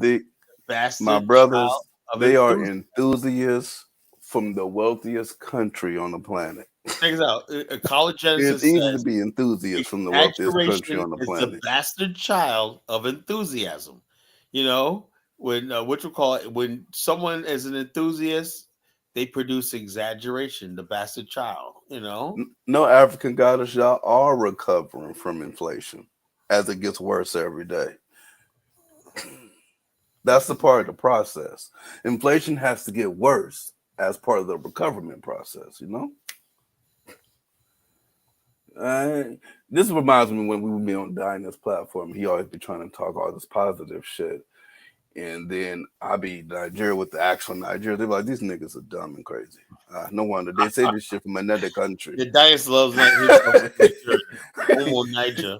Hey, outside of Nigeria, all the Nigerians will be like, you see, we are developing, we are doing this, we are doing that in Nigeria. And these traders. And that's the benefit of being a part-time resident, right? You go there for a couple months, a couple of weeks, you enjoy yourself, and you leave before your money run out. Right, you leave before your money run out, and you just have good memories of it. But if you're living there and you have to struggle for a couple of weeks before you get paid, that's what I'm doing. No, I'm talking about diners, right? Diners go to Nigeria. You said I'm just going there before my money runs out. You want to take the shoe fits wear, Kyler, but I'm telling you, if you take a couple $1,000 to Liberia or to Nigeria, you can be pretty good. You have a decent experience for that couple of weeks. And when you come, no, I'm saying see. Okay, Jonathan, whatever you want to say, you've been there. Damn couple of thousand. No, a couple of thousand is too small. You gotta carry more. That's real small. Hell yeah, you gotta carry more. What are you about to be doing? Living in the village, nigga? Okay, all right. Let's say 5,000. Some people can save about $5,000 for a couple of weeks to have a decent. That's 2 weeks. Then you get the fuck. Nah, but some people, Jonathan, don't have to live in hotels, right? Their family might have homes, or they probably build a home back home, so they don't have to worry about rent. Everyone claims to have built a home back home. These motherfuckers ain't got no homes. I mean, they got family homes there too. Yeah. They daddy houses. Which is fine. I mean, just the fact that you don't have to pay for rent, that alleviates like 30-40% of your expenses. Then you can just spend time on having fun, entertainment. The money that you didn't have to spend, you have to give it away. That's how that works. I mean, it's part of it though. I know family. I've been on the plane with Nigerians, brother, and they tell me. And that's why people don't like to go back so often, because every time you come back, you have to give something. And the day you don't give a relative something or something substantial, they think like you're being mean. And You're now you being got to watch your mean. back around that You're not relative the really next time you mean. go there. But Maybe you don't eat from Elvis, them. It's fucked up, man. the Africans, I'm gonna keep it Nigerian. The Nigerians always lying, trying to make it sound like they're successful, right? Because if they say that they, I'm living I'm sharing a bedroom with like Oh, four niggas, they love and I'm living showing in the the pictures basement, of and I'm some on making raggedy minimum fall wage. apart mansion with a solar panel on that. They always lying to the family back home, and eventually they get exposed for it, and it's sad. That's what I tell. I tell my But family growing back up, home. I tell them my financial situation. Yeah, like when I tell them how much I make, it sounds a lot, but I'm telling them like I break it down. I got fucking mortgage. I got expenses for my kids. I got my other expenses that I got to insurance and all that shit. So when I tell them how much I'm left with at the end of the month, like, okay, we understand. Because if you don't do that, they just think, oh, he's making all that money and he doesn't. That's why I tell my family back home. I'm like, it's a yo, lot. we got bills every month. We pay bills. It's not like, Yeah, yeah, it's yeah. not like the money is That's just. what If you happened. make 80,000 a year, trust me, before you even get it, you got 30,000 that's going to tax. So it's 50. Exactly. When you get 50, you got to account for your mortgage for the entire year. Now you're talking 30, maybe. I mean, come on. So, our family just don't understand, but some But of them do. no, that for the most part they be lying. They be lying. They be lying. Like I talked to a Nigerian dude. He from what's the color? The thing I can't think of the name of the dumbass state. But yeah, Igbo dude. He do security at like a Safeway. It's like a grocery store out here. It's like they Yeah, have everybody. Hold up, you know what gets me is not only do they got like their home people back home believing that shit. You got a lot of African Americans who believe it. Somehow every Nigerian has $1 million in the bank and doing good. But and them, don't your family hold it against you? I mean, your close family, like let's say you have siblings back home, or maybe close aunts or uncles. If they really need something and it's a large amount, and they expect you to have it, and maybe you don't have it because of certain circumstances, don't they hold it against you that Elvis. you're What being mean to Eminem them? is secretly saying when he got to the UK, nigga, he blocked all his relatives. He blocked everybody. He said, I ain't got shit for you. Leave me the fuck alone. Nigga, I'm about to eat these fish and chips and live my best life. Yeah, I don't think that's in them situation, but it does happen, Jonathan. Because usually when it happens, it's not just the first time. It's after a couple while. Some people that might go through a rough patch, and the family is hounding them, and they just gotta stay away to try to save face. But it's difficult, bro. I'm telling you, the fact that you guys don't have to worry about that, right? Colin might have it now because he I has a do. wife back home, Yeah, I got and you We ain't and gotta you know worry what it about that means shit. when people call you every month. Oh, the food, no Hey, food in the hey, Elvis, household. Yeah, Elvis. hold I on. always tell the Not story. only my When me and wife, my but wife first got married, I we used got to all always the go on people. Hold up. vacations and shit. Check us out. He's This is what trying I to tell get away people from all the the time. family. Huh? This is what I tell people all Nah. the time, right? When people talk about how the other BAL is doing so well. Okay, when you actually got people there and they're wearing the BAL t-shirt and whatnot, they automatically think, okay, I'm doing all this work for Colin and whatnot. And next thing you know, Colin, man, I need this. I mean, you think Darius Slam, his broke ass, is doing that? No. Oh my God, Colin, don't call him. I'm telling you, but you know this, right, Colin? And I'm guessing you're getting a taste of it because every now and then somebody will call you, oh, no food in the house, or Colin, the children Of need course, school man, I get it fees, or all. Colin. I got dudes that I hung around with one time, right? How you remember our That's fucking what I'm name? telling you. That's why when you They think these find me guys are on nice Facebook. with you, they're trying to build They rapport find me so on. that they can ask you for shit later. They always find me on Facebook, right? Right. That's what I'm telling you. What They'll the be cool with you, bro. They'll do But everything you Colin, say, and they'll be like, "Remember when I helped you to go get your driver? Remember when I helped you to go buy your water?" bro, that's the I ain't African got shit. it, man. I ain't got it, man. I can tell Now, my Elvis, brother that, man. Shit, I when can me tell and him my that. wife first got married, we was going on like hella trips and shit. We went to Kenya, went to Ethiopia, we went to Germany, and during this time period, her relatives were talking about her sisters don't even have money for school fees, and she's going on vacation. I know a little school And she fees. told me that, and I was like, "Oh yeah, we're going on vacation." My sister's in law school right now. I ain't paying for that shit. I'd be down if I pay for your sister's shit. I'll have to But pay my own sister's shit to in them, graduate. right? I mean, to be honest, bro, most Africans, we got a soft heart for our families. And again, if you come from a well-to-do family, then maybe less so. But for some of us who came from families that really didn't have shit, $100 or $500 is a lot to some people. You got to pay some people rent. Like I pay family members rent back home, like $3,400. get a decent place for like $275 a month. That's a life changing for some people. They get a nice place with running water, a good neighborhood. You're changing somebody's life, And again, for some people, it's not the largest amount of money that you can contribute, so you can do it. But I'm not the person that would say I can't help my family at all, simply because it's not my responsibility. Like my sister, I have an older sister who is my half sister from my dad's side. She's back. She's still in Liberia, and when school's opening, she'll call my dad. She'll call me. If I send something, my dad sends something. It's like, what am I gonna say, bro? Those are my nephews and my nieces, man. I gotta help them. I Everyone's feel getting bad if that. I don't. Say that again. they all just getting shit from me, Elvis. Like, I might go to Liberia and hit you up, Elvis. Like, hey, Elvis, man. Nah, I'm saying, bro, that's your family, Jonathan. I'm telling you, bro. I'm sure you love your sisters if you have sisters or other family members. If they're in another country and you're making money, bro, your sister tell you, Jonathan, it's not easy, bro. Can you send me a couple grand? I need to get a place to rent. You're gonna send it, trust me. You're gonna send it. You're not gonna say, fuck my sister, I don't care about her. Hold on. I got rules for my family. Listen, if you need some money, it's good, but it better be a one-time thing. The second time, we going over your finances together.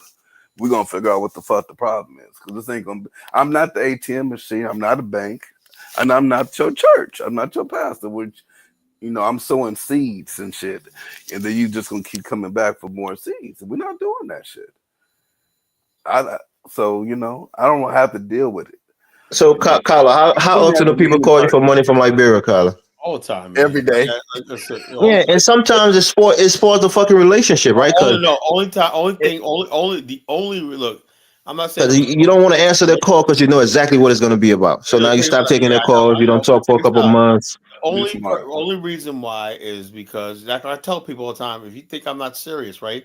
I know for a fact that the bottom line is these guys basically do work for me over there and stuff like that.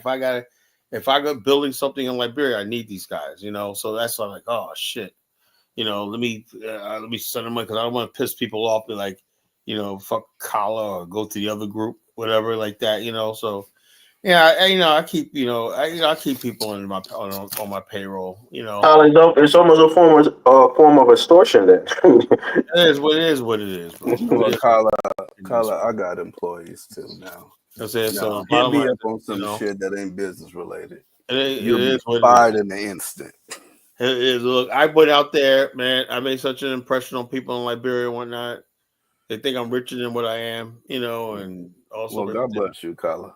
I need to probably try to learn. Bottom line is, but the bottom line is that's probably because you build yourself up to be that way. I have a successful business. Blah blah blah. People think you're a millionaire. It's the way I carry myself. People think that, but I really don't try to be like this. I don't like this. People just assume, you got a driver, you got a butler, you got all this stuff like this. You got a house girl, house boy. That's why you don't do that, Kala. The last time I was there, my auntie's doing well. She works at a U.S. embassy in Liberia. She has a car, like a nice Honda Pilot. We use that car, Has everybody got a Honda Pilot in that country? Oh, they like that Honda Pilot, don't they? It's a reliable car. A lot of people who have the means, they buy a Honda Pilot. Is it black? No, it's a blue. It's like a lighter blue color. That could be the same lady that rented me hers. No. They like that Honda Pilot. It's good having families. They save you a lot of money from renting cars and other things. Like I said, the bottom line is I'm going over in 2 months and whatnot, But this time I'm getting an apartment. Isabel and I. So, Colin, somebody's saying about the black tax. Them and African Goddess is saying the black tax, and I guess the athletes too. They suffer from it, right? You remember Latrell Sprewell? No. Who said? I think it was like $15 million or 30. I can't feed. I got a family to feed. And he thought that was too small because he knew once he get that big contract, his grandmommy, his aunties, the uncles, all his cousins are going to come and try to get a piece from him. So to even have $30 million, you got to get like a $60 million contract because you're going to give half of it. Half of your money away to your family. Fake big shot collar out giving out money in envelopes. Like, no, I'm not giving out money in envelopes. I give some small out. But the bottom line, the word in Liberian culture is called tanu. It means big shot, means big shot. You know, No, big. in Nigeria, it's I Adoba. know, whatever. Adoba. It means big shot, Adoba. big man, Adoba. big Adoba. shot, big man. Something Hey, like Tanu is a Tanu, big shot, big man. You that. know, Adoba. There we go. they call me big shot, boss, big man. You know, that's what they call me when I'm over there. You know, and I'm enjoying it. You know, I enjoy Well, it. shit, Kyla. What? You gotta spread some of that big shot out here. Yeah, they pump Kyler's ego, make him feel good that he's slipping 120. You know, that's the whole gambit, bro. Kyla, you can't be falling for that shit, man. No, but bottom line is this: look, if people are BAO members, all I ask is like you join the social network site, you pass off. I have people pass off flyers all over the country, people signing up, and everything. The message of the BAO is growing because, like I said, they connect us with tourism in Black America. That's what when they see the BAO, when they see the BAO T-shirt emblem, it just means Black America. They think of Chris Brown. They think of what is it, Nicki Minaj. You know, stuff like that. They just automatically assume we're all in the same, category. When they think of Lil Wayne and whatnot, they think, that's what they think. They think of hip hop, and stuff like that. When they see the BAO emblem, that's what they connect us with. All the nonsense that goes over here. So it says if converts $100, he becomes a big shot in Liberia. Wow, man! Everybody taking shots at me, man. God That damn. ain't true. I get no love here tonight. No, Kyla, they don't really use the Liberian dollar like that. They use No, the look. Let me tell you The something. This is how rate you the do it. rate for Liberian dollar is pretty low. I mean, relative to other African countries, Look, $1 Liberian is like 150 or 40. it was $40 160, Liberian. Yeah, but the $160. rate the rate went down these few days, so I think it's like Check this 143. out. When I remember Liberia, I basically what I do is I take $20, get a whole bunch of Liberian dollars. Looks like I got a lot of money in my hand. Like I be sitting there flossing, giving out small, like this. We got like 500. I've been giving out $500 Liberian notes, which really not was like what's that 75 cents, whatever. I mean, giving out small. Every time I look around, friggin', I have my Liberian dollar. And I have ones. I use ones and Liberian dollars, right? That's all I give out is ones all day. They see that U.S. currency. Yes, thank you, boss. Thank you, boss. You got a lot of guys out there, the panhandlers and whatnot. And I'm always giving out small. Hey, big man. Is the airport really as dangerous as people be making it sound? No, Liberia is the most peaceful country is world. These are people so nonviolent.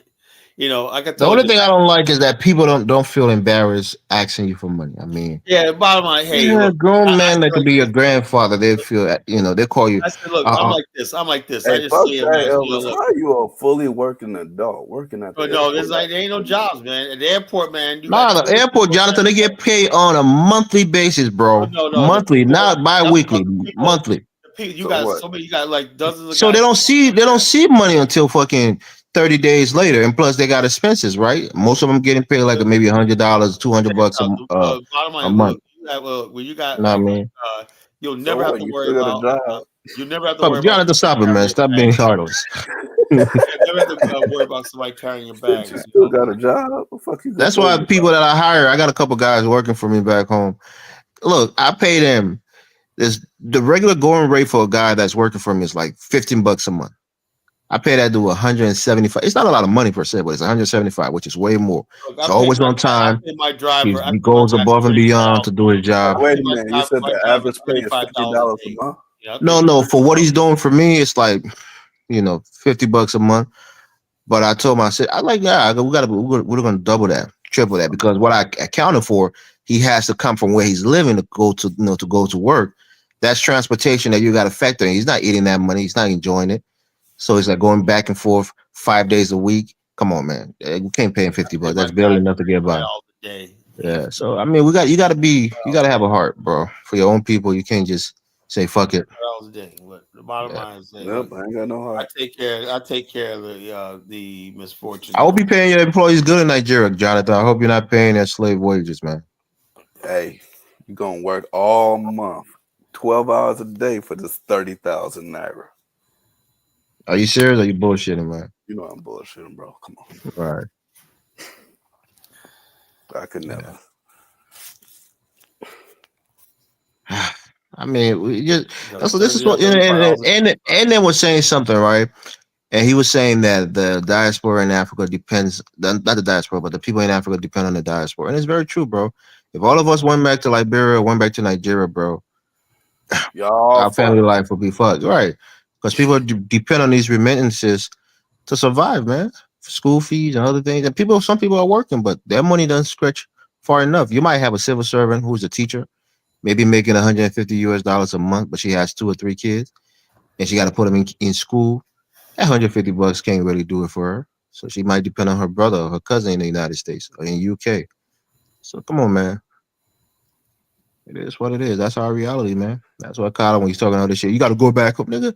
You know, if I go back home, my family will look at me like I'm crazy. Unless I'm a millionaire and I'm gonna, start a big business and really take care of But myself and take care of everybody. y'all gotta be willing to go back home because y'all the ones with all the talent and the skills. If y'all don't go back with the talent and the skills, then y'all sending money back to a bunch of And people that's with no why talent. Elvis, that's why it's important to basically you will actually come back. If Liberia was a dynamic government, like if they had like in the pipeline, they had a stock the first time in the history of stock exchange about to open up and whatnot, there will be real opportunity in the country and whatnot. It will be more opportunity in Liberia than it is in America. And trust me, you will go. But the bottom line is when you elect idiots and illiterates to run your country and whatnot, you can't do that. Liberia No, easy. and here's the thing, Jonathan. I'm just speaking on in my country. I'm sure maybe it happens in other African countries. But those of us who are quote unquote talented or have degrees, they go right to the government because that's where the elephant meat is. Like we call it, the elephant meat. Everybody eats from that heavy That's big. what I said. You guys are So they corrupt. go right into government. They might be technocrats who are, statisticians or lawyers or business We people. They coming go into out of government. all you guys. How come nobody in Liberia ever thought that? I put this out there when I was there. And Live Librarian said, that's a good idea. I said, yeah, that's one thing we're going to do is incubate and form a study. And I would like I said, the government Liberia to fund it, right? A study about Liberia Stock Exchange. They basically put, by law, passed like several businesses that mandatory that the government basically has stake in. That they resell to the public for cheap. They'll give poor Liberians a chance to own a stake in that country, right? Initially, and then basically Yeah. everything else. So So the bottom line, and that's the thing that's suffering us. We don't have a thriving, private sector. Unlike Nigeria, where so you the have a lot bottom of line is, private businesses. I basically look. Everybody wants the government to work. I proposed the idea of a stock exchange with my friend Devon Bell years ago, called the Onyx Stock Exchange. And his stock exchange out of California, right? He was from California.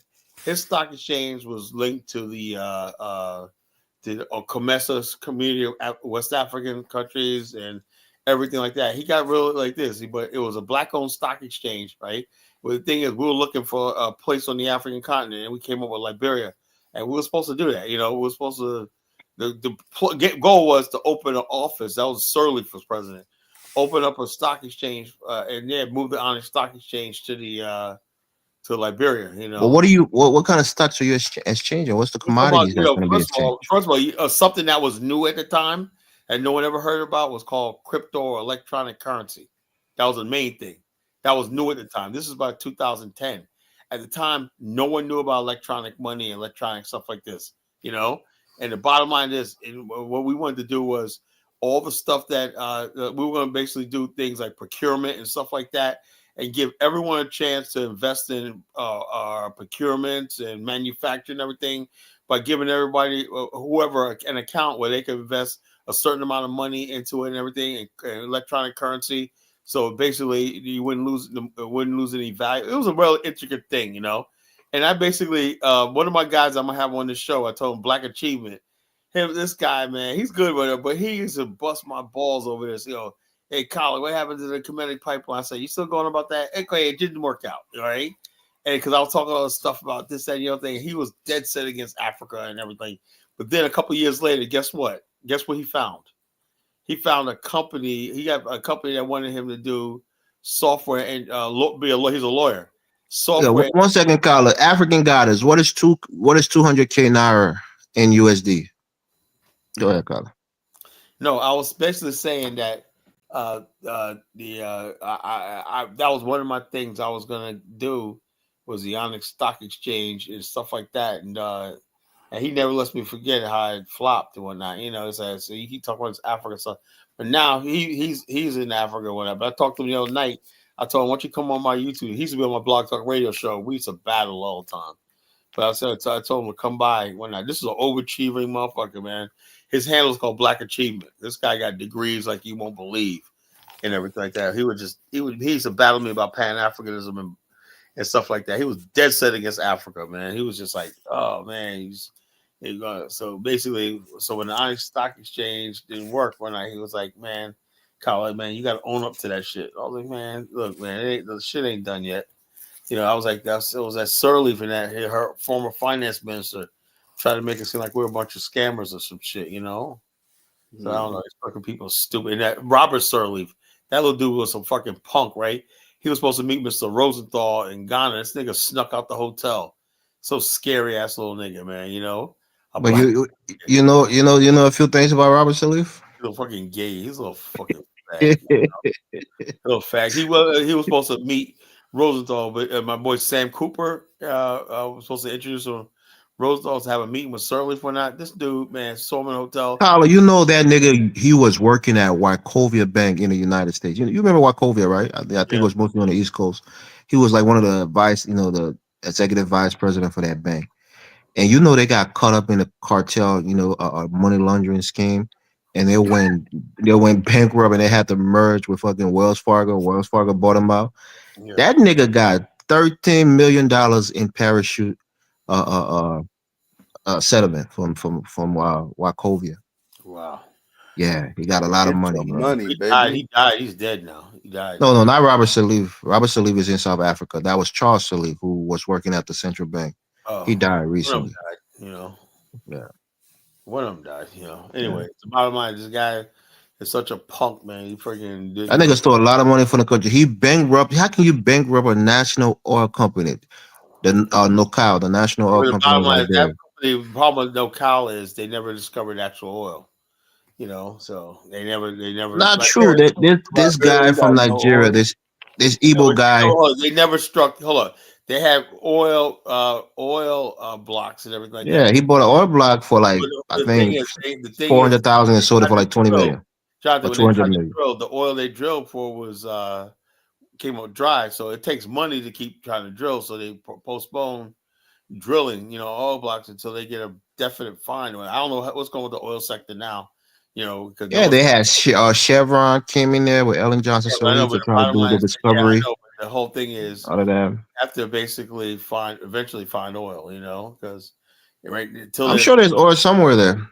Yeah, so I remember as a kid, there was a place in my neighborhood I used to play. I used to see a little black tar coming from the ground. I can think of that. Oil. Equatorial Guinea got oil, Angola got oil, and whatnot. Nigeria got oil, and everything like that. So if Liberia could find oil. I think does Ghana have oil? I think Ghana has oil, right? Ghana has oil, but it's not high quality. It's not enough. It's not quality.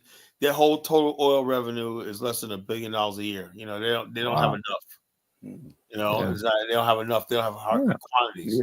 Getting oil, bro, is just like it's like hitting a lottery, man. The bottom line is, you manage it well. For a freaking country like Liberia, that would be good because that would be good because it's a small country, small population. You'll at least have the money for infrastructure and stuff like that. People will steal a lot more money than they steal. Yeah, I know they'll steal, but the bottom line, that's what I was saying. I said everybody will be a billionaire overnight, bro. No, if you're making 500 billion from oil, everybody will be a multi-millionaire. I give it to them. Not everybody in the country, but everybody in government will be a billionaire. Small ass budget. That's how that works. The bottom line is they make it stretch. That's what I say. Africans, we're not smart enough, bro. When we see resources that should benefit the entirety of the people, where maybe the white man would steal 10% and use 90% to do development, we steal 90% and use 10% for development. That's just being stupid. So people get mad at me when I say shit like that. Yeah, it's being stupid, man. Well, that's why I say I don't care about other people. I wish them a lot of luck. Look, I wish them a lot of luck and whatnot, but I can't put my future, my people's future in that shit. That mind. We can't. We can't do that. Do it. Can't do it. I would like to listen to Ubuntu, but I just get the feeling that if we do that Ubuntu stuff, we're gonna be tied up to the pole and shot. Hey, Jonathan, you don't think the pounds have more value than the dollar? Of course, It the dollar does. value than a dollar. I got pounds No, Yeah, right because now. the dollar's more plentiful though. yeah, but the pounds for 1 pound is like 70, I know, but it's 79 more cents. valuable because there's less of it though. Yeah, So that's what You inflation is, Carla. you If your gotta money is inflated, diversify your it has less income. value. I got pounds. I got pounds. yeah, no, Yeah, that's inflation. I What got I'm shit saying ton is of this pounds. though. When there's less of it in the yes, that means it's high Now, value. let's be real. The pounds aren't easily, exchangeable. And the last time I was in Germany. They don't take pounds. Like they would take the dollar or something else at the airport. In Germany, they don't take pounds. Nah, you really I gotta. mean, yeah, pounds is When kind of unique though. I mean, when they should have been using the euro, but they didn't want to do that, which is smart of them because the pound still has more value than the euros. So I mean, shit. All right, fellas, it's that time. I gotta go to bed. I'm tired. I'm tired. No fighting tonight. We mostly got along. We mostly agreed. Last You night. didn't do that. You didn't do that African. That whole I don't trope. do look. I say nothing until these people. We don't have our usual suspects. Ah, if this is how you are on a normal basis, Carla, we'll be fine, just fine. No, But when no, you start talking shit, look. When cussing people people say out, stuff, hold up. When Chuko say stuff, I can look. Bottom line, Chuko has this thing where he keeps talking about the Puquishas and Pookies. And I'm like, those are not bad people. Not everybody in the hood is a bad person. Why does he keep saying that? What are we supposed to do? You think I'm just going to demonize people because they happen to be poor? I'm not going to do that. I refuse to friggin' demonize and pick on people because they're less fortunate. I'm not gonna do that. Chuko has this thing where he just angry with the poor black people when he's angry with the poor black people and the culture, and stuff like that. He don't put it in proper context. The reason why people act the way they do and call themselves Native American or not, and he has a real hatred for Black America. And bottom line, I told him, but I have empathy because I know those people are victims of a system that told them to hate. Because I used to be there. They told me to hate myself, right? Right? Whereas I was told to love the white man and love America, right? And in the process of loving the white man, I began to hate myself. I hate Africa. I used to hate Africa. I used to hate black people. I used to hate everybody, And then when I basically had my awakening, where I realized that God didn't make any mistakes when He made me. If I feel a certain way, let me listen to people and listen when I'm saying this. If you feel a certain way about something and it's not right in your spirit, right? There's nothing wrong with you. Go with your gut feeling, right? My gut feeling told me there's something not quite right. They would have been studying America. There's nothing wrong with me. These people are not superior to me. I look at my family and everything like that. We're not bad people and everything like that. As the media try to make it say, because I was always apologizing for being black. That's what they do. Have you apologize for that, and then basically you always every time somebody black does something right, you feel personally embarrassed. Oh man, I'm not like those people. I'm not like people. I'm better. I'm educated. I'm this. I'm middle class. But this. And then I've said basically all I'm doing is giving into a system that's oppressing all of us. And that's what Chuko don't seem to understand. The stuff that he's talking about here, he's talking about a system that has him oppressed too. Because the angry hatred towards these poor, misfortunate black people, right, is because basically he feels that because white people are stupid. They know that the system and everything's designed to keep black people at a certain level and everything, and they holding the cards on everything. They really do. They're holding the cards on everything. Any success you see in America right now is because they let it happen. They know they're ones pulling the trigger. They're the ones calling the shots and everything. They're the ones who crafted the system for their advantage, right? So when you see a black man do succeed in this country, it's a miracle, And you have to like this because Truco makes it seem like black people, America's this fair country on merits and everything, and black people are just not trying hard enough and whatnot. That's bullshit. That is really, really company bullshit. And so basically, he has this animosity towards the poor and the misfortunate. Denigrate poor. And end up saying he does poor. He does the same when he talks about Africa. Look, I don't denigrate Africans though. If I point something out, I'm talking out something that needs to be discussed. I don't never denigrate anybody. You're poor. People are poor in this world. It's not their fault. It's systems that failed them. The world failed them. So I never denigrate people for being poor. Because the circumstances, people are beyond people's control. I understand that. So the bottom line is this. That's what I said. People that pick on the poor and everything because they may have not have the advantage or breaks or connections or whatever, the family, whatever like that, but that don't mean they're bad people. They're still Amen, Carla. Look at you. You preaching the gospel tonight. This is what was that Big Black or the other one, Jamal? When they were talking about you can't just leave the poor behind. This is what we wanted to hear, Carla. Well, no, look, I've always said that, but Jamal jumped in and basically made it seem like so you call you talk about. I always talk about that, right? But Jamal. Elvis is here. I mean, Dollar Bill's home. You ain't ending the show tonight, Carla. Come on up, Dollar. He tried to get away from you. Well, check this out. Jamal knows what I'm talking about, right? He knows that shit what I'm talking about. But what Jamal wants to do is basically he basically ties all the poor stuff to bad behavior. What did I say about Dollar Bill again? I did say something about him, but I forgot what I said. Ugly and he stank, and you need to get a better job. That's what you said. Nah, that's not what I said. I said what I said. Come on, Dollar Bill, come defend yourself. What I said? You remember what I said about him? I'm sure Dollar Bill will remember what I said. Elvis said you ain't had no impact in your career. Come up here and defend yourself right now. I did say something about we him. had a very peaceful night, and now it's time for some, Yeah, I'm up, Dollar Bill. Elvis. I'm sure Dollar Bill's listening on that. Elvis. I know you, Elvis. I had a good old bottle of alcohol. Listen to y'all niggas yesterday. It's for righteous chick. I thought you was drunk yesterday, Jonathan. I was gone. I was gone, brother. I was just listening to this dumbass shit. Like y'all.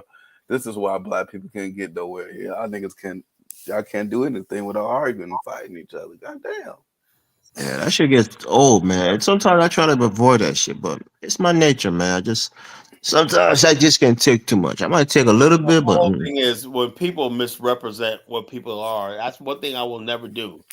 I will never put words in somebody's mouth or misrepresent what they say. People do that to me all the time. Misrepresent what I say. I say that's a straw man. When you create something that you argue against something I never said, I'm like, I never said that. That's not my position, And people create a position for me, If you have a permission or something, Collar, like people like back in the days, they're like Dollar Bill's asking why did G become a traitor? Did G become a traitor tonight? No, I think that he was sticking up for the sister. Has it out for me because he thinks I'm hard on black women. Look, the bottom line Why, is this, bro? Take a chill pill on I'm black saying like women. this. You cannot do a show about me talking shit about me, and so like this lady. Well, that's what makes you a man, Colin. You can't do the same thing. No. I don't do the same thing. You see me do a whole show about somebody? No, I don't. I ignore it. But the bottom line is this: I have a right to defend myself, and say, look, when people say stuff about me that's their opinion, I don't care.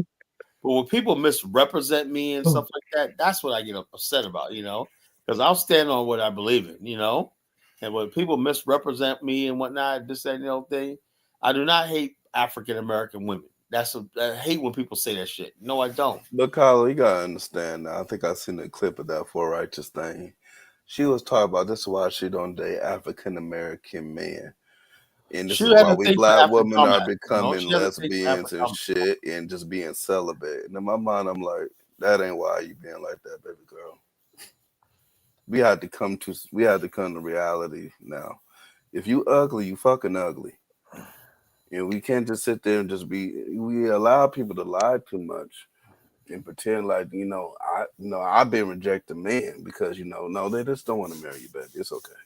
It's okay, baby. Yeah, so bottom line, we don't have that conversation. Like I said, but that's a hard conversation in Black America. Let me put what I'm saying. I don't want to offend nobody what I'm about to say, Look, we have to have a conversation about what Black people, right? It's because the internet is people are basically creating images of themselves that don't exist, right?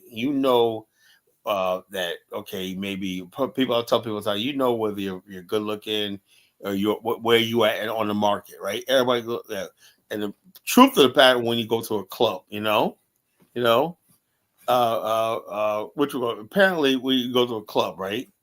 If you ain't dancing with nobody by the end of the night, and you got nobody's number when that's basically I'll tell you one night. Okay, you cough that up as a loss, right? You go out next night, same thing happened like that. When it becomes a pattern, right? You gotta say to yourself, you know something, I don't think I got what the women want. I don't got what the women want, or I don't got what the men want. Where women want, and you gotta be honest with yourself. Don't get online and start. These are the same people that get online and start talking about black men ain't shit or black women ain't shit. Blah blah blah blah blah. No, because you failed. You were trying to date outside of your league and stuff like that. You had your expectations were too high. I think Afrodamas had a show, so I think it's over now. So a lot of people, some Okay, are Dollar streaming. Bill, you were over this on the Afro Dumbass show. So a lot of people coming from that show and joining the panel, joining the chat. That's crazy, Dollar Bill. You betrayed us. Damn. I hope you're over there beating up on the Sonic Warrior. Yeah. Well, like I said, she was telling me I'm scared of Aphrodite. What would that world, like I said, me personally, right? What would sure, I could tell Colin he's successful. What would you tell about him because he says so? I can just tell. That's because, and I hate to put her business out there and whatnot. That's because she's probably on hard times. And the bottom line is this: those type of black people in America really feel some sort of way about black immigrants, right? Because it's like.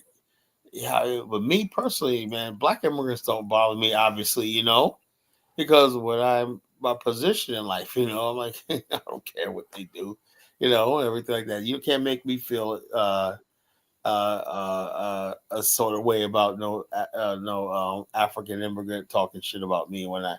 Why need to defend us and whatnot? You know what? He just said we thought we were inferior. I just in one ear and out the other. I wasn't even paying attention, What am I supposed to do? Get on there and say "F you, Ephradomus, we're not inferior," blah blah blah blah. Like it's Kung Fu Fanta, right? A white guy talking about. I thought it was adorable that little guy thinking that way. I was like, "Wow, man, that's cool." Man, Aphrodite, I was like, "Man, you just really giving him confidence. This is cool." Thinking about what? Thinking which way? Trying to. Come on, you get black American woman. He's successful. Okay. Listen, when I hear the same shit, one thing I've learned for every reason, when people constantly chant, "I'm successful, I'm successful, I'm successful," I kind of question you out the gate. Yeah, that's what I'm saying. I say the same thing. Kyla, post the link if you want to join. Years it took me to get to where I am at right now, And the bottom line is this: these people just tell me, yeah, they make it seem like I just came off the boat, and next thing you know, you got all these high. You know how long it takes to make business connections. I'm serious. Anybody in business, right? Well, if you do real business, you know how many years you can have a drinks with somebody, have golf with somebody. That's not having business connections. You know what it takes to friggin' have business with somebody that they're gonna friggin' trust you with their money and stuff like this, and they got the confidence in you or believe in you or need you, whatever. Like, convince somebody that they need you, whatever like that. And so it takes years to do, years to build, And he told me this guy just come off the boat and he got all these high level connections with white Americans. And went, oh, okay. I was born at night, but not last night, You gotta be a fucking fool, I mean, doing well in your country is good, but to just be talking shit about a whole, another group of people. But the bottom line, he does it because his argument is this. His argument is that he's trying to gain a following on whites that America is not racist. America is a fair country. Black people are just lazy. Look at me. That's what they do. And if you basically have that thing, white people will pay you money because white people, instead of doing the right thing and making the country fair. Look, let me tell you something, right? What happened back in the 90s, right? And that's what they sell our conservative. That's what they serve for the white people. I know that, but let me say this. It goes deeper than that, right? Back in the 90s, right? White America, they said that they had this thing called minority set-asides, right? Now, women and minority set-asides, right? That included white women and everybody else, right? Everybody else. And it was like 1% of whatever like that you had to give to a minority, whatever like that, They got 99% of all the opportunity, contracts, everything like that. They left that one little tiny space for minorities, right? you have white people complaining that. And then what gets me is if the people who benefited from that weren't even black people, they're mostly white women, Asians, everybody else, But yet they use affirmative action and set asides as a trope to hate black people, to make it seem like every time we were doing so, black people were making this country without that, right? But they made it seem like every time you see a black person in business is because it's at their expense, So they basically have this thing where they hate black people success. They have they create a reason to hate every segment of black people. Poor black people, they say, is on welfare, Section 8.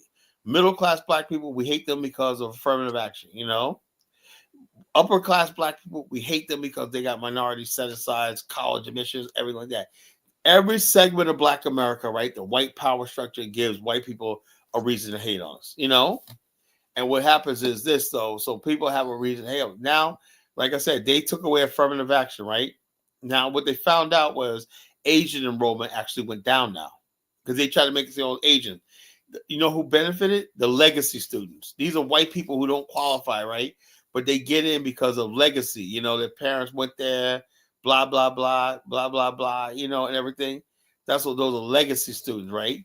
Asians thought they were going to benefit. And that bottom line, a legacy student was just basically a way of preserving white privilege again, But the Asians fell for it. Now, they're victims now of white people taking the spots that because they can't fight it now because the affirmative action's gone. So what gets me is Asian enrollments actually went down. Ant Lam. He said they give people like Ant Lam don't know shit about this country. Black enrollments went to friggin' HBCUs. Our HBCUs are growing now. More and more black people are ditching white institutions altogether. So the bottom line is this: I hope this trend continues because this is part of our separatist black nationalist movement, right? I believe black separatism is like the birth of black nationalism, So black people start saying, something, black colleges work, black churches work, black marriages work. Hey, what about a black nation? You see what I'm saying? We don't need these people, we don't need this country. We don't need America, So I hope that's going to be a trend now. So they did us a favor with getting rid of affirmative action. They did us a favor. So now we have to do is get rid of the Democrat Party, get rid of all this multiculturalism, race mixing, and all stuff like this, and we'll be fine. So I don't know what Kung Fu fans are. Now Kung Fu fans like talking about there's no such thing as white. He want to change the rules now. There's no such thing as white. I'm beige. No, motherfucker, you're white. Live with that shit, Ain't no getting out of this shit, man. You started a race war, so hey, we're gonna finish it, so Asians don't have, the difference is, and them Asians don't have their own colleges in America. We do, So the bottom line is they even go to our HBCUs, They basically we built our institutions here. They didn't do it. They're supposed to be so smart. Why didn't they build their own institutions here? So they're freaking dumb. They're dumb people. They're not that smart. Asians are not that smart. Fucking dumb people. They're not that smart. That's not true, Colin. What's so smart about Asians? We're talking about those people who get into these top colleges. Yeah, I know. Oh, yeah. So look, Asians, just because you got being good a very grades, small minority group, make up a large I mean, percentage of those people. you got common sense and you could build anything. Have you seen China? Have you seen Taiwan, That's Japan, China, South Korea? Taiwan. I'm talking about in this country, right? No, that's what I'm saying. Asians are very wealthy in this country. They're some of the highest earners. No, that's bullshit. Where's the Okay. Asian equivalent of worldwide technologies in the country? It doesn't exist. They got it in their own continent, Carla. In their own countries, and that's why I say, Elvis, right? If we had our own country and we could be a billionaires here, imagine what we could do if we had our own country. All you people do is make. But don't disparage Asians. I mean, they're smart people. But I'm just making my case. They come over here. I said whites didn't build no HBCUs, bro. White people built HBCUs. Like I said, do I have to play videos? I mean, what do I have to? Asians the highest earners in America. That's bullshit. Asians got the highest concentration of poverty in America. They Really, Colin? Yes, you know why? Because people don't realize something. Most Asians in this country, a lot of them can't speak English. I work in this field. They can't speak English. I mean, kind of they're different kinds of Asians, right? Like the Vietnamese, the Filipinos, they're not the smartest Asians. Hold up. What you don't see is the grandmas, the aunties, and everybody else who is society in poverty in this country, right? That's what you see. All you see is the Asians that go to school, may have a job here in tech, whatnot. But the bottom line is the majority of people, basically, Asians, especially you go to Chinatown, they're freaking impoverished. Chinatowns are impoverished, They work in sweatshops and some of everything. Tyler, a lot of people that go to Ivy League schools, a lot of Asian get accepted to these schools. Translate to building anything in America. A lot of Asians are hard earners, especially Chinese, Japanese, South Korean. Look, that's another thing in the propaganda to make you think that, But you don't see no Asian billionaires in America. You don't. Oh my gosh, Carla. Okay. Name me one Asian billionaire in America. I'm not saying I don't know what an Asian billionaires, but I'm telling you. A lot of most of them are back home in their continent, in their country. Like I said, back in their own country. And there are a few of them here that I'm guessing they're probably born in Asia, but they're here in America. People think everybody the New York Nets owner is Asian. You know what it takes to friggin' get rich in this country or not. You got to have generations of success and wealth. Everything, most wealth in America is passed through inheritance. Asians don't have an inheritance culture in this country. Come on, man. There are a lot of successful Asians in this country. Yeah, successful. They're successful like I'm successful. That don't mean they're doing anything spectacular. What are you talking about? Come on, let's not lie to ourselves. They're thriving. Educational wise. I look at my neighborhood, right? Business, they're thriving, man. Look at my neighborhood. I think I got. Albeit they're a smaller percentage of the population, but there are a lot of Asians that are doing well. We can't deny. What about all the Cambodians and the Filipinos? That's what I say. I was trying to break it down to you. Like there are different sets of Asians: the Cambodians, the Hmong, the Vietnamese, the Filipinos. Southeast Asians, they're not the smartest. The ones from the Far East, like the Chinese, the Japanese, the Koreans, they do a lot better when it comes to education. Chinatowns and Vietnamese towns, the people are impoverished, bro. I work in these areas. They're freaking impoverished. They use soup kitchens, pantries, and some of everything to get by. Yeah, the Southeast Asians are different, right? That's what I'm saying. They're different kinds of Asians. And that's not that many. Not all of them. Southeast Asian usually they're considered to be the black people of Asia, right? Well, by the way, the Filipinos, the Indonesians. Tough place. You don't really, there's not a lot of Asians. People do good in Asia, but when it comes to America and the United States, down the East Coast of America, California, Washington, you do got a lot of Chinese contractors and everything, firms that come from China and Japan and Asia and whatnot. Those are the ones that people do good. I'm talking about the people that basically come here and friggin' that's been here for generations. I think Dollar Bill wants to come on, but his lady probably won't let him come on. So he's in the chat talking shit. Come up, Dollar Bill. Which we go. Yeah, look, the bottom line is this: we have basically the Asians that's been here for a few generations are friggin' really impoverished. Stop the cap, Colin. Do the research, right? I did the research, right? Asians are some of the highest earners in this country. That includes Indians. Okay, I'm gonna do Chinese, Japanese, South Koreans. I'm gonna do the research. I'm gonna do the research. Asian American poverty. No. Why would you put poverty? We're talking about income. What are you talking about poverage? That's how you skew your research. Look at the average Asian American income. Average Asian American income. Check this out. They go by household. The Asians got 20. See, now you're trying to quantify. Come on, man. Stop it. Yeah, it's the truth though. You're being biased. Asian American poverty. You think they're going to show you their success rate? In my neighborhood, you could tell an Asian house. There's like 20 different freaking Honda Accords in there. Colin, we're not talking about Honda Accords. We're talking about how much they make on the average salary. Go do that research. My brother's wife is Asian, man. They're not doing all that well, bro. But she's Filipino. She's not one of the top. But hold up. Actually, her and her sister-in-law, her twin sister, they do well when that. But I know for a fact that the matter is the Filipinos are not the highest earning Asian. You talk about the Indians from India. They earn money. Chinese American, because they're Japanese American, South Korean. But the bottom line is this: like we talk all the time, right? this myth that like we talking about this all the time. The myth that a lot of black people have that Asians got all this money and everything. They tell me it's bullshit because they know a lot of Thai people, Chinese people, and that they say, look, you know, it's a lot of bullshit. You know, it's a lot of bullshit. And them said, Carla, you have a 10-year-old car. Stop mocking. I don't got a 10-year-old car. My car's a 2021, man. We talk about how's Aunt Nam know all the way to fucking over UK? What the hell I got a 10-year-old car. You know what I'm saying? So he's stupid. Aunt Nam's a fucking idiot. You know.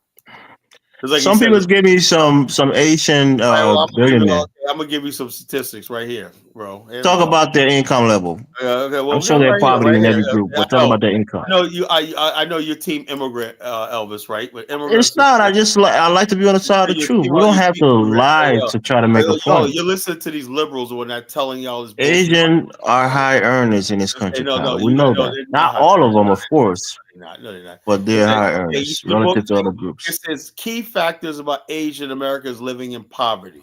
You know? That's what I said. Why do you put poverty there? We're not talking about their poverty. We're talking about their income. Look what I'm saying. This is what I'm saying. This right here.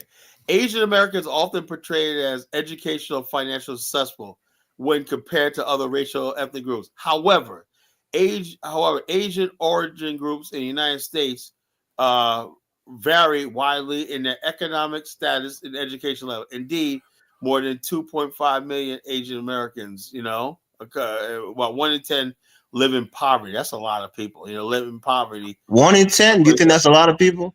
Yeah, 2.5 million people. That's a lot of people impoverished, you know. And compare that to African Americans. Now, what do you think the numbers would be? It was much lower. Black America is a solid in the middle class community. You know, okay, let's look at this. Learn about Asian Americans. When I go, 10% of Asian Americans overall live in poverty, but poverty rates vary widely across origin group. They talk about people like the Burmese, the Hmong Vietnamese, you know, Asian origin, Filipinos, Indian Americans, among the groups with the lowest poverty rates. Filipinos got money. I don't know what you talk about. I don't know why you think Filipinos got money. Filipinos got money, you know. Third of Asian Americans 25 older who live in poverty have a bachelor's degree. Even with the education, a lot of them are living in poverty, bro. You don't understand that, you know, Elvis. You know, people think they're gonna get a degree and that's what solves all their problem. No, it doesn't do that, bro. So for Asian, it's 10% that live in poverty. For African American, it's almost 18% that live in poverty. Hold on. But the bottom line is people always talk about how Asians are doing so well. No, hold on. 10% is nothing, Carla. That means 90% of them are living above the poverty rate. Hold on, Carla. Which is really good. Elvis, what you have to understand is when they say African Americans living in poverty, they overwhelmingly realize that majority of African Americans live in the South where the wages are shorter. They don't drop they poverty level based on the standard of living. And the person in Mississippi can be making, you know, at $10 an hour, be living the same life that nigga in California makes, making 30. It's not. That might be a factor, Jonathan. I'm not here to argue with it. It's not a big argument. I'm not so invested into it, but I'm just saying, when you have these conversations, be truthful.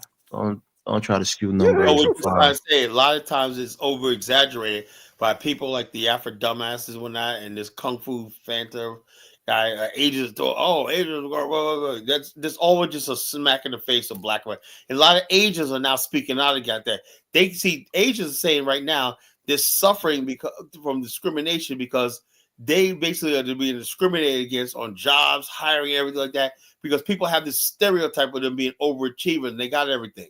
They said that's not the case. You know, they said we lose out on a lot because people have this perception of us that we're this model minority and whatnot. And so basically, they say it hurts them in the real life.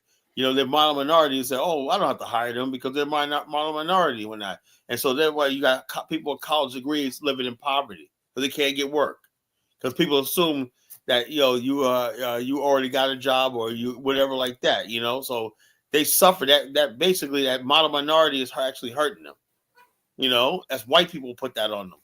They're like, we're based like this, you know. Why is a Korean billionaire, Thai Lee, or just the richest self-made woman in America? What are you talking about? People that don't exist, you know. You know, that person right there of the international follow Buddhist wisdom, she's not American, bro. She's not American, you know. I know these people. They're people who got offices in America. That don't mean they originate in America. I'm talking I about mean, Kyla. Kyla, I want you to host a show about Cameroon. I want to bring on a Cameroonian person in Frenchie. They can come up and discuss Cameroon. I That way want to we know. don't keep having these same repetitive ass, weird ass shows. Yeah, man. What's going I good? kind of want to learn some shit at some point now. Well, bottom. I think I'm teaching you, but you gotta ask. You ask me teaching, but Okay. read the article. Okay, headmaster, Kyla, teacher, Kyla. Kyla. Bottom line is like I said, only doing this because since Elvis asked, I got to show receipts. Well, yeah, that's 10%, Kyla. You proved my point. 90% of them are living above the poverty rate, which is very, very high. That's another thing. Most of the freaking people in poverty are actual immigrants, right? They're actually immigrants. There's a few that speak English. A lot of them, like I said, a lot of Asians right now that we have even in Virginia Beach, right? They cannot speak English. It's like, yo, if you cannot speak English proficiently, right? You're not gonna make it in this society. I don't care what people tell you. People come over here, and nowadays, like Latinos, everybody else, they come over here and basically don't speak the language, and they're failing. Immigrants are failing in this country because they refuse to assimilate and learn the language and everything. You cannot do business in America if you don't know how to know the culture. Kyla, Princip is begging me to ask you this question. He says he's graduating in 2025 from the Afro-Diamonds Negroology 102 class. Please, can you answer how you got your Negroology degree? And I've never seen you in class. Studying you Negroes, No, he's saying that he went to the Negroology school, which is led by Afro-Diamonds, the professor. I'm the only professor. And they've never seen you in his class. So how do you have a Negroology degree? First of all, Afro-Diamonds stole the idea from me. I'm the professor and whatnot, and the PhD of Negroology. That's my Where title. did you earn your PhD? What was your dissertation? Years of doing this right here. Years of talking to Negroes. So the bottom line is Afro-Dumbass is not on my level when that. That's why Principe is all over the place when that. He's listening to somebody that's an idiot. Afro-Dumbass. Look, Frenchie getting on Afro-Dumbass. I mean, Ant-Man. You a liar. Get him, Frenchie. He's a lying motherfucker. Get him, Frenchie. What is he saying? I have no idea. Nigerian. Oh, okay. Ask Nigerians about Cameroon. Part of it used to be a part of that. That's true. Yeah, that's true. Part of the southeastern Nigeria was in your country. Was Don't a part let of these Cameroon. people come up here and do that to you. And the British separated the country, the border. That's why you have a lot of Igbos in the western part of Cameroon. No. Cameroon was never part of Nigeria. Nigeria was a part of Cameroon. You just want to look for a fight, Jonathan. Stop it. Frenchie, come up, baby. And come up here and represent your people. Don't let these people come up here and disrespect you. Nigeria was a part of Cameroon. That's how it was. Check this out. I'm a student. Afro-Dummy. Okay, it's N-Dummy. I thought it was Afro-Dummy, like you were calling him, Jonathan. No, it's N-Dummy. Of Afro-Dumbass, okay. Now you guys are going back at it. Come on, man. Afro-Dumbass, okay. Let's see. Anyway, Dollar Bill's not coming up tonight, man. Look, I gotta go, folks. He's coming up. Put the link out there and see if a couple people might come up, and then you can close it out. One time we give y'all 10 minutes. Nobody, I am gone, man. I need to get some sleep. I'm tired. I am tired. Good show tonight. Good show tonight. No sparks flying. I wanted somebody that's listened to which we're gonna show to fill me in what she was saying. I listened to the show. I listened to what was she saying? She was critiquing it. She said, you asked her to come up, and I guess I asked her to come up, and you agreed. And we had an understanding that she would be protected like we do with Frenchie or other ladies that come up. And she came up, she said what she said in the previous video about you not confronting Afro-Diamonds when he said, African Americans were inferior to Africans or to him. And she made her statement, and she said a couple of things, and I asked a couple of questions. And she felt like when Dollar Bill hold on. Let me, yeah, you probably sitting there egging it on when No. I was in the comment section. I wasn't really. You, my sister. No, I wasn't egging her. I was listening to her. I did let her know I was watching. But in the part that she really had an issue with was she said she had to drop off when she saw the likes of Dollar Bill and not Afro-Diamonds, but Big Black and Sim Police coming on because she felt like the conversation was about to turn, take a drastic turn for the worse. So she dropped off. Right. She's scared of And the police, man. She don't fuck with him. so then she's gonna do a part 2 on that part of the conversation where I guess me and Sim Police and Dollar Bill and things really got ugly at that point in the discussion. But it was the same old thing. She Ryan last she night, but like I she said, that's doesn't feel like you stood regular up for show was yourself or your people when buffoonery reaches Afrodamas an was all-time disparaging high. you. I said that last night. That would prove my point. Hold up, folks.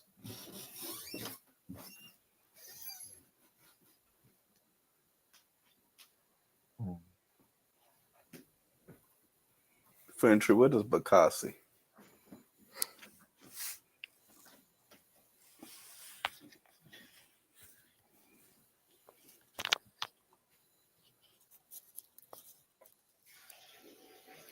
Legendary Asian American TLs are not legendary Negro. They're just Oh, I was looking at the black billionaires in the world. I think African American has 10 black billionaires out of the top 28. Nigerians have 6, and then the rest goes to other African countries. In the top 10, African American have 6 of them. Nigerian have 3, and I think the guy from Ethiopia and Saudi Arabia is the only one from another country. So there are a lot of billionaires and black billionaires, but African Americans are the most, followed by Nigerians. as long as we get more and more. If we had our own country, we have like 50 black billionaires. I know it. We be dominating Africa, we dominate the world. So black people want to sit here, all right, or the world. We can actually take over the damn planet.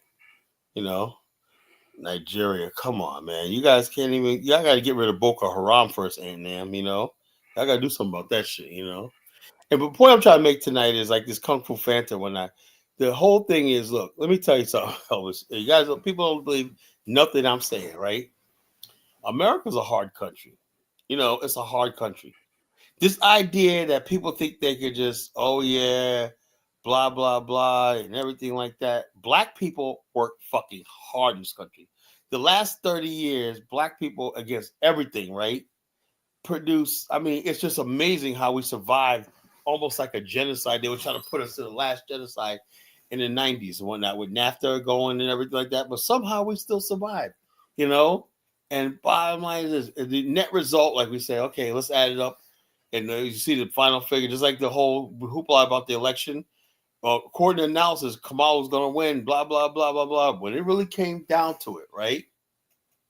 It was a landslide on Trump's side. People got shocked. Just like when people have all this stuff they throw at Black America, blah, blah, blah, blah, blah.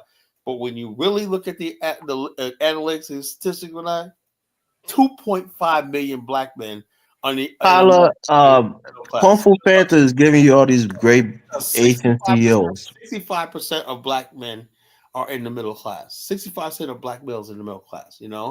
That's tremendous. And so the bottom line, Black America is on the up. Well, you know what the middle class is, Carla? Look, to me, a middle class is anybody that can afford rent. No, the income threshold to be part of the middle class. It varies. I think it's like $33,000, right, to be part of the I middle know that, class. but I'm saying is this though, Which is not a lot of money, so that's a low bar. You put it something like that.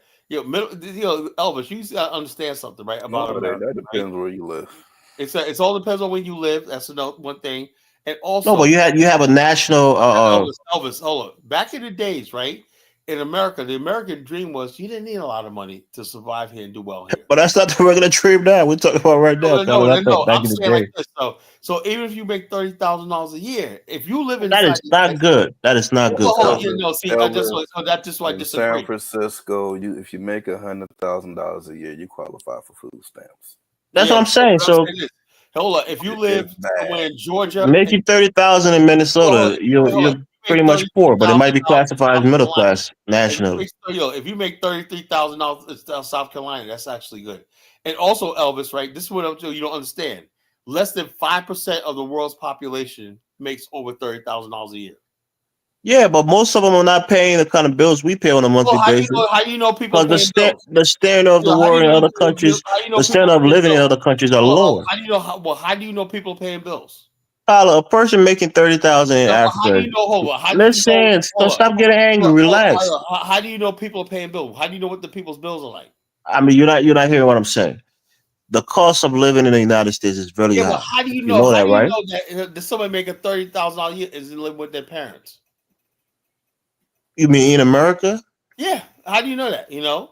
Do you know? Okay, so if you think a guy who's making 30,000 and living with his parents is doing well, that's good. Got the That's on extended you. family and stuff like that. You know. So the bottom line is this: you got multiple incomes in the family, and Yeah, whatnot. if So you're making 30 so the grand and bottom living line with is your this, parents look, and you think you're doing well, yeah, I'm that's saying on you, this. bro. It's better to be if you're making $30,000 in America, right? You're better off any place else than in the world. You know, I'd rather make $30,000 here than freaking make $5,000 in freaking some African country. Yeah, if you make 30,000 here and you make Yeah, 30,000 but in, you have a hold lifestyle. on, Carla, relax. Hold on. If you You're paying for a lifestyle, right? Most That's likely, what I'm telling you. So that's why it's relative. most likely you're gonna Because have. $30,000 goes a long way There's a in difference. Africa, way more than it does in the United States. There's a difference here. Is everyone in America, right? The poverty line. Because you're talking gross, Carla. You're talking gross, right? Hold on. Hey, hold. The poverty line in America is only $10,000. You know that Nah, I means think the popular line was like What? 22,000. I think it was $22,000. individuals like $10,000. Man, Nah, you it's make less, like if you make 22,000. less than $20,000, you need to be slapped. Yeah. But I'm saying, but hold on, you low income, but not the poverty level. What You kind want of that? low income? But they ain't low Oh, income. that's That's the dummy. poverty level. Hold on, poverty level is. I think the poverty is like 24,000 or less, and then No, you're considered to be living in poverty. not But true. I'm saying, Carla, if you make 30,000 in Oh, Liberia, bro, you're living high of the hog. Yeah, but the bottom line, look, the bottom line is this.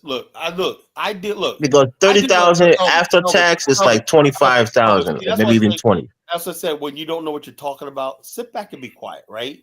I mean, you deal like with to use this let me say stupid this, right? excuse all the time. What do you mean? I deal with You think I don't get pay stubs? I don't see my check. I don't see these things. What are you saying? I live on Mars. I live in this country, Carla. Let me Come tell on, you man. something while you're running your This is mouth. not a cultural thing. This is a thing that most people who live here and work here they While see. you're running your mouth, right? I deal with seniors every day, right? And basically to qualify for Medicaid, right? They have to basically make less than $1,400 a month, right? What really comes down to per person, right? It comes out to about $16,000 a year. I'll say a lot of my people, right? And we go to the house, they freaking have a nice house, everything like that, and they're Oh, paying. is that what we're talking about? No, but I'm saying is this though. Retired people or people who are disabled? What I'm saying is this though. You Come say on, man. $30,000 a year is not a lot of money for an individual. When I know I have a lot of clients, low income people, right, who seem like they're making it. They got an apartment, nice house where they live on $15,000 a year. You know, that's what And I'm how much are saying. they paying for rent in their apartment? The bottom line, they're paying rent. It's getting done. Yeah, they're getting You know? subsidized. They're But getting subsidized by the it doesn't really government. matter. But the bottom line, So stop it, man. the bottom line is no, they're not getting subsidized because to get So they're paying rent, hold up, you got to depending on where they live, $500 or $700 a month for rent. This is what I'm telling you, right? When you don't know what you're talking about, sit down and be quiet. No, don't say that because you're just trying to strong man an argument. Don't do that, Carla. I'm trying to tell you, if you go or just over the threshold, you don't qualify for anything, right? But just $100 less, right? Then you qualify for food stamps, you qualify for Section 8, everything like that. Just that $100 makes all the difference when you qualify.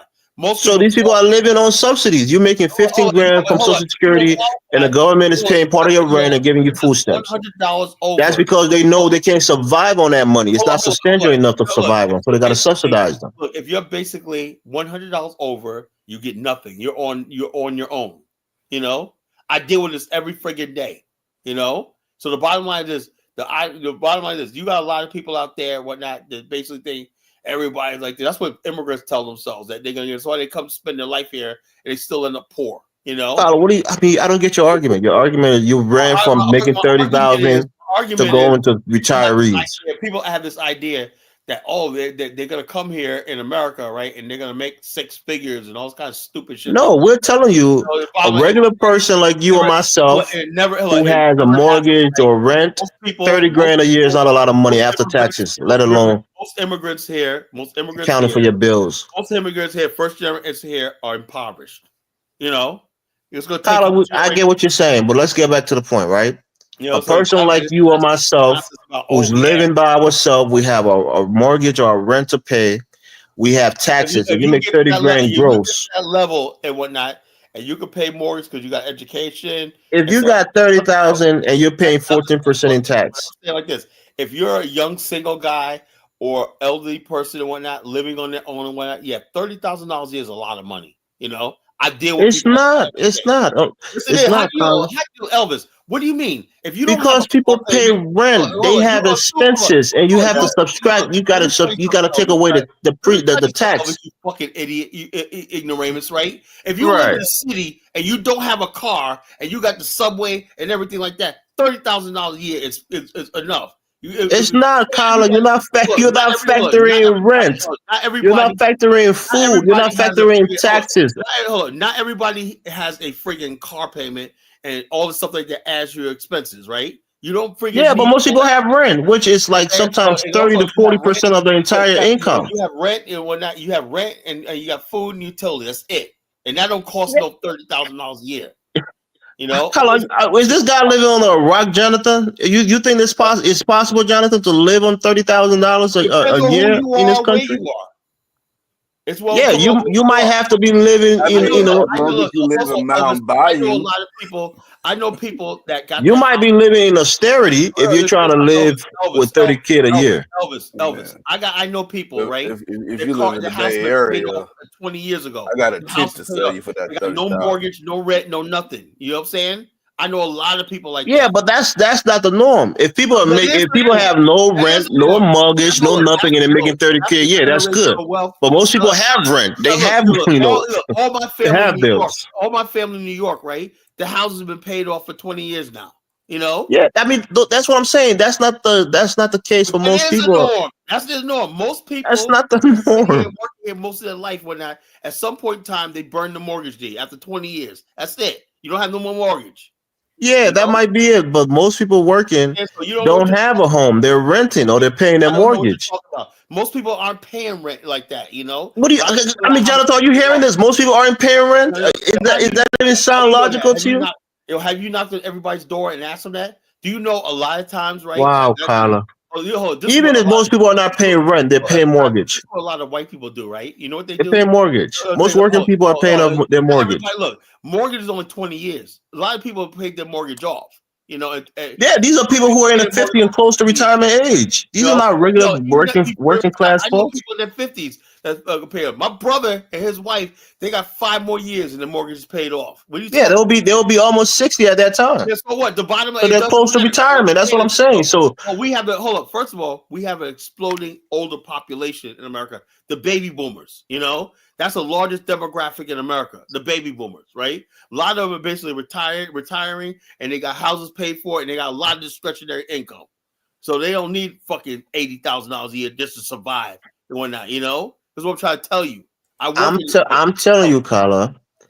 Hey, Jonathan can account for this. Most people in the chat can account for this who live in the United States.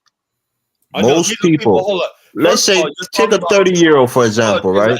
If you're talking to somebody who just got here 10 years ago, of course I see what you're talking about, right? But you got people that have been here for generations, and not only that, our generation, Gen X, is the first generations to inherit black people to inherit properties with no mortgage or nothing from parents. Yeah, but what percentage of black people do you think have inherited property, bro? Come here to the Southeast. We got them all over the place. Yeah, but I'm telling you, on average, Kyla, I agree with you. Depending on where you live in America, if you're a single person, $30,000 would be fine. If you live in Mississippi, you're only going to pay maybe $400 for rent. You got the rest of your money to go and fuck off. Or a lot of people, Jonathan, the houses are paid off. If you live where I live, and you pay a mortgage, but you got people in the Mississippi Delta and stuff like that. Mr. Rosenthal, my partner, Mr. Rosenthal, He said the Yeah, bottom those people are line is, living in he low, said he was able to pay. low quality of life areas, Bro, bro. So that I'm talking the to Majority of the the cost country of though, living bro. is Black cheaper. owned bank. The You know majority how of he the country when he lives that went to kind of Black life. owned bank? He found that so Say that many again. own land in The the majority of the Mississippi. country lives like that.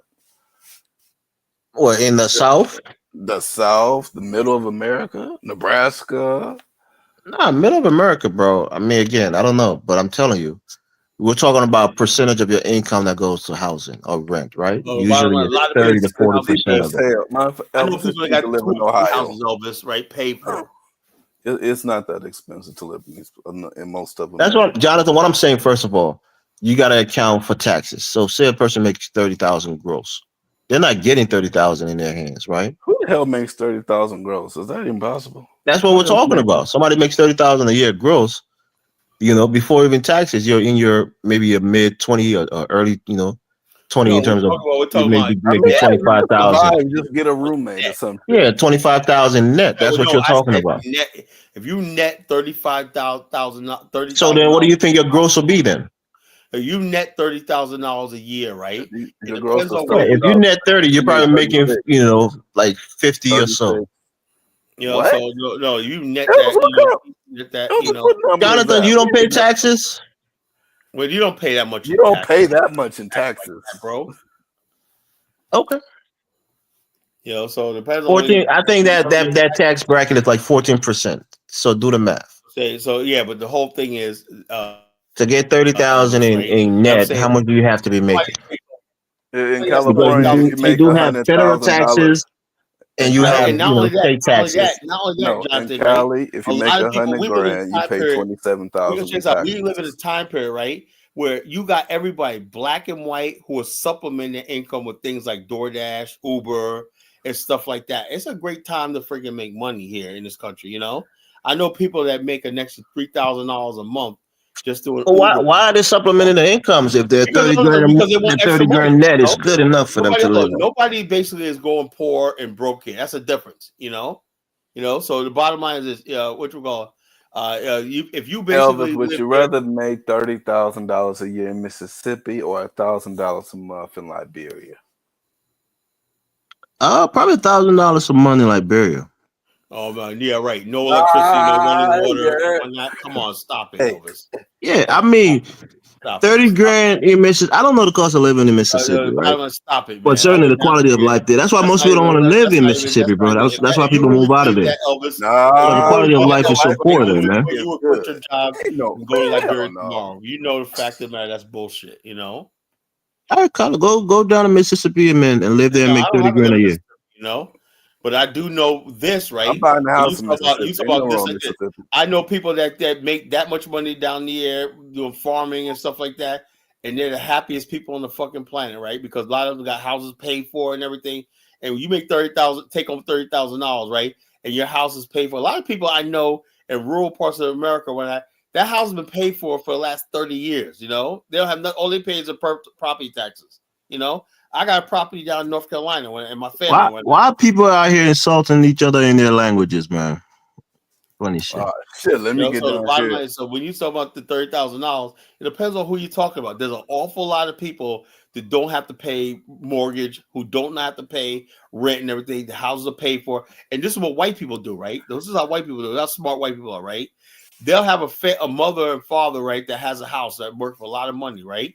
And what they do is they'll go and put the house in. Jonathan, stop using Google Translate. Look okay, look, I can't. I gotta remove you guys so I can finish talking what I'm saying. The bottom line is this: they put the house and everything like that in trust, and they basically become the stewardship or the power of attorney of this property that the parents had, right? So now their parents, right, have no assets. Now they qualify for Medicaid. They still got all that money coming in, right? They're still living in the house, but the kid that's in that kid's name, and stuff like that. So, bottom line, black people, on the other hand, right, they'll be much poorer than the white person, right? And the bottom line is this: they won't do that, right? Because black people are like, I ain't giving my son over my house or whatever like that. I can afford it. Like, white people like this. Look, ain't no shame there. You know how many white people who come from affluent houses areas basically when they look at it, they have no money, no income, and no nothing like that, and they be living in affluent neighborhoods. big mansion houses when I. And bottom line, they on Medicaid and they're trying to collect such Section 8 and food stamps and everything like that. But they live in big houses, you know. They know how to game the system, you know. So the like I said, man, you guys, Elvis, you're naive, bro. Yeah, I live in the real world. I see this shit all the time, man. You know. Yeah, man. I see Y'all this have shit a good all the night. time, man. These people know how to game the system or not. Yeah. 30 you know, grand again, maybe because I live in the Midwest. 30 grand in the country. probably like that, you know. And also, you don't have your house. You don't know anybody where the house is paid for. Yeah, but you don't live in the Midwest. You live up north, buddy. Okay, up north, but it's in the Midwest, the So, mid northwest part of the United States. you know, so the bottom line is, look, if you have down here in the southeast of the United States, right? Black people have been here for 400 years, right? You got black people that got houses paid for since like paid off mortgages since like the 60s, right? I know people basically, Well, black yeah, people. kind of not. Let's say you have a parent who had 3 kids, and they paid up that home, or your parents. All three of her adult, the adult kids are not going to live in that house together. Maybe one of them No, but might I'm buy saying them no. out. What I'm trying to say is So this you though. still have people paying mortgage. Everybody don't inherit a One house. of them will inherit the house, live in there. And I've seen cases like that, right? Where people like, this is what I've seen, right? You have young people, right, just graduating from college and whatnot. It's like, how are you gonna make it? How are you gonna make it? Oh yeah, we got this one house that's another house over here. Sometimes people have a lot of black people have 2 and 3 houses. Houses maybe not being the best part of town, but they got nonetheless. And they'll have somebody move in there and whatnot, not pay any rent, just pay to keep the lights on and whatnot. And they're taking all that money and putting it in the pocket. That's why a lot of people got so much more. You said, look, I go to people's houses sometime, right? And you got people, and you think they're poor and whatnot, because the house looks old or whatever like that.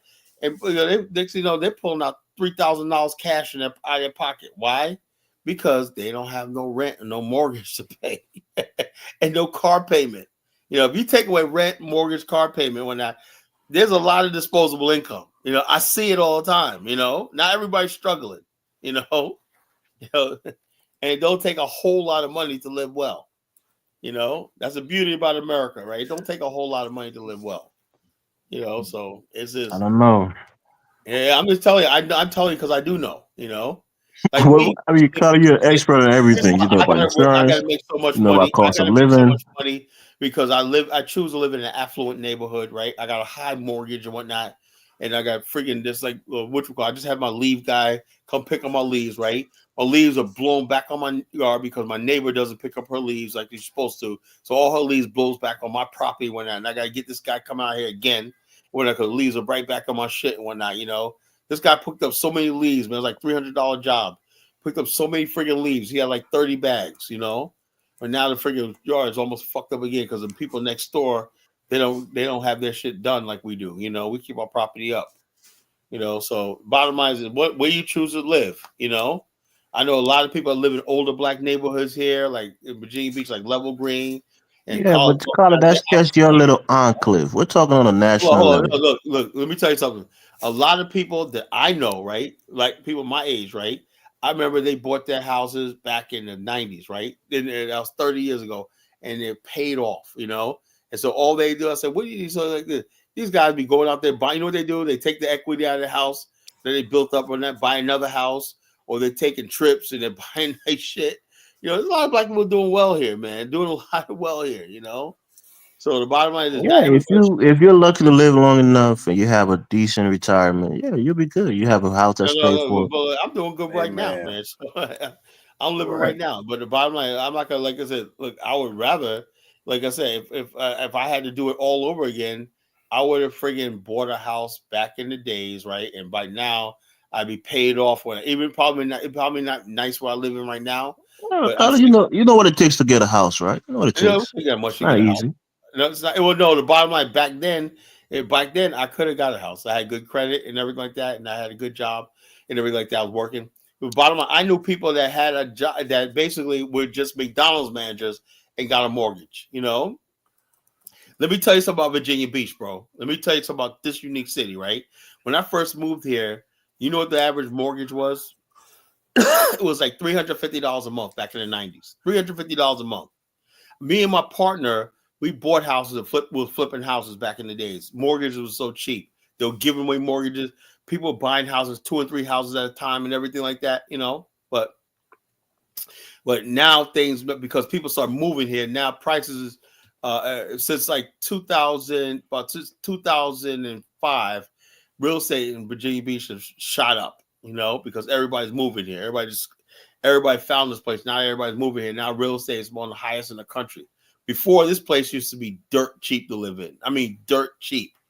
I mean, really dirt cheap. It was like cheap. Rent was only like $275. My first apartment, my first move in, my rent was $250 a month in a nice 2-bedroom apartment. What year was that? That was back in 92. Carla, that's like what, 33 years ago? Yeah, but $250 a month. But hold up. But at the same time, I knew people in New York at that time were paying $800, $900 a month. Yeah, because it's called quality of life, a price of Look, I lived in these were nice neighborhoods too. Two other things, but it was just cheaper because it was. Yeah, the cost of living in New York is way higher, man. Well, it was way higher, but the that ain't bottom line no quality of life though, Elvis. My sister, she paid $4,000 for a month for a 1-bedroom. And the only thing I can see that's beautiful that she gets to look at the homeless people from a big ass window. She live in a city where they pay higher wages, right? If you can't, the people in your city is making $12 an hour, you can't charge $4,000 a month for rent. It's not feasible. That don't mean shit, Elvis. So it depends on how much you're getting paid in that city. That determines the rent. They don't care how much money you make. Elvis, we went on a trip to Georgia to go see an auntie. Auntie only paying $1,200. She living she living good. And I'm like, yeah, but would you want to live in that town in Georgia or live in California? Why not? I don't mind living there. Georgia. Then tell her to move down there. Then get a better quality of life. It's better out there. I don't mind moving someplace. The bottom line, and that's the future of Black people in America, right? We got to start building new communities and whatnot that's affordable for people, and because this high inflation and shit like that is killing us. It's unnecessary to be paying. Like I see people in New York paying $4,000 a month for a friggin' studio apartment the size of my closet, man. The coastal areas are always inflated, Carla, because a lot of people live there. It's desirable. It's because the bottom line is I'll tell you what it is in a nutshell, right? People ain't gonna like when I say this, right? The problem is we don't have neighborhoods, right? People feel like, let me give you an example. We have neighborhoods in Norfolk, right? Affordable and everything like that, but the bottom line is people get up because of crime. People come out there, the cars shot up in the window, or they had a shootout at night, whatnot, and people just want to go and live someplace else beyond their means. If people were able to have safe communities to live within their means, we have problems.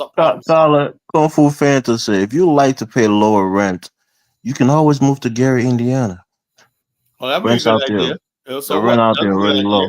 If the bottom line, if I took over Gary, Indiana, I'd make it a thriving, prosperous Black city. You want to make fun of me?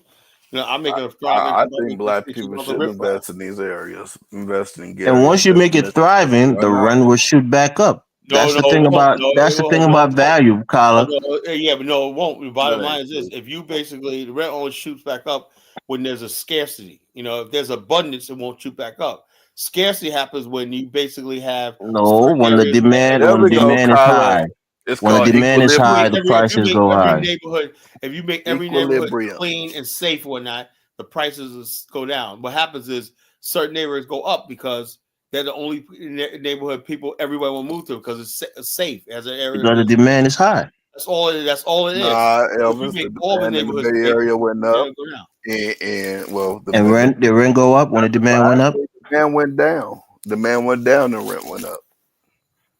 The price, you can't buy a home in San Francisco unless you got at least 1.7 million right now. It's stupid. And that's living with crack kids and drug addicts on the corner scratching their back with an invisible back scratch. Yeah, so tell me about the quality of life. I look at San Francisco. Tell me about the That's what niggas fighting each other. All the riffraff fighting invisible people. On the street, shitting in the streets and whatnot. Yeah, man. Tell me about the quality of life again, So I love Frenchie, man. She's sticking it to Aunt Nam.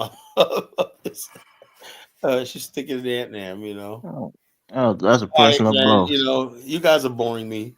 What you call Nah, it? well, your blood pressure was going up high when you started talking. That's what you like, Colin. You like confusion. You like to act like you like peace, but you like problems, bro. I'm not a problem, man. But I You hate want when problem. You want problem I hate when always. people bullshit me. Nah, you're talking about 30,000. I mean, come on. Nobody on this. Elvis, I don't even think let me tell you this, anybody right? on this panel or in the Like I chat told makes you, Elvis, 30,000 a like I year. told you, right?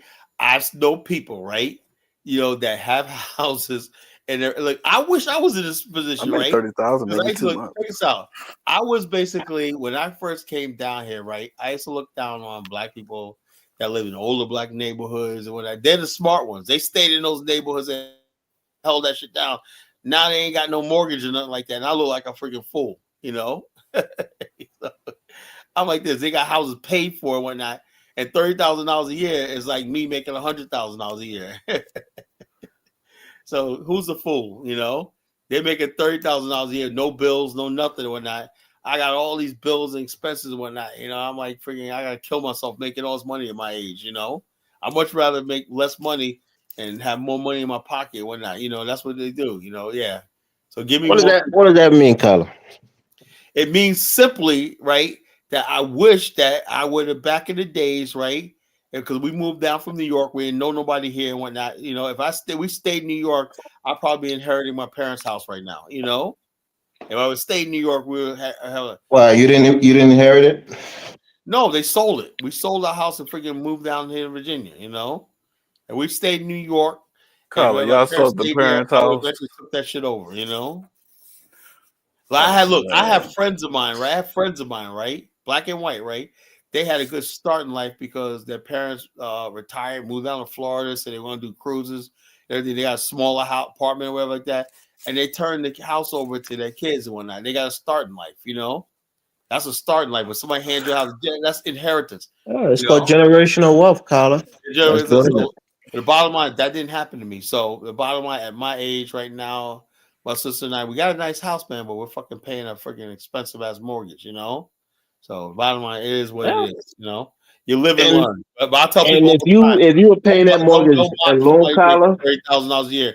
If it you would could be a great burden on you. qualify for a house, if you can qualify for a house, whatever like that, in a shady part of town and whatnot, tough that shit up. I see white people It's not moving. even just paying mortgage; it's paying property taxes. That could be a Well, yeah, bit. just pay the shit, because well worth it. When you're done paying off that mortgage, you got a house that's free and clear, So that's what I tell people all the time, So who's gonna inherit the house that you and your sister got? Well, I don't know.